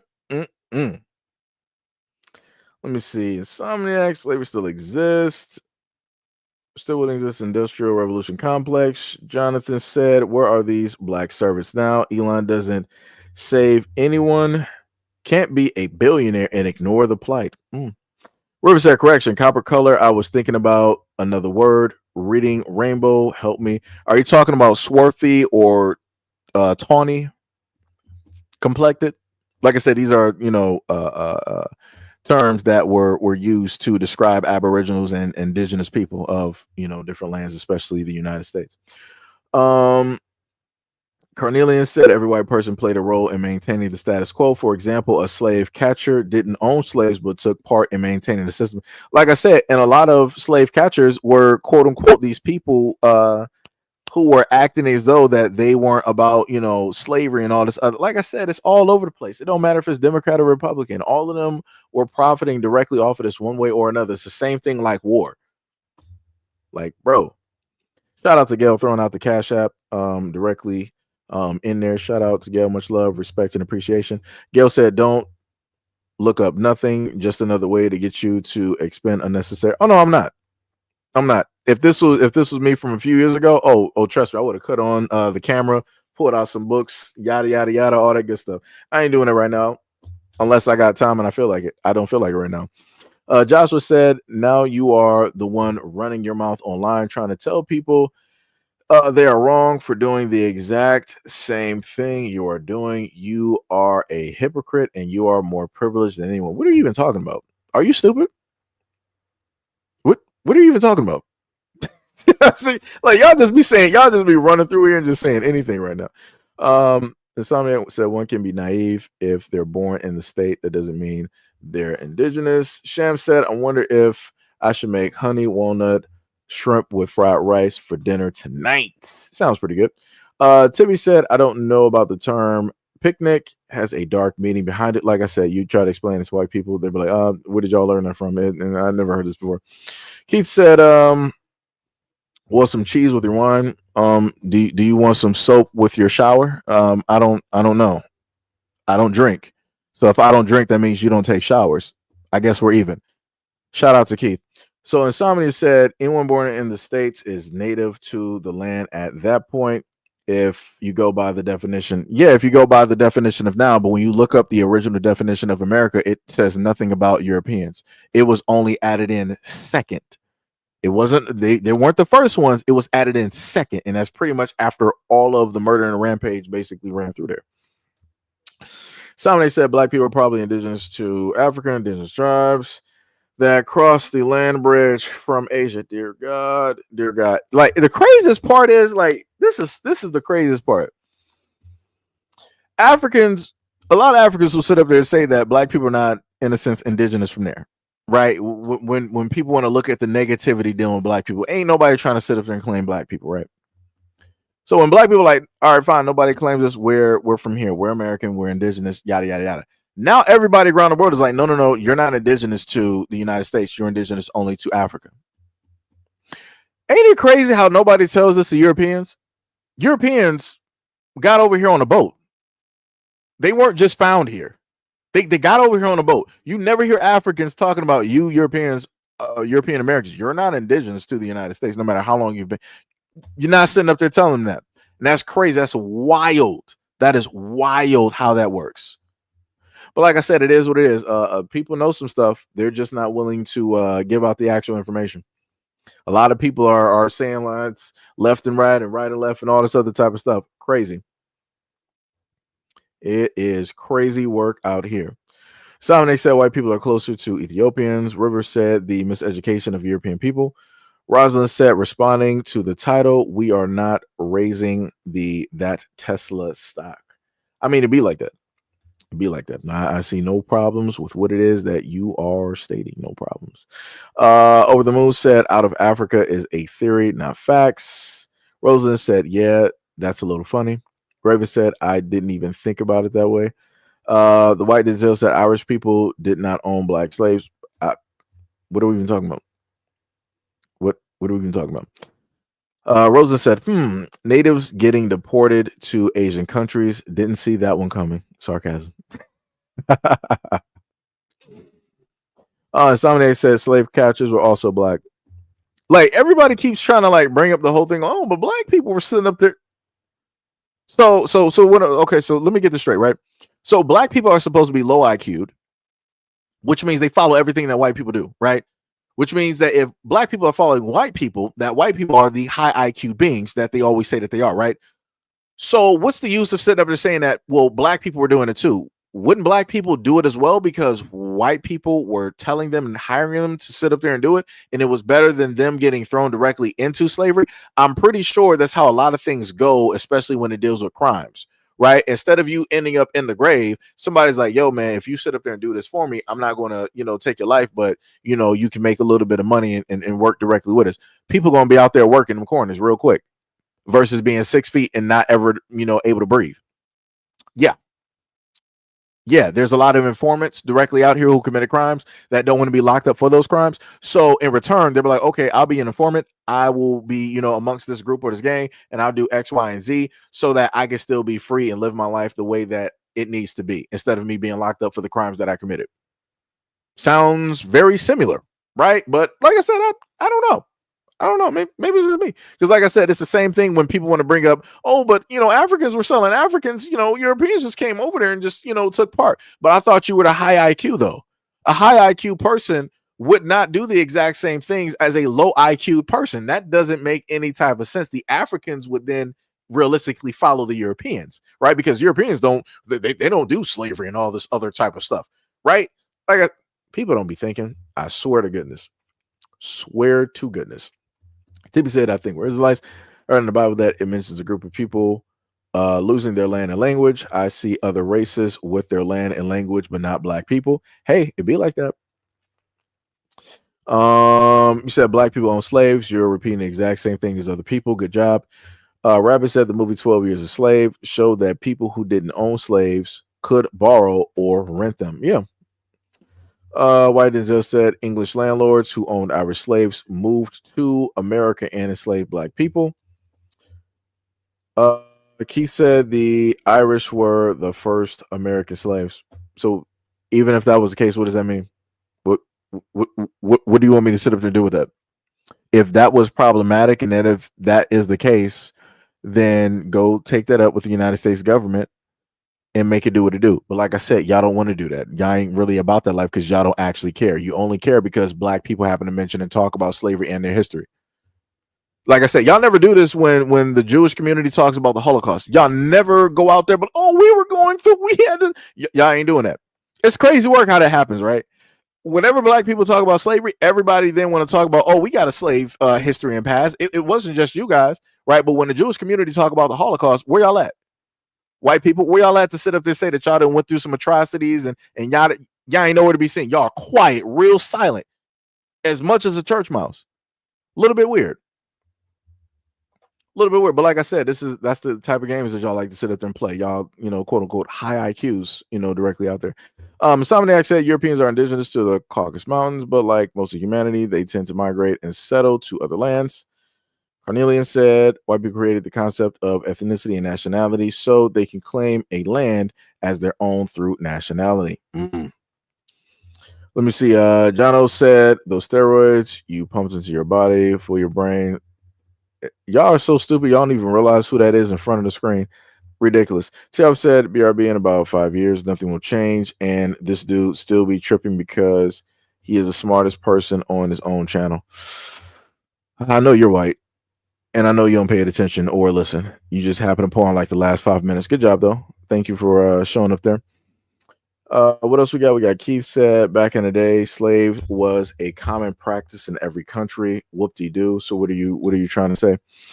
You said the punishment of transportation. You said stating facts.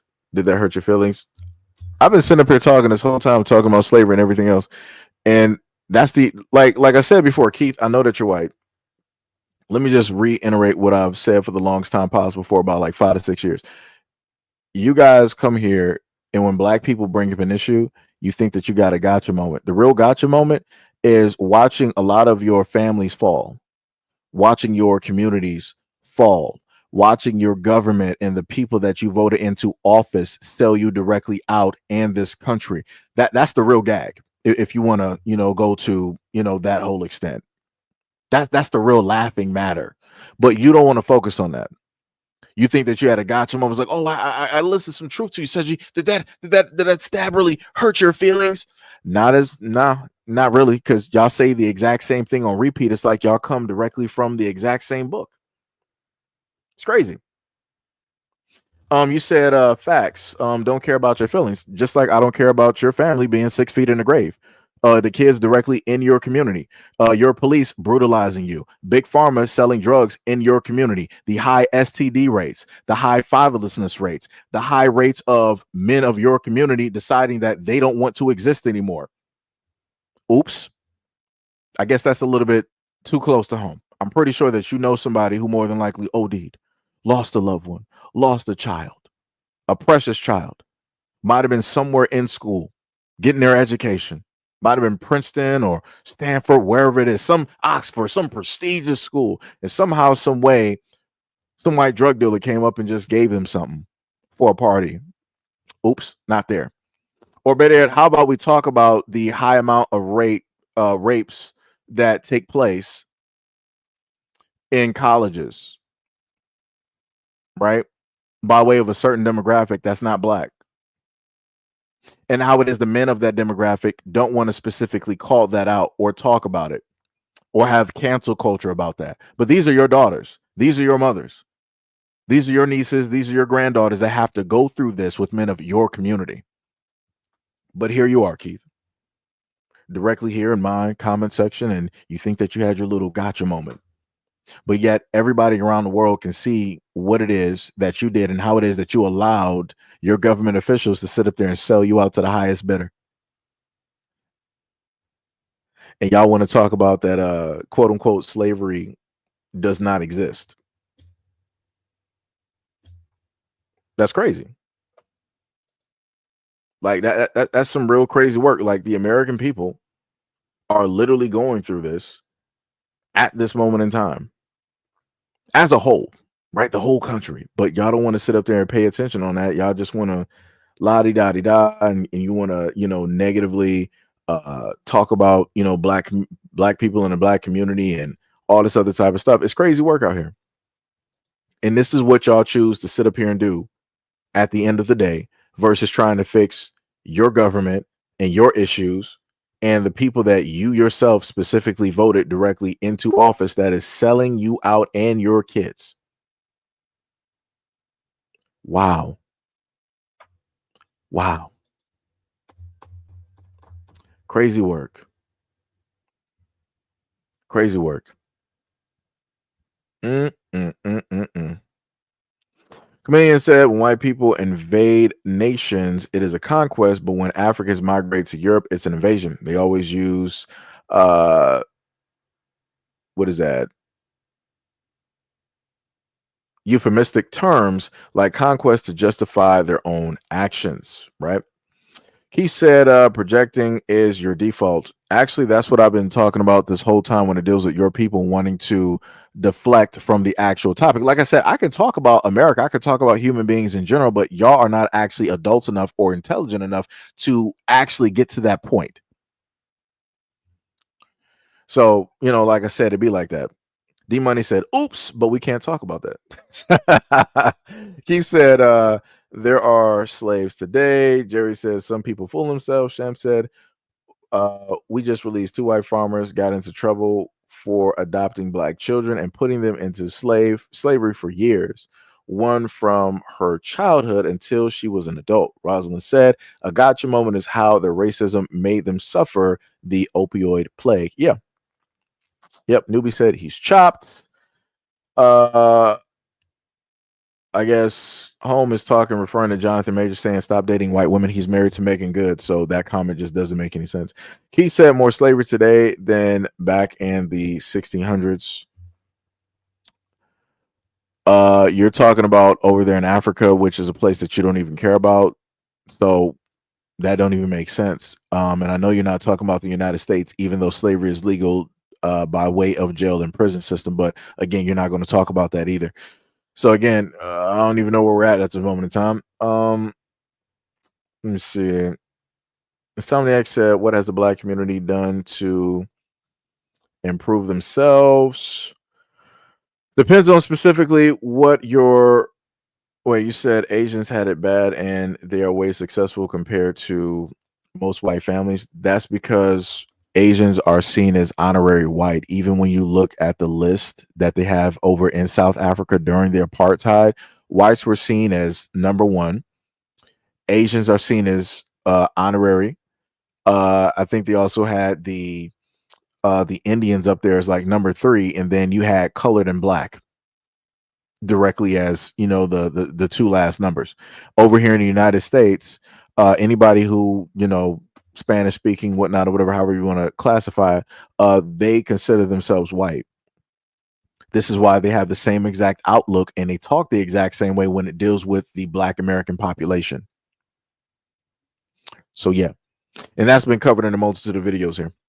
You said, look at the Mexicans in America. They had a horrible way to go in the States, and yet they succeeded. Like, the craziest part is, like, this whole back and forth that people want to sit up there and do. And you can clearly, at some point in time, if you wanted to keep typing all of this nonsense that you're talking about, like, oh, but all these other groups are successful. What's black people's excuse? Historically speaking, with accuracy, if you want to look this up, look up, Rosewood and all these other Toulouse. Look up all these other places, all these other cities where they got literally a map where it shows you black towns and cities existed across the United States. And look how those towns and cities don't exist. It wasn't because black people were, they were drugging, it was crime, it was gangs. No, it was because white people decided that black people don't deserve to have those towns and those cities. So they burnt them down. They created stories like, oh, we heard you whistled at a white woman. We're going to sit up there and get the boys. But like I said, y'all want to keep saying all of this nonsense or whatnot or whatever. And bringing up, but what about these other people? They sit up there and making and notice it. Crazy work, diabolical. But y'all never want to actually pay attention to the actual history. You don't want to pay attention to the actual history. You don't want to list how it is that our land was sitting up there, was stolen. Like I said, Seneca Park. Go up there and look at Central Park up there in New York. Black Americans, we used to be there. America, your government took our land. No matter what it is that we've tried to do to play by the rules, somehow, some way you move the goalpost. And then today you want to, oh, but what about the Asians? What about the Arabs? What about the Chinese? What about the Africans? All of them are successful. Why aren't you guys successful? Because none of these people have the same history, the same dark history that Black Americans have in the United States. They got a clean slate. What about that do people not understand? Like, Jesus Christ, like this is crazy out here. You got books on Amazon that you can literally look up. Books on Amazon. And now you want to move the goalpost. Well, whose land wasn't stolen? Every single time that y'all get put directly into a corner where you know the obvious answer for what it is, you're like, oh, I gotta start digging underground. I gotta be like the Wright brothers, and I gotta start making a plane to fly over this hill or this mountain. Y'all do everything but go straight. It's crazy. And y'all wonder why it is that we can't like move along and focus directly on other people. It's because of the thought processes and how it is that y'all move whenever it deals with these conversations. Y'all can never be straightforward or honest.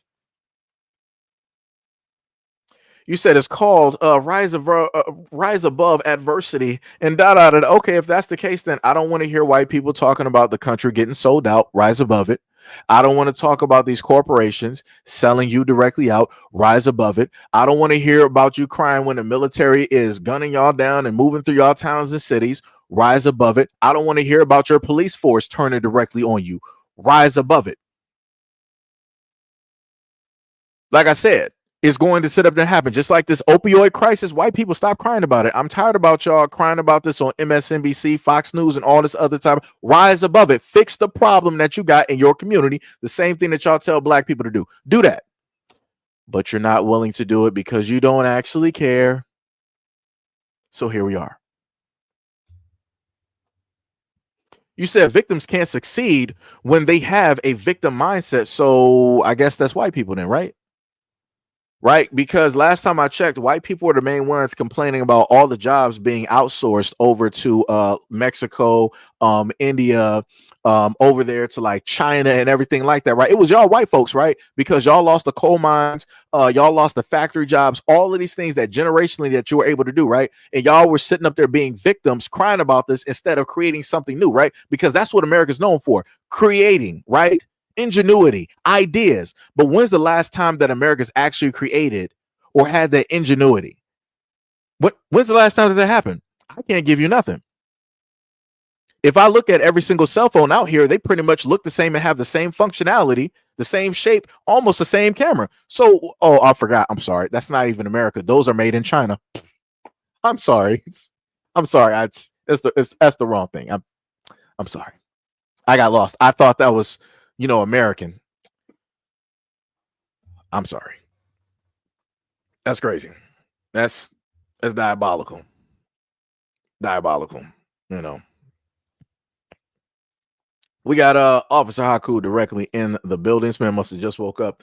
Officer Haku, thanks for the $10 dono. Said the American Negro has the right to be angry, and he has the right to expect that his government will help to cure the centuries of injustice which have left him on the outskirts of American life.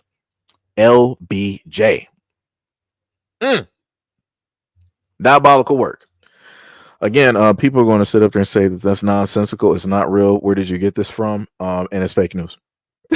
That's what people are going to say because that's they've been telling me.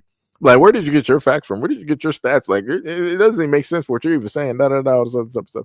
What we got? We got Shah saying bros focused on skin color. Absolutely crazy. America's been focused on skin color. Where you been? Where you been at? Just saying.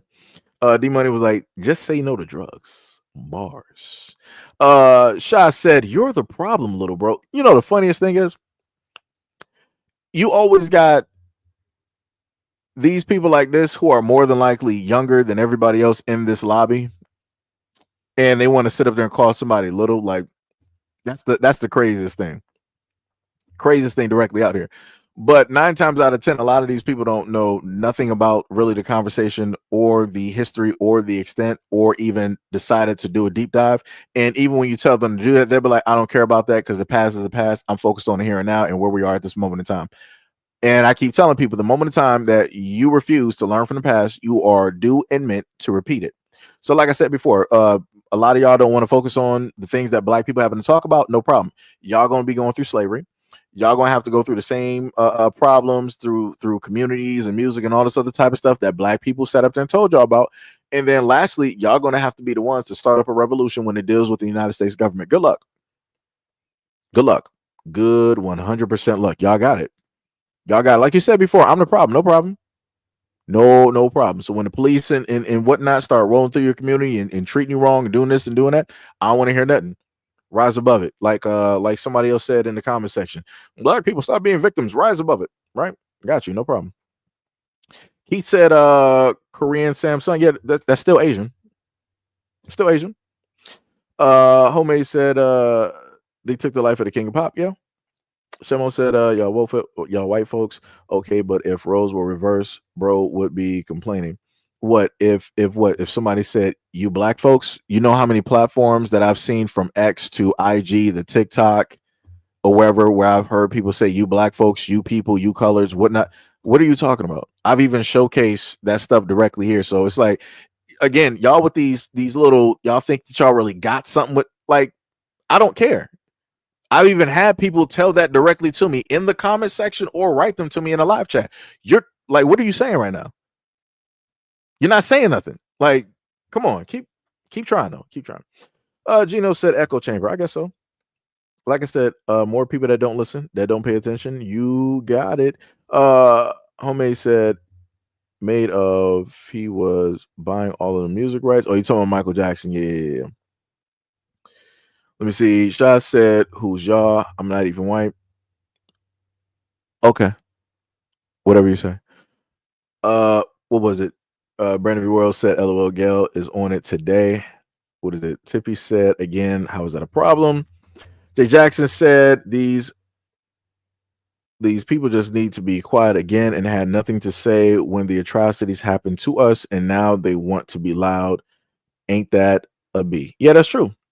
River said there was a spot near Cedar Park that have native symbols on the ground, Seneca Village. Yep. Homemade said send it back to Europe. D Money says shout out to Lyndon B. Johnson. Jen said don't trust. I guess so. Who was that? Like a random image of a white woman. All right, yeah. Let me get you up. Let me pack you up on out of here. Jen got you. Bow.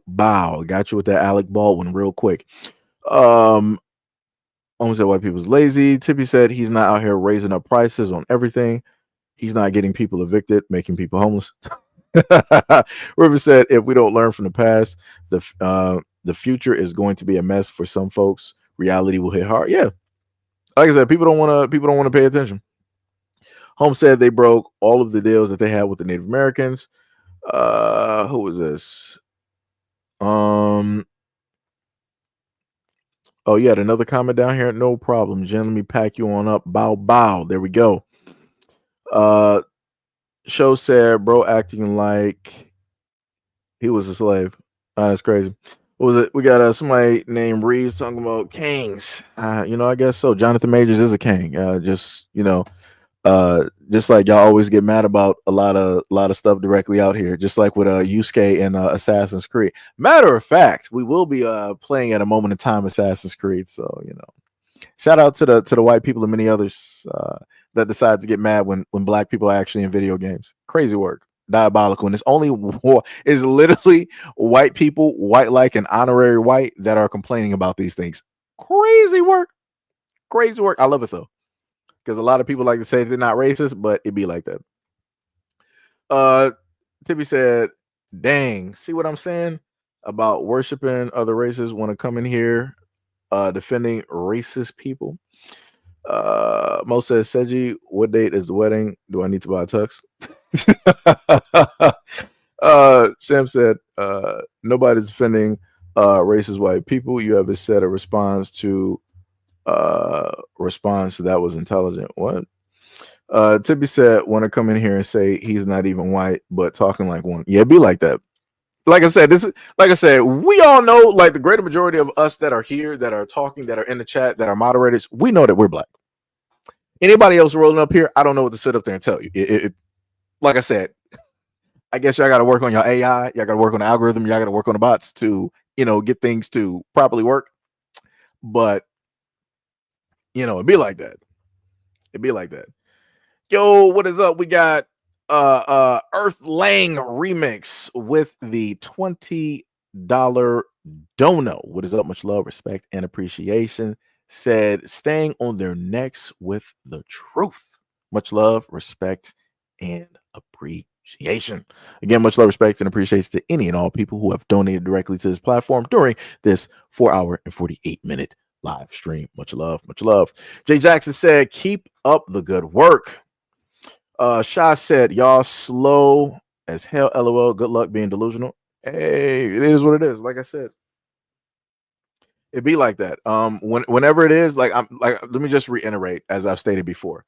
People said that if you believe in aliens, you are delusional. That came by way of the government, who specifically told all of y'all out here that aliens don't exist. And then that same government that told you that came out and did what? Oh yeah, we got portals. Oh yeah, we got spaceships. Oh yeah, we got bodies. Oh yeah, we got, radio waves and signals, and we don't understand the language, right? But again, aliens don't exist, as they told you, correct? So then we got the whole other thing of people having consciousness or having outer body experiences. Oh no, those are just druggies and this, that, and the third. But then you see documents that have been released by the government. Like, oh yeah, these out of body experiences, yeah, they are real, and we've also tested this out directly, in our facilities to basically show astral projection does exist. But again, that's delusional, correct? The same exact people who told you that it was delusional to believe that the United States government would ever try to assassinate a leader. But yet you got 3 leaders that were assassinated: Malcolm X, MLK, JFK. But they told you it was delusional to sit up there and believe that the government would do that. Because why would the government do that to its own citizens? Right? And why would they do that to a sitting president? Right? Okay. Crazy work. But like I said, like you said before, we're delusional. Right? We're delusional in the thought process. Sam said, did Shaw get some sent to the Bermuda Triangle? Yep, probably did. I guess he did. Yes, he did. Crazy work. What was it? Human Chapter said, it's crazy how the same people saying it's not about race, but be complaining when black actors get so-called white roles or even games. Yeah, that's facts. That is facts. The funniest thing is, since we've been talking at this moment in time, we actually had some more videos at the moment in time. And this was the next one, actually. Colonize Africa because of our value systems. We were welcoming to visitors. Kindness was also an important virtue in African society. Unfortunately, the values that were held in high regard in African society were the same values that made Europeans view us as naive and inferior. In short, our kindness was taken for weakness. The same thing happened to the Aztecs in South America. After Christopher Columbus's first voyage, he described the natives as so naive, so free with their possessions. When you ask for something, they never say no. To the contrary, they offer to share with anyone. To European imperialists, being kind to one another, let alone strangers, was not a common occurrence. You see, by 1601, the Dutch had already established the first stock exchange in history. This also means that capitalism began to take shape in European society. In essence, it was every person for themselves, may the best businessman win. So when they set foot in Africa and saw people living in harmonious communal societies, we became targets, easy targets. And that's how precious minerals and other resources were siphoned out of Africa to build Europe. So we're here, right? And that's directly from an African woman explaining the history between Africa and Europe. But even with this being directly out there, you'll still have white people that want to, oh, this is fake news. This ain't real. You guys always want to be victims. Why you guys are focused on the past? The past is past. You guys did a lot of things to yourself. You guys sold slaves. You guys had wars in between each other. Why does it always have to be about race? Right? They'll go through all of that and rack their brain to try to get away from the focal point of what she stated. She said that her own people were living harmoniously, that they were just doing just fine. They didn't need nobody else's help. They were able to manage everything to and from. They had money or bartering system, however it is that it worked. They got it to work. But it wasn't up until the Europeans came in and then decided to do something that caused a rift, that caused a problem, that fragmented whatever relationship that was once there. And this all stemmed from people being too nice. Melanated people, in every single instance, when you look at history, it always shows that the reason that people were controlled and ruled and had their land stolen was because the indigenous melanated people of all of these lands were way too nice to the Europeans. Now, just imagine if the indigenous people gave the Europeans the exact same energy that they gave everybody else. Just imagine. Just imagine. World will be vastly different at this moment in time. Now, if you tell this white people, they'll be like, "Oh yeah, everybody will be living in in mud huts, and you guys will just be doing this and that." But when you think about white dudes, when they're talking about living off of the land, what are they doing? They're digging in the ground. They're living in like these little cubbies, these little holes. They'll try to put together some sticks and some twigs, and they'll try to shelter out the wilderness, and they'll start some fires, and then they're going rummaging through some berries and some mushrooms, and then they'll sit up there and put together some type of like fishing rope, and they'll go fishing and eat off the land. I'm like, ain't that the same thing that you really tried to talk down to when it dealt with natives? You said that they were unintelligent and all this other type of stuff, but yet I see y'all making YouTube videos about the same thing that the natives originally did, which is living off the land and using what it is that they got, and they didn't need much to sit up there and survive. Crazy work. It's crazy work how that happens. Diabolical, I tell you. Diabolical. Let me go back to Brandon World. This man, he was like, Earth Angel out here giving the $20 dono. This man don't need no $20. All he gonna do is buy some salmon with some rice. I mean, that's true. Yeah, I am about that salmon in rice. That is long overdue. That needs to happen. Salmon and rice, for anybody that doesn't eat it, it's very healthy, tastes very great.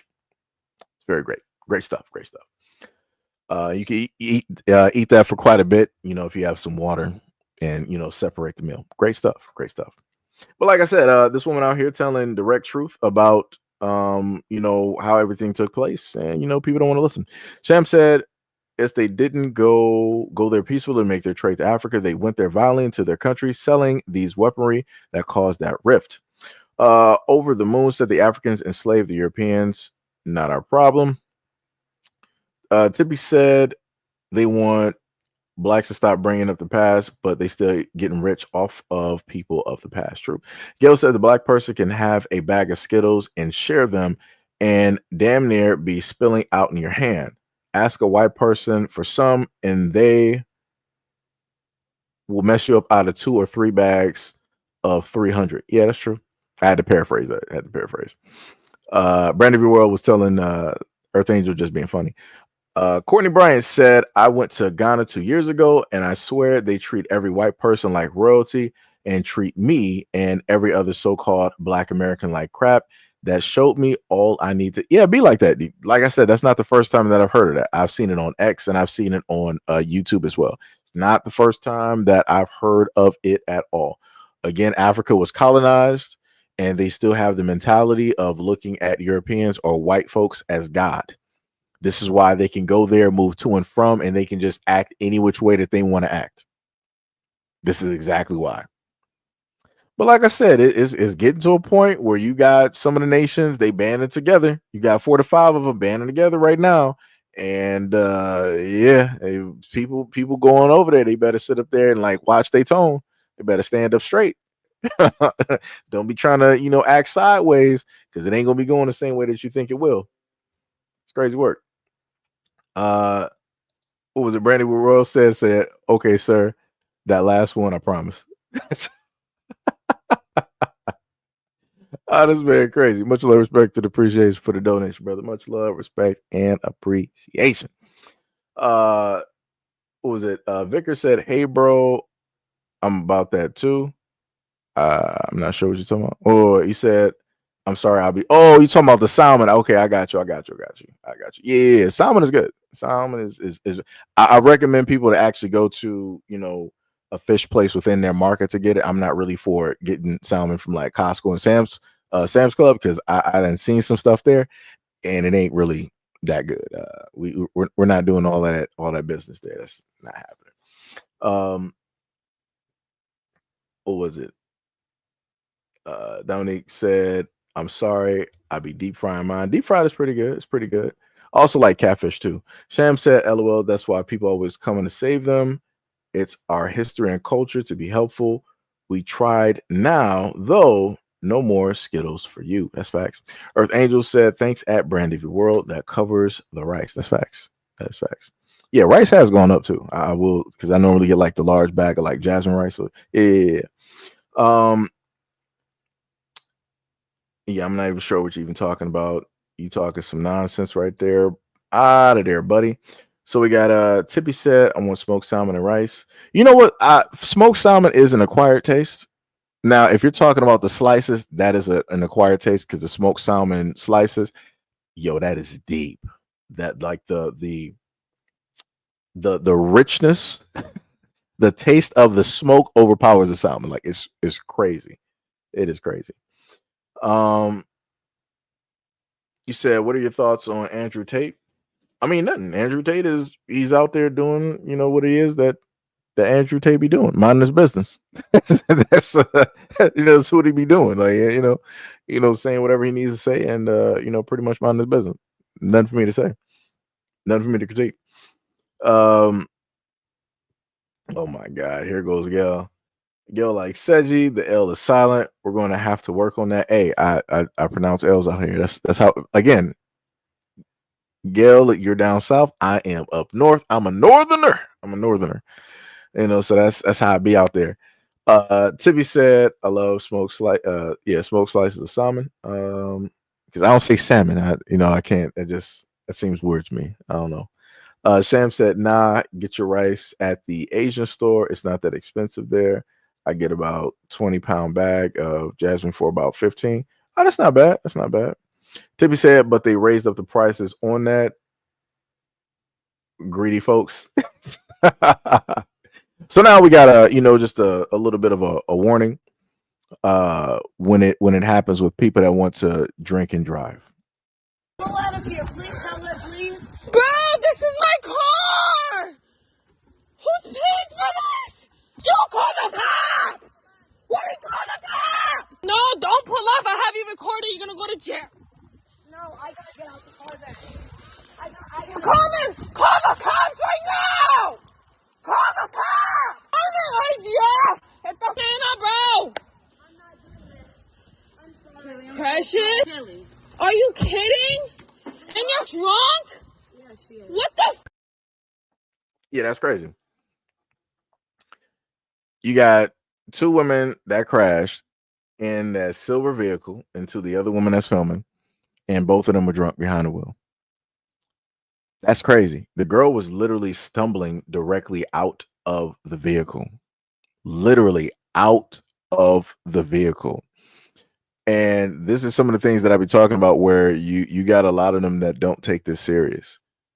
Like drinking and driving is 1000% serious. Like you can very easily inevitably end up taking somebody's life 9 times out of 10. Like this is stuff that just should not be happening at all. Like I'm happy that everybody is completely fine and dandy, but both of those women in that other vehicle, they need to be thrown in prison. I don't want jail. They need to be thrown directly in prison. Like the girl literally got out the car like ain't nothing happened. The passenger was like, "Oh man, I can't be here for this. Don't call the police. If they even about to come, I'm about to sit up there and run." That's crazy. Like the license plate and everything is on the car. I'm pretty sure that you're probably so drunk, inebriated at this moment in time, you probably left information. You might have left your phone or whatnot or whatever in that car, or some form of identification. Like that is crazy. Imagine if they were on a freeway Luckily, they were on a street where barely nobody was out. Imagine if this was during the day and somebody's kids were out there playing. It'd have been bad. It'd have been bad. And they would have just had that accident and they would have just kept driving off. It's crazy work. Like I said, people be careful out there. OVO said you get your meat from Eastern Market, downtown Detroit. Not at the moment. Not at the moment. Eastern Market is dope though. It's been a minute since I've been there. It has been a minute. I remember going down there with my mom. I think I might have went down there with my grandma and my aunt before. It might have been like the three or the four of us. That is a large place, let me tell you. At least from what I can recollect. Just putting it out there. D-Money was like, dang. Sham said, Mom, you got the phone recording. You call the cops and put the phone down. Oh man, y'all still talking about the L? Oh, that's crazy. Gail was like, it must have been her birthday. Man, I ain't forget nothing. All of y'all from like down south. I'm from up north. I pronounce words way differently. That's how it be.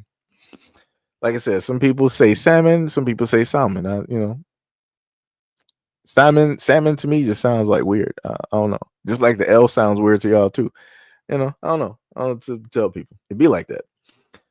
River said here in Florida, you can start at 7:00. What, drinking and driving? Is that what you're talking about? Tippy said, I don't get why people are still drinking and driving. Watch those driver ed videos from the 50s. And excuse me, they didn't cover nothing. That's true. Ty was up here talking about some hush grandpa. Tippy said I couldn't watch the whole thing. No, the whole thing is fine. Like the whole video is fine. Like nobody got hurt or anything like that, which is great. Sham said, yeah, I'm from the north and we say the L's. Yeah. Vickers said, hey, I know what happened. She got some D if she was inebriated from That's ridiculous. That's crazy. That is crazy. That's crazy. But now going back to something that was mentioned earlier that people want to leave some comments about. This is probably going to be like a short one, but it touches on the topic of what we were referring to earlier. When you're totally dependent on whites for their services. For instance, there was always what we call the policy man, the insurance agent who would come to door to door during those days to collect the money for the policies. They would simply come up to your house and not even knock and just simply walk into your house. These are white agents. These are white agents. That's how much they took liberty, and that's how much they were in control. And so of your everyday existence, you saw these things, and so. So right, so he was saying back in the day, from what he could recollect, he remembers that these white insurance people that had to go door to door and come to the house, they would just go. If it was a black house, they would just walk directly in there, because that's the type of privilege, that's the type of audacity that they had. You can never have somebody black deciding to do that. Like you would have instances of black people not even going to the door. They would potentially be directly at the sidewalk, right? Or if black people did knock, they would stand 10 feet back just to let you know that, hey, I'm black. I'm here. I'm not here to do anything. I want you to see, exactly what I look like, what I'm wearing. And I want to have this conversation directly with you. May I come upon your porch and have this conversation, right? We would do stuff like that. White people didn't have to do nothing like that. They were like, oh, you're black. Let me just walk up in here. Let me just sit up there and just let myself in. Let me see what's going down directly in here. That's crazy. That is, I never at any point in time in my life have I ever been able to just walk into a white person's house and just let myself in and just look around and just see what I can see. Never in life. Never in life. That's, like I said, that's some crazy work out there. That's some crazy work. Vicker said, oh, okay, you said earlier. Since she was like, I wonder how he pronounces phone. I pronounce it as phone. Oh man, y'all crazy out here. Tippy says, I'm talking about the driver Ed Raw and cut videos and seeing. Oh, okay, you talking about those? I got you. Tippy said, just walk in. WTF? River said, yes, drinking. Griffin said, glad to see someone talking about this. Sham said, I wouldn't want a lot of white people. I wouldn't want a lot of. I wouldn't want to. I guess that's supposed to like be in white people's homes because they be nasty. Yeah, I get what you're saying up here, Sam. Like I said, the one video I showed y'all what about like 3 to 4 days ago with that white woman in the bathtub, that was crazy. That bathtub was, I mean, the stall, the shower stall was darker than me. I'm like, what is this? She was like, I didn't even know that my shower stall was white. I'm like, ma'am, burn it all down, burn it all, because that's what needed to happen. Because that's crazy to me. That makes no sense, 100% no sense.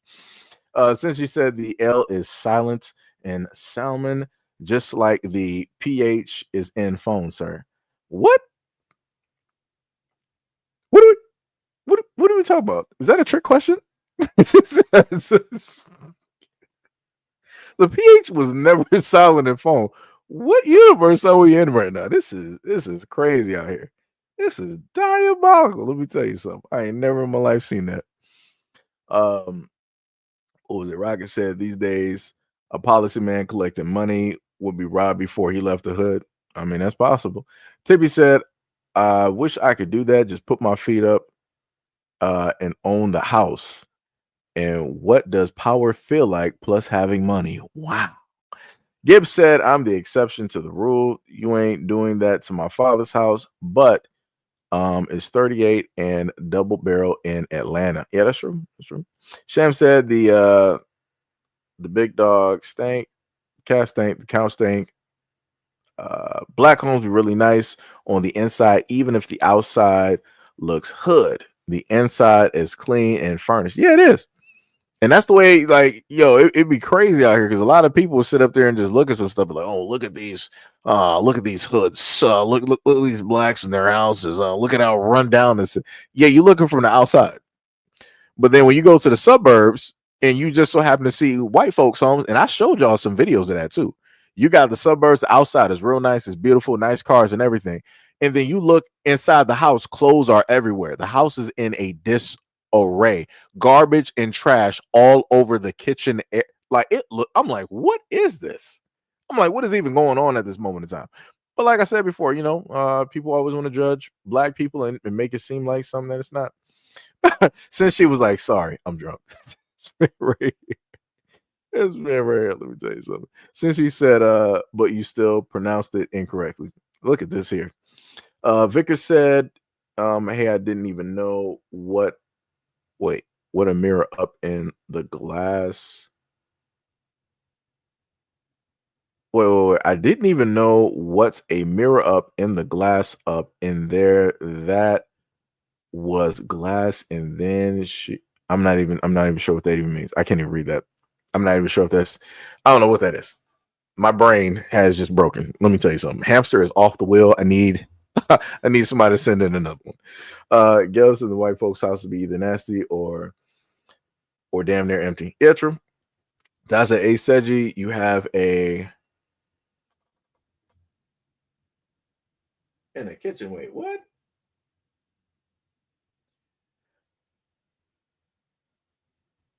Is that a knife? Like, I don't even know what that. I know what a knife is, brother. I don't know what this is. Look here, y'all sitting up here playing some games directly out here. I don't know what this is. I don't even know what this is out here. This is ridiculous. This is ridiculous. OVO says some homes in the hood might not have curb appeal, but the inside of the homes are nice and neat. Cleanliness is next to godliness. That is bars. So now we got one last video dealing with something very serious. So if people just so happen to grill and use the wired brushes, this doctor is going to explain what happens if a piece of those wires or that steel brush gets into the human body. cases that I have had to date was a 4-year-old boy who was at a barbecue eating when he suddenly grabbed his ear and started crying, complaining of ear pain. So they brought him to the emergency department, and he has a totally normal ear exam. Like, there's nothing. They said, do some ibuprofen, see ENT in a couple days. So 2 days later, went and saw ENT. They did a full exam, and again, there's nothing. Totally normal exam. So family was doing ibuprofen and some numbing drops in the ear at home, and nothing was helping. So 2 more days later, came back to the emergency department, and they did a CAT scan of the mastoid, which is kind of like this area here, without contrast. Didn't see anything, looks totally normal, told him to follow up with the pediatrician and ENT again in a couple days. So then another 2 or 3 days later, so now we're between day 7 and day 10, he comes back to the emergency department at 4:30 in the morning, and I'm the doctor on. Now he's having some fevers, and he's not wanting to eat and drink, and we have no idea what's going on with him. His ear exam was totally normal, and he was still complaining of ear pain. On the throat exam, he did have a little bit of swelling of the kind of tonsillar area on the right side, and a little bit of tenderness in the neck on the right side also. So we went all out. We did a CAT scan of the neck, which included the ears, with contrast, and we did a ton of labs, gave him fluids, just did every test that we could think of doing. And we got our answer on the CAT scan. He had about a 2-centimeter metal wire that was lodged in the paratonsillar tissues on the right, and he'd started to develop an abscess around it. And he had been eating a hamburger when this had happened, so the grill brush, the metal wires on the grill brush had become lodged in the hamburger, and when he ate the hamburger, it got lodged in the soft tissues. He was feeling the pain in his ear probably because of the eustachian tube, the tube that drains the ear to the back of the throat is in that area. So he was probably feeling pressure and irritation from that, and that's why he was having pain there. Ended up going to the operating room with the ear, nose, and throat surgeons, and they were able to remove this and drain the abscess, and he was started on some antibiotics, and his pain was completely resolved. But do not use grill brushes with metal wires. There's not only the risk that it can get lodged in the soft tissues in your throat, but they can also cause bowel obstructions and perforations in the abdomen if accidentally swallowed. And like I said, they get mixed in the hamburger or the meat that's being cooked on the grill. Grill brushes, pretty crazy. Good case. Woo, that's crazy. So yeah, for anybody out there that likes to grill heavily, be very, very careful directly with those grill brushes, especially if they are metal. Always try to get something that's like a hard, stiff bristle. So, that's pretty much, I guess that's a lot better versus it being, metal and it getting caught up in the hamburger and whatnot or whatever. And I'll probably say go for something that has a brighter color so that you can specifically find it on the piece of metal or the grill, and you can just happen to get that or clear that off before you start grilling so that you don't have any type of issues, just like this. Again, that's pretty scary and pretty dangerous because, again, if that would have gotten into other areas of the body, that would have caused a whole host of problems and or issues.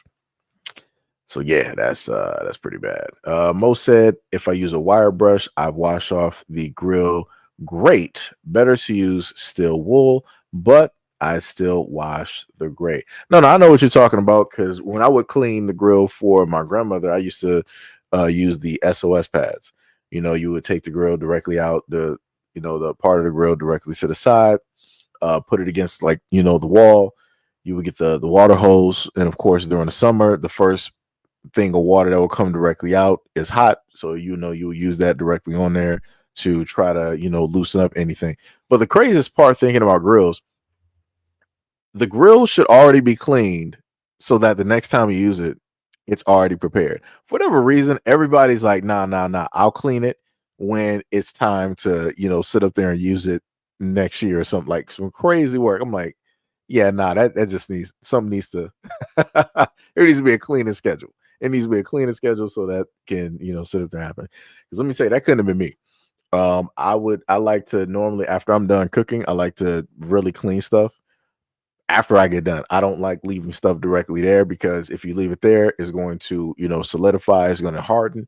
It's almost going to be like oatmeal that's been left out. It's going to turn into concrete, and it's going to be a fight for your life to get that stuff directly off.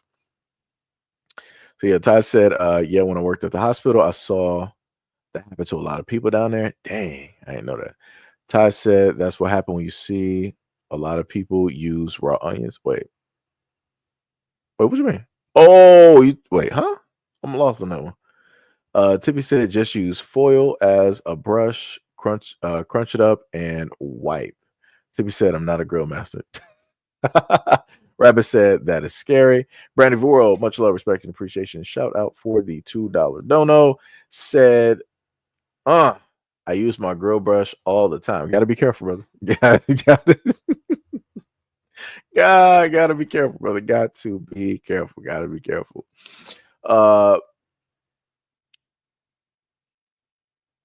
You just right now, since right now. Sham said I use a grill razor and grill chain to clean and scrub it. Okay, I got you. Tippy said concrete oatmeal. Yeah, oatmeal. I swear to you, I don't know what oatmeal is made out of, but they need to allow that to solidify and form into cylinders and bricks, and you can build houses. I swear to goodness, it's crazy stuff. Let me see. Sham said the leftover grill dust is good for your garden beds. Don't throw it away. Okay, I got you. Ty said people use raw onions to clean the grill racks, and the acidity from the onions helps remove the grease, and it supposedly adds flavor. Oh, okay, I got you. River said I wash as I go so I can eat my food in peace and pass out. Yep, bars. Tippy said no, Seji. OVO said clean as you cook. That's what my dad taught me. Yo, I tell you, that's what even in like the kitchen, like let's say if I cook some, as y'all hate for me to say, if I cook some salmon directly in the air fryer and do it that way, as soon as the thing is basically done and it's still like a little bit hot, I immediately start cleaning that to peel like any of the skin or anything like that directly off. Cause if you've never cleaned fish like skin or anything like that off of like a grate or whatnot, man, let me tell you, that's crazy. It's been to the extent where the skin was so hardened directly on that grate that I swear if you actually touched it the wrong way, it could actually cut you. Like that's how crazy that was. If you allow it to just like sit there and harden. Crazy work. Crazy work.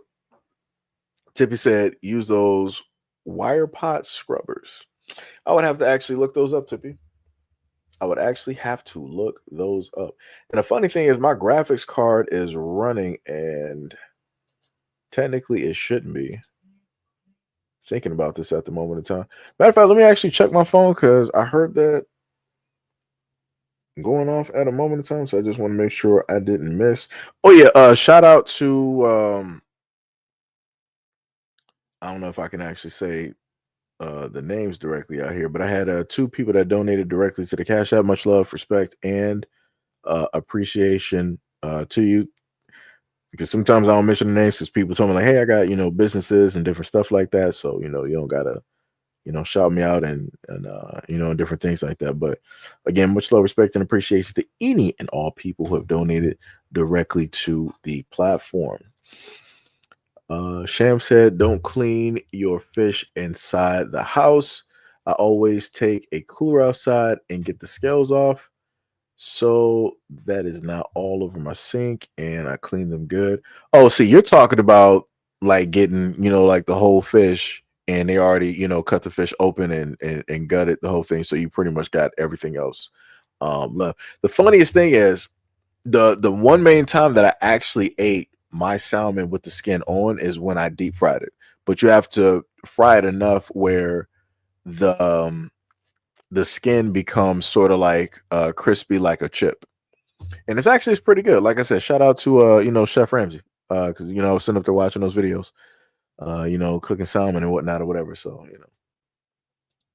So yeah, you can, eat the fish skin if people are, into that and whatnot.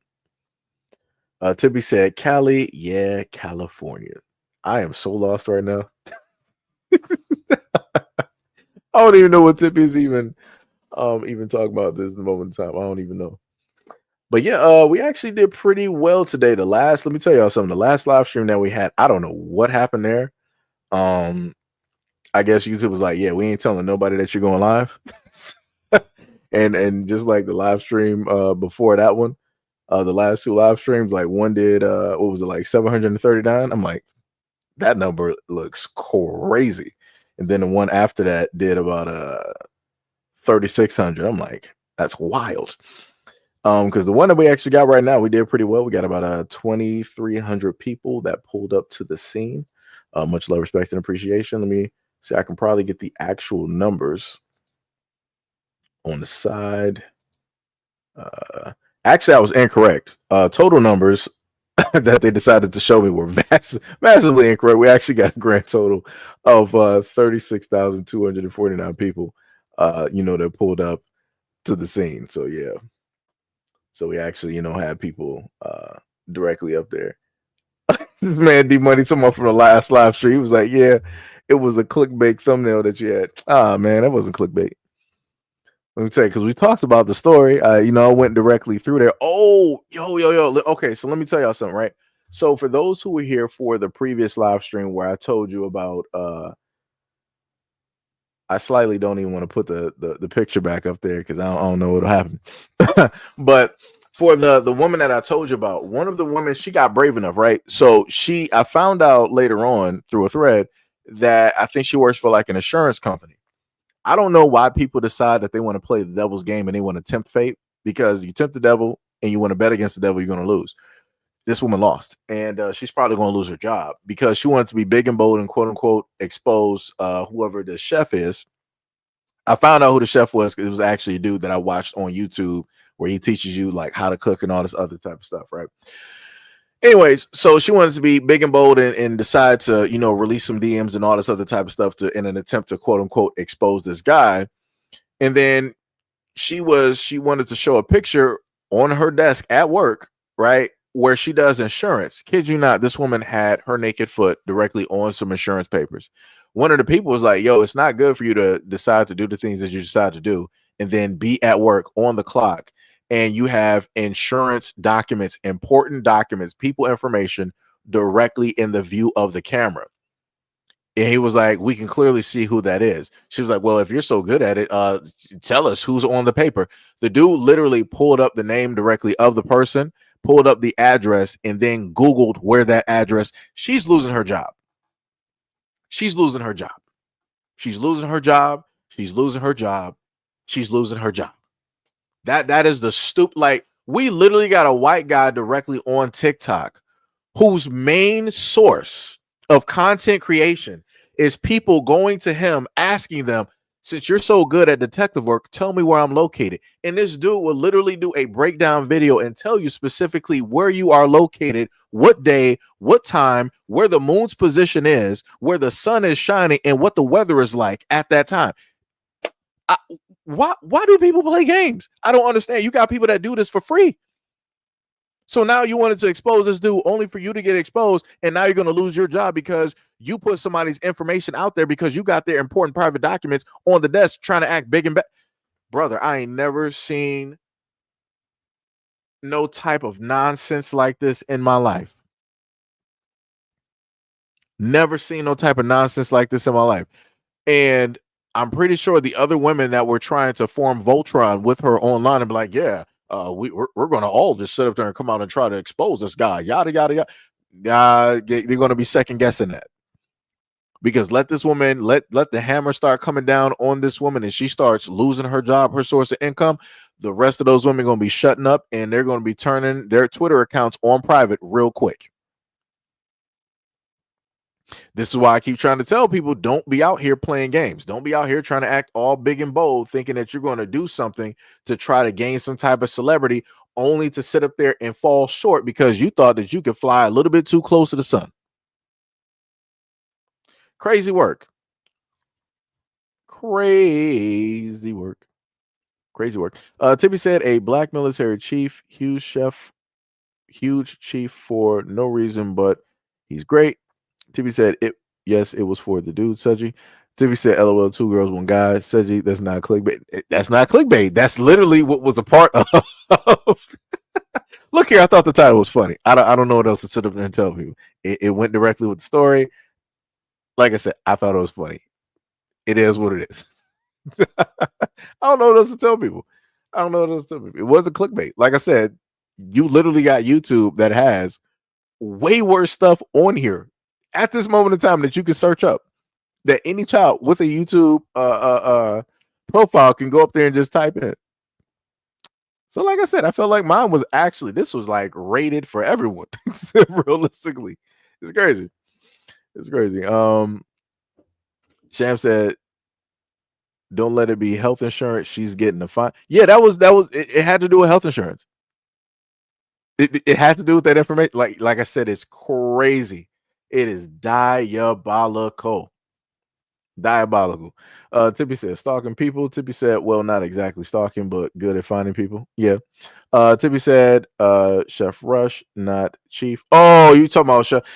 Because Tiffy, you got to understand. Whenever you happen to say Chief or Chef, I'm thinking that you're talking about like Roman Reigns. We know who in your mind your husband is supposed to be. We know the tribal chief. That is your guy. We know Tippy. Like I say, you've been talking about Roman Reigns for like 2 years running, if not more. So it's like that's where my mind is set. Most of the algorithm loves Trump, Elon, and the biddies. Yep. D said, nah, put the thumbnail up. Nah, I can't do that. Can't do that because magically, I guess like YouTube had another problem directly with that. So I'm like, I ain't gonna do it. I would have to. I got to make sure to just blur out stuff. I just got to put the faces up there. Can't actually. And the craziest part is when and I've done this before where I've had other women that I've had to do stories on, and I try to go through and I find the best picture at least or presentation wise of the woman. I don't be trying to just let me just find like this jacked up picture, whatnot or whatever. Right. So when it dealt with those two women, I tried to find a picture that was as conservative as possible, but those weren't conservative women. They like to show what it is that they got. So it's like, there's nothing I could do. The other pictures were worse. So those are the most G-rated pictures that I can sit up there and find. But it'd be like that. Tippy said it's clickbait, sir. It wasn't. It wasn't. Rivers said, I'm so glad that I'm retired. I can talk ish about my employer. If you're on a company clock, leave the name out of your TikTok. That actually rhymed. I like that. That was dope. D Money was like, you shoot. Tippy said, whether you deny it or not, I'm denying it 100%. Sam said, oh, she getting handed over to the police, then she in a little bit more trouble. I don't know if she getting handed over to the police, but something's going to happen because people are going to be notified. And if it's not, her provider, whoever it is, or whoever she works for, they're probably going to let the person know whose name is on that document that, your information is out here online, and this person is the one that decided to do it. Like I said, crazy work. People going to end up learning. Tippy said loves Roman Reigns. Of course you do, Tippy. Sam said whoever that guy was, they read off his name. You can sue her for that a lot. Yeah. Tippy said, in my fantasy world, Roman Reigns is a black man. Leave me alone. I mean, aren't they both those guys are like Hawaiian, Samoan, and whatnot, and they're both married to like black women or whatever? At least, like one of them is. So, like I said, the dream is right there. Find you somebody up in the family. They got a lot of Hawaiians directly out there, Tippy. You just got to take a trip out there. You gotta, just take a trip directly out there. You'll be good. 100%. But yeah, it's 100% crazy though. It is it's diabolical. Diabolical. Like I said, what stories went over? Went over quite a few stories. Let me see, just to rehash. We went over the whole thing dealing with Elon. That's a crazy looking picture within itself, right? Elon Musk. Elon Musk, the father of Tesla's CEO, Elon Musk, believes that his son cannot be racist due to his past relationship with their black servants or slaves who worked for the family in the apartheid South Africa, right? And then we had this one here, which is Southern California couple deported after 35 years in the United States. Ooh, that Republican Party voting is tough directly out here. And then we got the story here where OF model was charged with murder for allegedly filming content for an 11K client that she wrapped up like a mummy, right? She had him bagged, taped, and saran wrapped. And these are all things that he himself specifically asked for. And then we got this one here where we got the guy said, nobody's going to change me. This white hooded leader who admitted to tossing thousands of flyers promoting a supremacist group in Ohio town makes bone-chilling proclamation in court. Right? Crazy work. Diabolical. Diabolical. 100%. So I just had to do a quick rehash because I saw a little spike come directly in. So I want to let people know that we covered a lot of the stories. You can go directly back to the first part of the live stream to hear those stories. But a lot of the videos that I just so happened to cover in the live stream, we've been going for about like 5 hours and 32 minutes now. You can find those in shorter content directly on the channel as well. So you can, that'll be more so 8 to a 15-minute video with some commentary directly. I don't know. I said it like that. Commentary directly at the end. I don't know why I carried it like that. It's crazy. Sham said, whoever the guy is, he can read off the name. Okay, right. Let me go down. Griffith said, professional yapper over here. I mean, I guess so. But you decided to come here to let yourself be known because you weren't getting no attention from anywhere else. You're welcome. You've been acknowledged. Carry on. Tony said, LOL. There's Samoan and one is married to one of us. Yeah. Tippy said, but that's crazy. Gail said it looks crazy and zesty. That's crazy. Tony said what Elon is racist as hell, just like his dad. Okay, I got you.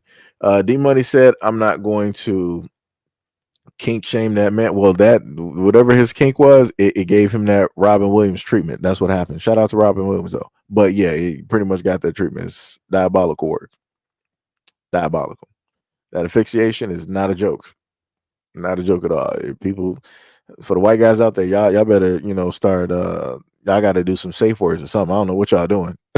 Y'all paying money for all of this to happen for somebody to slap some shoes directly on y'all. Yeah, y'all gotta. Safety words. What did Peter used to do? Banana, pineapple, somewhere up in there. Y'all better figure something out. Better have like a cowbell or something. That's some crazy work. Tony said Ohio is racist. That's facts. Tippy said all of them are married to black women. Okay. So yeah, it was all of them. I at least know one of them. The wife, wrestles directly with him. And I found that to be dope. It was actually pretty dope, and she's a pretty dope wrestler as well too. Even though my favorite wrestler is Jade Cargill, aka Storm. She's dope. I like her. The funniest thing is, I think she did dress up. I think there is a picture of her dressed up as Storm. And I was like, that was dope. And I never knew who that was up until I found out that she was, like a wrestler and and everything like that. So that was dope. So like I said before, I can see it. I could very, very much see it. She got the the presence and everything there, but the problem would be that a lot of people would say that they feel that she's too strong. She doesn't look feminine enough. But I'm like, well, she's a wrestler, so she has to have some type of muscle there because she's literally lifting people, directly up. Right, she has to lift other women directly up and be able to carry them, across the ring and do this and do that and all the other type of stuff. And technically, I want to say I feel like other than Jax, I feel like she's one of the strongest ones there, like physique wise, like how in a sense she is. Was it Tony said my favorite wrestler has been retired, but Kurt Hennig was that dude? Yeah. Tippy said Roman, Jay, and Jimmy, and Solo. They got some more Samoans coming directly into wrestling as well. Like I said, shout out to The Rock and Rikishi and all of them because they were the ones to really help lay down the pavement for them to get directly in there. West said the Ultimate Warrior. Yeah, Ultimate Warrior was dope. Like I said, I remember WCW. Like In Your House, and a lot of the the other games directly out there where they had the the classic old school wrestlers and whatnot. Tony said Tony Storm is a good one too. Okay. Sham said, Seji, can we change the picture? He looks a little bit too scary, like a demon or something. I'm going to have nightmares. All right, I got you. I'll swap it directly to this one right there. West said Mankind. Yeah, you got Mankind, Cactus Jack, all of that. Yeah, it was like Zesty Demon. That's crazy. D Money said, hell, Jade can lift me anytime. This man talking about snoo. Shout out to Futurama. Let me tell you, people don't know about that. Tibby said she doesn't look masculine to me. Jade is beautiful, but I wish they cover up more. Jade is fine though. Like all of her costumes, like her costumes are fine. Like I don't see nothing wrong with um like her costumes. Like whoever does some of her costumes, there's only been like one costume as of recent that I was like, yo, who did this costume? I'm like, things are not like holding how they, normally allow them to hold. I'm like, I'm not sure who did this costume. Like somebody must have had a day off because I'm like, that ain't normally when you look at the other costumes, like everything is everything. This one was like, what happened? Right. Tony said, isn't the Rock's kid in it? Oh yeah, his daughter is in the WWE. Yep. Epic said, your thoughts on you're typing like the same thing. I just answered that. Tippy said, put it on Roman. No, I'm not doing it, Tippy. Tony Gibbons said, Elon do look like a super villain right now. Yeah, that's true. Jackson said, keyword servants, facts. Tony Gilbert said, LOL, not the snoosuit, not a bad way to go, but can't be me. What was that? Tippy says you, of course, you don't see nothing wrong. Yeah, that's true. There ain't nothing wrong.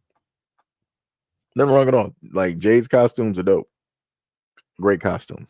Fantastic. And then also, when she's had the costumes match up with, like the face paint and whatnot, dope. Incredible. The storm is coming. Dope stuff. There was somebody else in there that I thought was actually pretty dope. When it deals with like, how they got her the costumes and presentation and whatnot. And wrestling ability. Tippy said snoo snoo. Tippy said you used to call me snoo snoo. Hilarious. That is the terminology for any woman that is considered to be an Amazon. If you go back to what was it? Futurama. I forgot what episode. Was that like season 2? Season 2 or season 3? They got like so many episodes. But yeah, that's pretty much the reference for anybody directly up there. So if you go directly online, you'll see the exact same things. If dudes sit up there happen to see women who are tall and whatnot, snoo snoo. That's it was like death by snoo snoo. Hilarious. You said, wait, is that supposed to be Brianna or Biana? Biana Blair. Biana Blair? Do I know who that is? Or is it supposed to be, isn't it Bianca?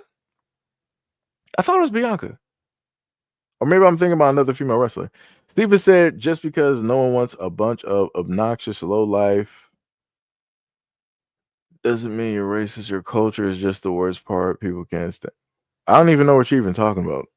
What in the blue world is this guy even talking about? What part of the conversation are you even coming on? Like it's like I said, I love the troll. Shout out to y'all. Tippy said, I'm 5'12". You're 6 feet, Tippy. You keep moving the bar every single time. Before it was 5'10", then it was 5'11", then you were just like 5'13", and now you're 5'12". 6 feet, Tippy. We're just going to put it directly to 6 feet, directly up there. That is where it is going to stay, or it is going to stay. Tony Gilbert said Jade has a good costume. I agree, but it pisses me off that they got her, but Alexa Bliss and the other girl can wear barely anything in WWE. Yeah, it'd be like that. I think Alexis Bliss. That's the white girl that got the belt. Right. I mean, that's because that's the whole America's sweetheart type of deal. So whenever it's white women sitting up there doing it, it's not viewed as showing off a lot of whatnot. But then when black women happen to do it, it's vastly different because black women's body types are different. Even if it deals with them sort of kind of having the same shape, magically, it's still different. So it'd be like that. Banks said Naomi just beat the brakes off of Jade last night. Yeah, I saw that one. But like I said, let what's the name let Jade Cargill get her hands directly on that girl. She can sit up there. She can press that girl real quick. She'll hold her directly over her head and throw her. She could do that. Like I said, that girl, she got some strength. She got some strength. Okay, Bianca Blair. Okay, yeah, I knew that's what it was. D Money said, "Damn, tall." Metal said loading. Tippy said, "LOL, no, really, I'm 5'10". Nah, I ain't hearing that. Tippy 6 feet. Shy said, "I'm 6'1". Tippy, we all good. Nothing wrong with being tall." I've been telling Tippy that for years. She'd be sitting up here swapping heights, and then you'll have time to pull up and be like, "No, actually, I'm 5'8". No, ma'am, you're like 4'11". D Money said, 5'11". Y'all trying to hoop? You know the funny thing is, throughout my life, I've seen girls who are tall, and I've always asked them like, "Yo, you trying to play some basketball?" I'm like, "Yo, you got the height." They be like, "Yo, I'm not into sports." I'm like, "You have to be." I'm like, "So you got all of that height for nothing?" I'm like, "You can't hoop, you can't dunk, you like what are we doing out here?" I'm like, "Nah, that's crazy. That is crazy." And it's always primarily been the girls who are below average height who are like, "Yo, I'm a hooper. I can do this, I can do that." And I'm like, "You gotta be kidding me." I'm like, "Man, that's crazy. That is crazy." Uh, what was it? Tony said Naomi is fire. I love her attire. That neon looks good. Tippy sitting up here laughing. Banks said, "I don't know too much." Wait, are you who are you talking about? You talking about for Bianca? You talking about for Naomi? You talking about Jade? Who you talking about? Sham said, "I play basketball. I don't dunk though, but I can hoop." Nah. Yo, Sham. You're 6 feet. You can dunk. You just choose not to. Like that. Like if I, as the short as I commonly tell people, I'm 5'4", Wolverine height, right? If I could sit up there and jump in and touch the rim, if not dunk, if I can do that, I know you can sit up there and do it with little effort. With very little effort, you could easily sit up there and do it. You just often choose not to. That's crazy. Diabolical. Tippy said I was trying to cheerlead, but they didn't want me. Technically, they should have, because you being the tallest person there, you would also, in a sense, be the strongest person there that'd be able to, throw somebody in the air and help, everything stabilize. So that's crazy. Because there was a video of a black girl, and her legs are like a tree trunk. I'm talking about that girl is, you look bottom wise, she is solid. So when it came to the woman basically flipping and then lifting her up top, you had the woman at the bottom, and she was just holding her directly up there with like very little effort. Like she was just holding that girl directly up there. So, like I said, it's a little bit crazy that they didn't want you there. It's crazy. Stephanie said, "Wait, what about the picture? Did that family not have citizenship after 35 years? I'm confused. What happened?" The family did not have citizenship. They came back, if I can recollect, because I read that story about a few hours ago, probably about over 4+ hours ago. Well, 5 hours ago now. The family that you see in the picture, they originally fled their country back in 1988 or 1989 to seek asylum in the United States because of everything that was going on. I think this should have been like Colombia or whatever. So during that whole time, they sought to get extension and to potentially try to obtain something, but nothing ever really worked out. And then once the Trump administration came directly through, guess what? They got sent right back. So now the three daughters that are directly in the picture are here in the United States because, for all intents and purposes, they are American born. So they don't really have to worry about nothing. And their parents are the ones that got sent back. So now they have to start up a GoFundMe and help their parents, live a new life back home. Crazy work. Crazy work. Devin said, "Have you seen Lash Legend?" Nope, have not seen that. Everyone is racist, I guess. Like you couldn't even spell racist right. Like what is even going on? Some diabolical work though. It's not even English. Tony said, "Yeah, I've seen." Wait, you've seen Talk Girls? He likes. Nah, I don't want to ball in my school. They were swimmers. Okay, I guess I get what you're saying. Like you saw girls that were tall in the school, but they didn't want to ball. They wanted to swim. That's another avenue. But I'm used to girls who are tall. Like they'll normally go for maybe soccer, basketball, or they'll happen to go for swimming. Like usually. But other than that rarity there, usually a lot of women don't like to actually play sports because a lot of women don't like to sweat. When I'm like, it's natural to sweat. So it's like it doesn't make sense to try to, get directly away from that. If you got height, you might as well sit up there and put it to use.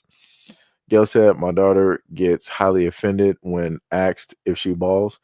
Why? It's like I don't understand. Well, when guys sit up there ask, that's because of course, guys are basically interested. Like, hey, you tall, if do you ball? Like, would you like to play basketball? Whatnot, whatever, right? Like I said, I wouldn't know what to sit up there and tell her. It'd be like that.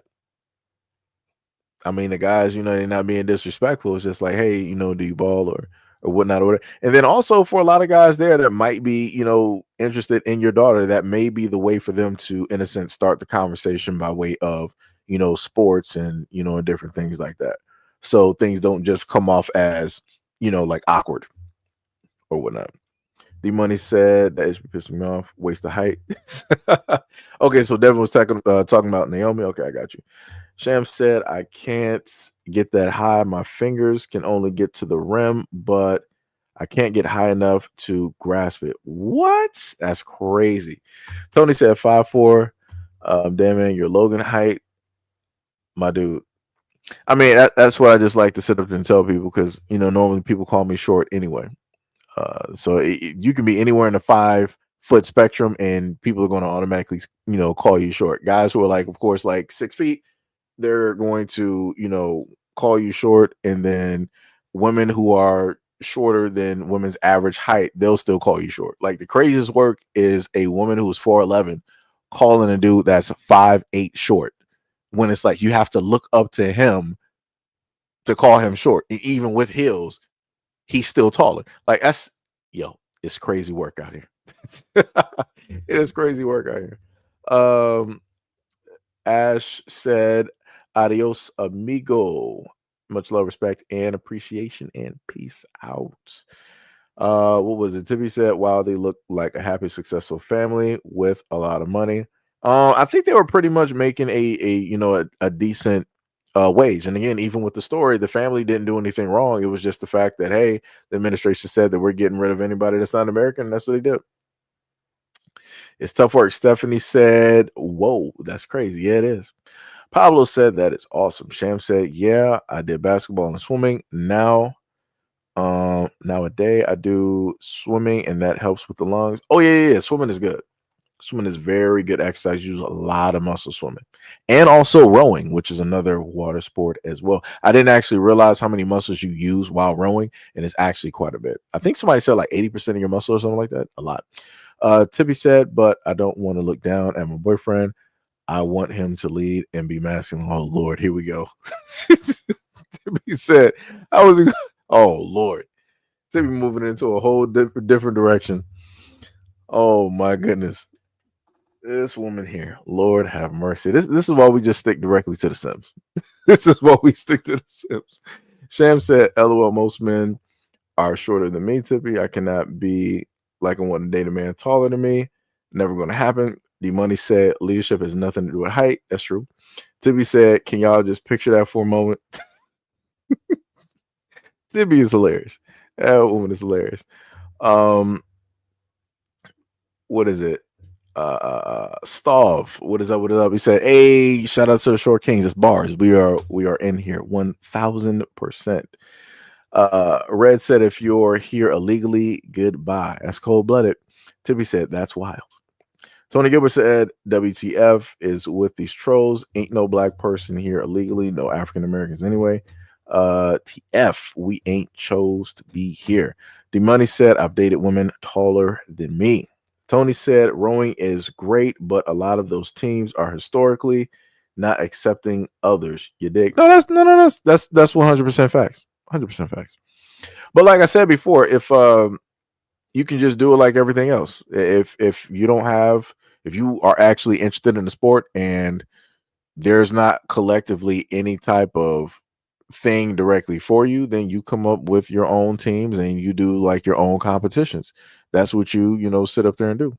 Like I said, just like we used to have the Negro Leagues, do that exact same thing. And then the moment of time they talk about, oh, your teams are so competitive and so great. We want to, bring you guys up. No, no, no, no, no, no. Keep them bad boys separate. Keep them bad boys, just keep them separate. Keep them separate. Just do it that way. Um, was a sham said, LOL, I'm taller than my dad and mom now, and they're still telling me off. So yeah, shorter people can dominate you. LOL. Red said, I'm about to call ICE on myself. That's crazy. That's some diabolical work. That is some diabolical work. Tippy said, I don't get stuck on height like other women.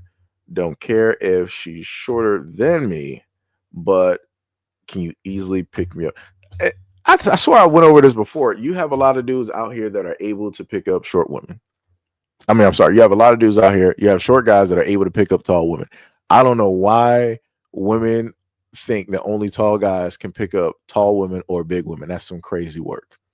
That is some crazy. What's the brother name? Aaron the plumber. That dude was literally on a 20v1 or something like that, and he was up there. He picked up like this big girl, and she was shocked. She was like, "Wow, he picked me up with little effort." Yeah, it's like, yo, the dude worked out and everything. Like that ain't nothing to him.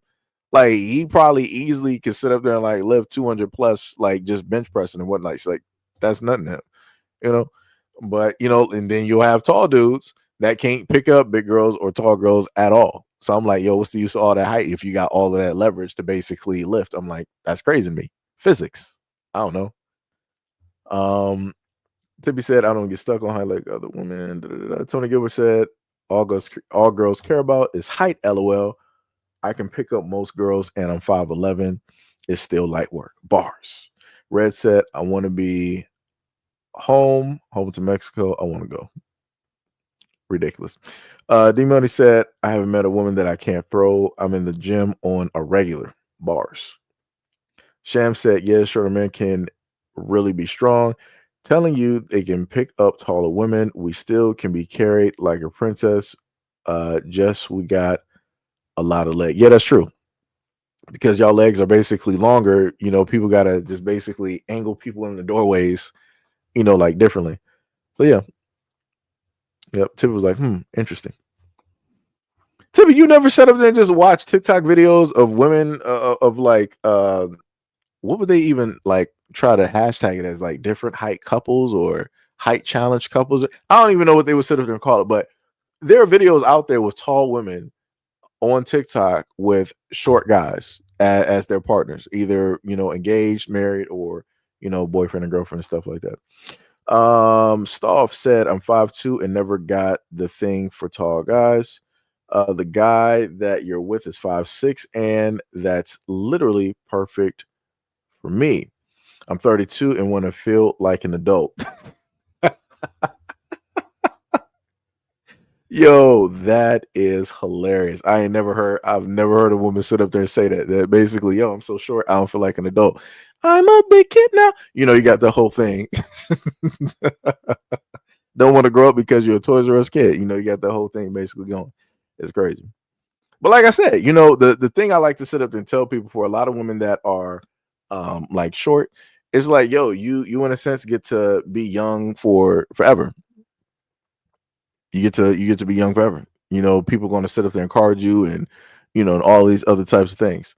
When it deals with taller women, I don't actually see. The funniest thing is, I don't see taller women actually age, or if they do, it's at like a slower rate. Like it's crazy. Like it's incredible how that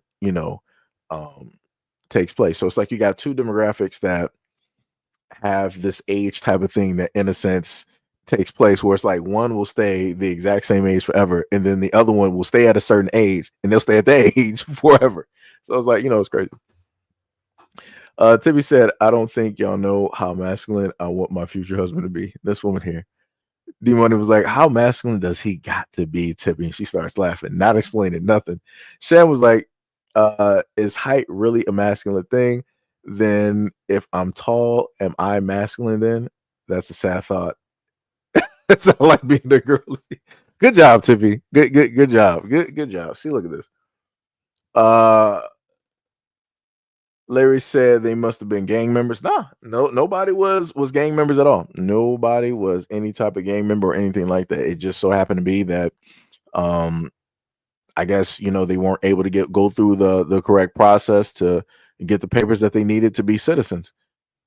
Stuff like that happens. People fall directly through the cracks, and boom, there you go. Like I said, it's tough. It is tough. And you have a lot of people that be like, yo, what about the good people out here that are here illegally and they're contributing to the economy and everything like that? Like I said, you got a family right there. And a lot of these people did not care. Did not care at all. At all. Tippy said, no, that's not what I meant. I'll shut up. Let me see. Larry said, wait, all arrests. Wait. What? All arrests this are gang members. Research it. I mean, hey, look here.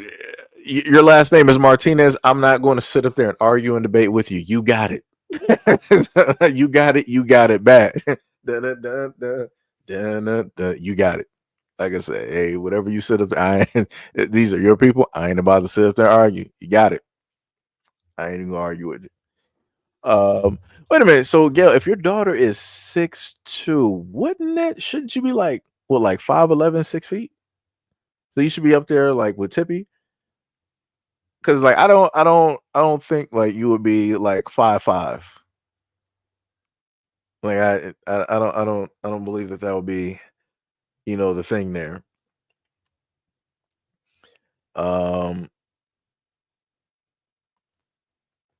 Let me see. Larry said Chicanos love Trump. I mean, yeah, that's already been stated before, even by the people that are directly here. They opted to vote to get rid of a lot of people that were looking for a better life here, that wanted to make more money, support their family, give them a better opportunity versus where it is that they originally came from. And a lot of those people got sent directly back, including kids. And I'm like, oops. It's diabolical. Like I said, I can't, I don't know what to tell people. It just it be like that. Black Americans tried to sit up there and warn people, but nobody wants to take a warning from black people. So Tippy said Wolverine is a great example that guys can be short and highly masculine. Logan and Seiji get all the women. This woman here, diabolical work. Diabolical. No, actually, Logan was all over the place. Logan was with Storm. He was with Silver Sable. He was with Kimiko. Wait, was her name Kimiko? It wasn't Kimiko. What's the girl name? Lady Deathstrike. He also had a Japanese wife at a moment in time. Had a woman back in like the 1800s, and like I said, Wolverine was all over the place. Like I said, it was crazy the first time I found out that Wolverine and Storm had a relationship. I'm like, when did this? I'm like, what is going on? But also in the comics, they, treated Storm kind of like Michonne, where they just had her just all over the place in the X-Men, like Logan, Gambit, all this other type of stuff. I think even Magneto or something. It was crazy. Had that woman all over the place, looking crazy. Larry said no handouts. Gail said she got it from her father. Seiji, that's diabolical work. I am 5'4", Gail. I'm about to go on the Maury show. Oh man, let me tell you something. D Money said Logo is smashing everything in Marvel. Yeah, that's facts. That is facts. Sham said I prefer Gambit. Like the Cajun persuasion.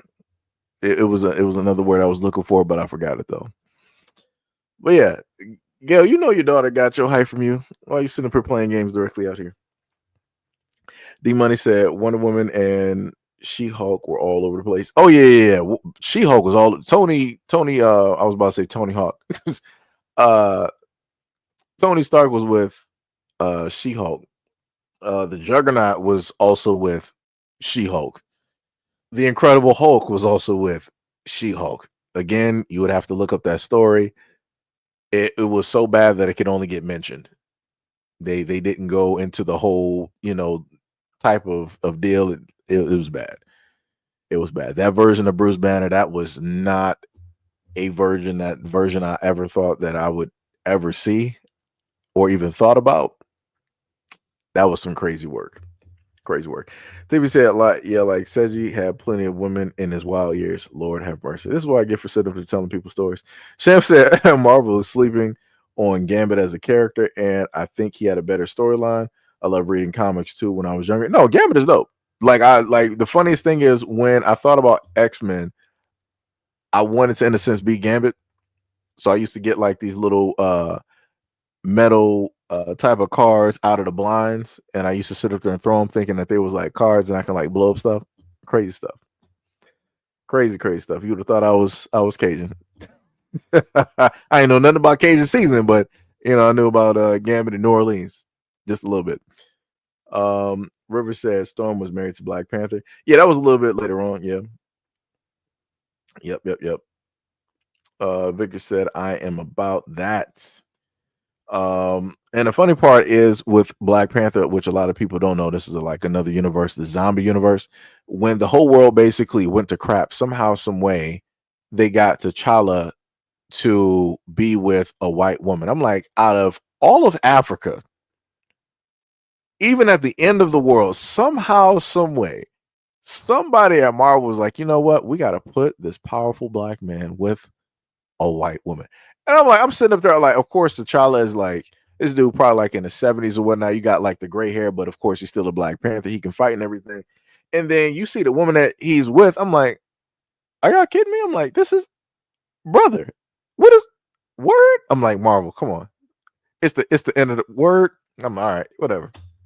Y'all got it. Y'all got it. Rabbit said never like Wolverine. He's just an angry white guy. Dude is a few steps away from being MAGA. Guy was born in the slave era. Timmy said, when I was a kid, I really thought Gambit was light-skinned black man. That is crazy. But the funny thing is, Storm was actually black originally. Because Storm was modeled after a black supermodel. Storm was supposed to be black, but they opted to change her to a white woman. Crazy work. Same thing like Oprah O'Neil. April O'Neil from Teenage Mutant Ninja Turtles. That was another woman there that originally was black, and they opted to change her white. Again, it's crazy work out here. Can't have no characters, and everybody want to talk about, oh my God, they're blackwashing our characters. Why do all of these DEI affirmative action narratives have to be in our games? What about all the characters that were black originally? Y'all decided to make them white. You see, we still like buy the toys and watch the television shows, though, right? Crazy. Sham said Storm was in love with Xavier and Scott Cyclops as well. That is crazy. Had that woman moving all over the place. Gail was like shaking my head. River said, oh, you remember that? Yep. Sham said Storm is actually a god, like, and Jean is the Phoenix. The funniest thing is Storm is actually, I would dare to put it as Storm is actually stronger. The thing that they actually did with Storm now in Marvel is Storm is basically God tier at this moment in time because one of the gods in Marvel imbued her with said power in order to, go up against Doom and, and all this other stuff. Like I said, it's dope. Now, I will sit up and tell you this. The outfit that Storm ended up having on, I think it was like a green, it was like an emerald type of like green dress or whatnot with the hair and the skin. Looks dope. I would love for some black woman out here to cosplay as Storm at Comic-Con with that outfit. That would be dope. Matter of fact, Jade Cargill could actually do it. She could actually, and the funny thing is, I could see Jade Cargill pulling off the white mohawk as well too. Having like the lipstick with the white mohawk and give her like the contacts, it'd be cool. D-Money said, I never understood how someone be a fan of X-Men and be racist. The cartoon even had their versions of MAGA. Yeah, they were dealing with the people of the church, the Christians, who were the purifiers. They didn't like the mutants, and people don't want to talk about that, though. The white people of X-Men did not like mutants, right? And that was the Christians, heavy Christians in the church and all this other type of stuff. People in the government, the radicals in the government, did not like the mutants. Go muties, die muties, all this other type of stuff, right? And then so much so that they hated them that they wanted to come up with sentinels in order to, protect the humans and all this other type of, like I said, it's crazy work. It's crazy work. Tibby said Lois Lane turned black. I don't read comics. I grew up with cartoons knowing superheroes. Uh Rabbit said, you remember the black girl from Captain Caveman and Teen Angel? Man, I probably watched those shows like once, so I can't even properly say. I'll have to actually look that up. Sham said, yes, I never seen anyone cosplay Storm, and she's actually got a lot of good outfits. Yeah, like, dude, let me say, whenever I didn't mean like, dude, I sit up there and just like say that just initially. But whenever, because Storm is one of the characters that I love out of X-Men, because like Storm is just, like dope. Black girl, lightning, able to just sit up there and fry anything moving, use wind and all this other type of stuff, blizzard, ice. Right. So when I would play X-Men Legends 1 and 2 or Marvel Ultimate Alliance, I would have Storm. Or if I played Marvel Heroes Omega, which used to be on PC and it came to console, I had a multitude of different, costumes for Storm because she was just like that dope. So yeah, they got a lot of different, stuff directly out there. Rabbit said had a crush on her as a kid. Nook said, what is up? Said, yo, what is up? What is up? What is up? Angelo said, is this real 35? Yeah, that's right. You can look up the story. Type in the story, Southern California couple deported after 35 years in the United States, and you'll see it. D Money said, you mutant lover. Yep. Tibby said, I thought Rogue was black too at one point, but I never seen a light-skinned black female superhero, so I thought I thought it was Rogue when I was little. Yep. Sham said black people in X-Men placed them as gods and saviors, but the whites hated them. Yep. Tibby said X-Men is basically black people with powers. True. D Money said Halle Berry had the best line in X-Men. Oh, you talking about what Toad? Do you know what was it? Do you know what lightning does to a Toad? And I forgot what it was, but I know what you're talking about though. I know what you're talking about. She fried him though. Sham said I think Gambit was ever loved one person, and that was Rogue. He just was passed around like everyone else was. Yeah, I got you. Since she said you should play Diablo 4, the sorceress can do what you like a Storm. No, I had a Storm variant for the sorceress. Well, for like one of the seasons, I did have that because lightning and whatnot is actually pretty cool. But it was like during the time the investment directly into that was not where I wanted it to be, and I had my female barbarian where I was just anytime the butcher came directly through, the butcher killed me about a good 3 times, caught me, killed me 3 times. But once I got my legendaries and my levels and things properly up, oh, it was on. As soon as the butcher came in, oh, I got you, no problem. Bow, bow, bow, put my shields directly up, use my ult, got a, regenerating shield, and we're just slashing. We're just tornadoes directly through that big blubber. Tornadoes, and then he's just gone. And then you just see, gold and some nice legendaries and whatnot sitting there. So yeah. But I see you though. I understand. I understand because I see you be in the classic gamer. You got to be no life in it. So I see you out there. See you in those Diablo streets. Because trust me, I be sitting up there no life in a lot of these games. I be trying to do some stuff directly out here. I just got the Bleach game and everything like that. So I'm still going through, tutorials and, and different things like that. And, figuring out some stuff and, seeing how things work and everything. What was it? Since she said, I can carry you to true power. That's because you're probably like level 3,000 or something right now. Let me tell you, I would probably be right there with you if we would have stayed directly on there, just like with let's say like the first Descendant. I think I'm probably still somewhere decent on the first Descendant. But I just haven't played it in a while. I could tell you a game that I could, well, I just deleted that game to make space. A game that I could carry you on, which would be Outriders. I could easily sit up there and carry you directly on that one. And I used, oh my God, I forgot the character that I used. I didn't use the Techno Heal. I forgot what the name of all the characters. I had a Pyromancer. You had the Technomancer, Pyromancer. You had the Devastator. Trying to figure out if we had a fourth one or did we just have like subvariants. I think we just had like subvariants in between those two, but primarily I use the pyromancer.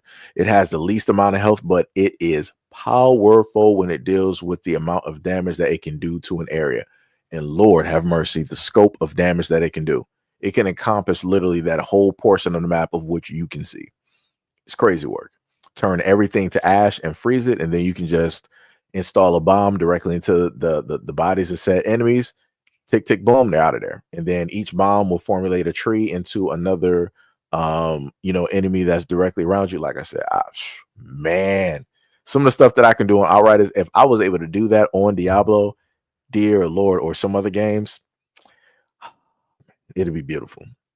It would be beautiful, let me tell you. Sham said Magneto was the uncle of the X-Men. He always stabbing folks in their back for money. That's not exactly how that worked. Like originally, Magneto was like he was for the whole thing of like Homo Superior, which is basically the mutants and everything because of his upbringing of him being Jewish, and he went through the Holocaust and he's seen the horrors of humanity, and that's where his powers basically came directly out and everything like that. So because of that upbringing, that's why he saw mutants as he was. And that's the funny thing is when you the fact that Eric the Red, aka Magneto, is a Jewish man, but whenever you hear him basically speak, he always talks as like, yo, mutants. He doesn't like try to separate it. He don't try to throw any of that stuff direct. He's like, yo, for our people, the mutants, we are superior, we're this, we're that, all this other. It was always directly for the mutants, nothing more, nothing less. Didn't try to scoop or slide anything else directly in there, right?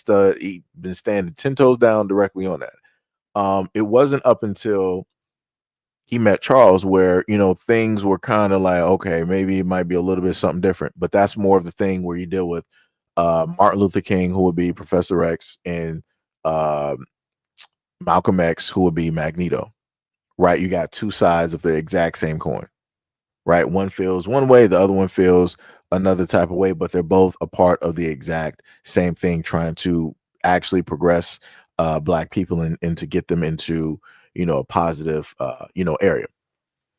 So like I said, for me, you can see a lot of parallels when it deals like civil rights and different things like that directly with X-Men. But a lot of people want to say, differently. Since you said LOL, I heard that. LOL. River said back in the days, to play the first Nintendo games, in order to play them, you had to know how to read to get to the next level. Oh, you talk about on computer. I know what you're talking about. Yeah. Tippy said Magneto wasn't really evil. He just wanted good for his people and for everybody else. Yeah. River said all the superheroes are brown people. Rabbit said, I remember when I was a teen, I got pissed off that Ben Grimm, aka The Thing, had a blind Black girlfriend. How this homie looking white dude got a fine Black woman. You talking about should have been Alicia. I think that was like her name or whatever. I got a Black woman with locks. It'd be like that. WF said, well, they had plenty of time to get their citizenship. It'd be like that. All right. But yeah, we've been going for about a good solid 6 hours. I think it's time for me to set you guys free. I didn't actually expect to go for a full 6 hours. I think I done probably made it through a lot of people's work hours, or at least a portion thereof. At this moment in time, we had about a good 42K come directly through. Again, much love, respect, and appreciation to any and all people. What was it? Tippy said, what? We need a video game stream. Yeah, that's coming up, Tippy. I gotta just look some stuff up real quick because I want to try to stream this directly to both instead of just one, and technically do it that way, and see how it works out. And plus, I want y'all to be able to actually hear what's going on in game, because the last time I did some live streams, it wasn't really working the way that it should have been working. So that was a slight technical difficulty, a snafu, if you will. But yes. You guys are in a sense free. Love you guys a lot. Thank you guys for being here. Thank you for any and all donations at this moment in time. Also, shout out to any and everybody that looked at the video I posted about 18 hours ago Much love, respect, and appreciation. I think we got about 67 comments directly on that. So, it's dope that, people actually, like that video and having conversations. So, all right, we're getting there. Hopefully that'll happen for the next video that I just, that I just so happen to, to upload, because looking at a few of the other videos, looking kind of tough. Looking kind of tough. What was it? Tippy said we need a gaming stream. Sham was like, yeah, gaming stream. Tip was like, I'm glad I was here to help. Well, it helped me immensely. Hey, anytime. Like I said, that is why I'm here. I'm here to get people's mind directly off of other things that they don't specifically want to focus in on, and talk about a variety of different issues and topics, and bring some videos directly up there. So I'm glad I was able to help. Tippy, I need you. I wrote you. I need you to tell me what are the top 5. Tippy, if you're still here, tell me the top 5 games that you are looking forward to. I need you to write that directly back to me. I literally wrote you a message and you never responded back. Incredible. Diabolical work. So please respond back. Let me know what that is. D Money said, you got me through. What did he say? He was like, you got me through my Genshin Impact grind. Oh yeah, those grinds are tough. You got Triple Z, those grinds are tough. You got Honkai Rail and a few other games too. River said, this was a good podcast, everyone, and don't hurt nobody. Enjoying your evening. That's facts. Clayton said, deported. Sham says, stay safe, everybody. Tippy said, game stream tonight. I am not sure. Again, I got to figure out stuff, Tip. I'm trying to make sure that everything actually works when I go live, so that y'all can hear the sound and everything like that. Because you saw me playing Call of Duty in a live stream before, and we didn't have no sound, so we can't be having that. So we got to try to be as professional as possible. We got to get that right. Clayton said, I hope that they enjoy their stay and hope that they have great travels on the Trump Express. Diabolical work. Lolly said, why would anybody stay for 35 years and never get citizenship? It's hard to feel sorry for people that have done that. Yeah, it'd be like that. It'd be like that. Clayton said, I'm sorry. I'm so bad. I'm lost on that one. Silver said 35 years and couldn't figure out how to get legal. Too dumb to be here. See. Clayton said 35 years and you couldn't get citizenship. To be said, I replied, okay. Clayton said, it ain't that hard. Now that's pure laziness. Sham said, hey, I showed you a drawing. Okay, a drawing of mine in general chat, and you didn't look at it yet, said you. Wait, you talking about on wait, you talking about Discord? I got you. I'll log into Discord or Steam, I think, and I'll sit up there, I'll check it out. I got you. Tippy said, not my fault. You didn't read it. What? Gagon said, how hard was it to go to the border? How hard is it to go to a place where you became an American citizen? Tippy said, cool. Clayton said, to be honest, if they had just one more year, I think they might have got to stay. Yeah, possibly they would have. Possibly they would have. Gagan said, that's your own stupidity for not going to the port of entry. Tippy said, fine, do a cooking stream. How am I doing a cooking stream, Tippy? Okay, yeah, I got you, Sham. I'll sit up there and check it out on Discord. I got you. Because I don't want to technically try to open up anything now, because it'll start acting funny. That's why I don't got OBS running at this moment. So gotta figure some stuff out pretty soon. I'll probably just have to either buy some more parts or upgrade this tower at a point, because maybe I might be dealing with like some bottlenecking issues or something like that. So we'll set up and figure out. Clayton said, not a snowball chance in hell, no excuse. What happens when you miss a court date? He said, or even just a speeding ticket. That is bars. But anyways, much love, respect, and appreciation. Love you guys a lot. Appreciate you guys. For anybody who just subscribed to the channel, any which one, thank you. Shout out to anybody who also donated to the platform and also was a part of the live stream for any part of the duration. Especially the 6-hour part of the duration. Tippy said, peace, love, and soul, and hot comb chicken grease. Hot comb chicken grease. Tippy, what are we doing here? That sounds racist. No, I'm playing. But yeah, I will catch you guys on the next live stream. And while I'm trying to figure that out on the next live stream, I'll be figuring out some of these games too. All right. Peace out.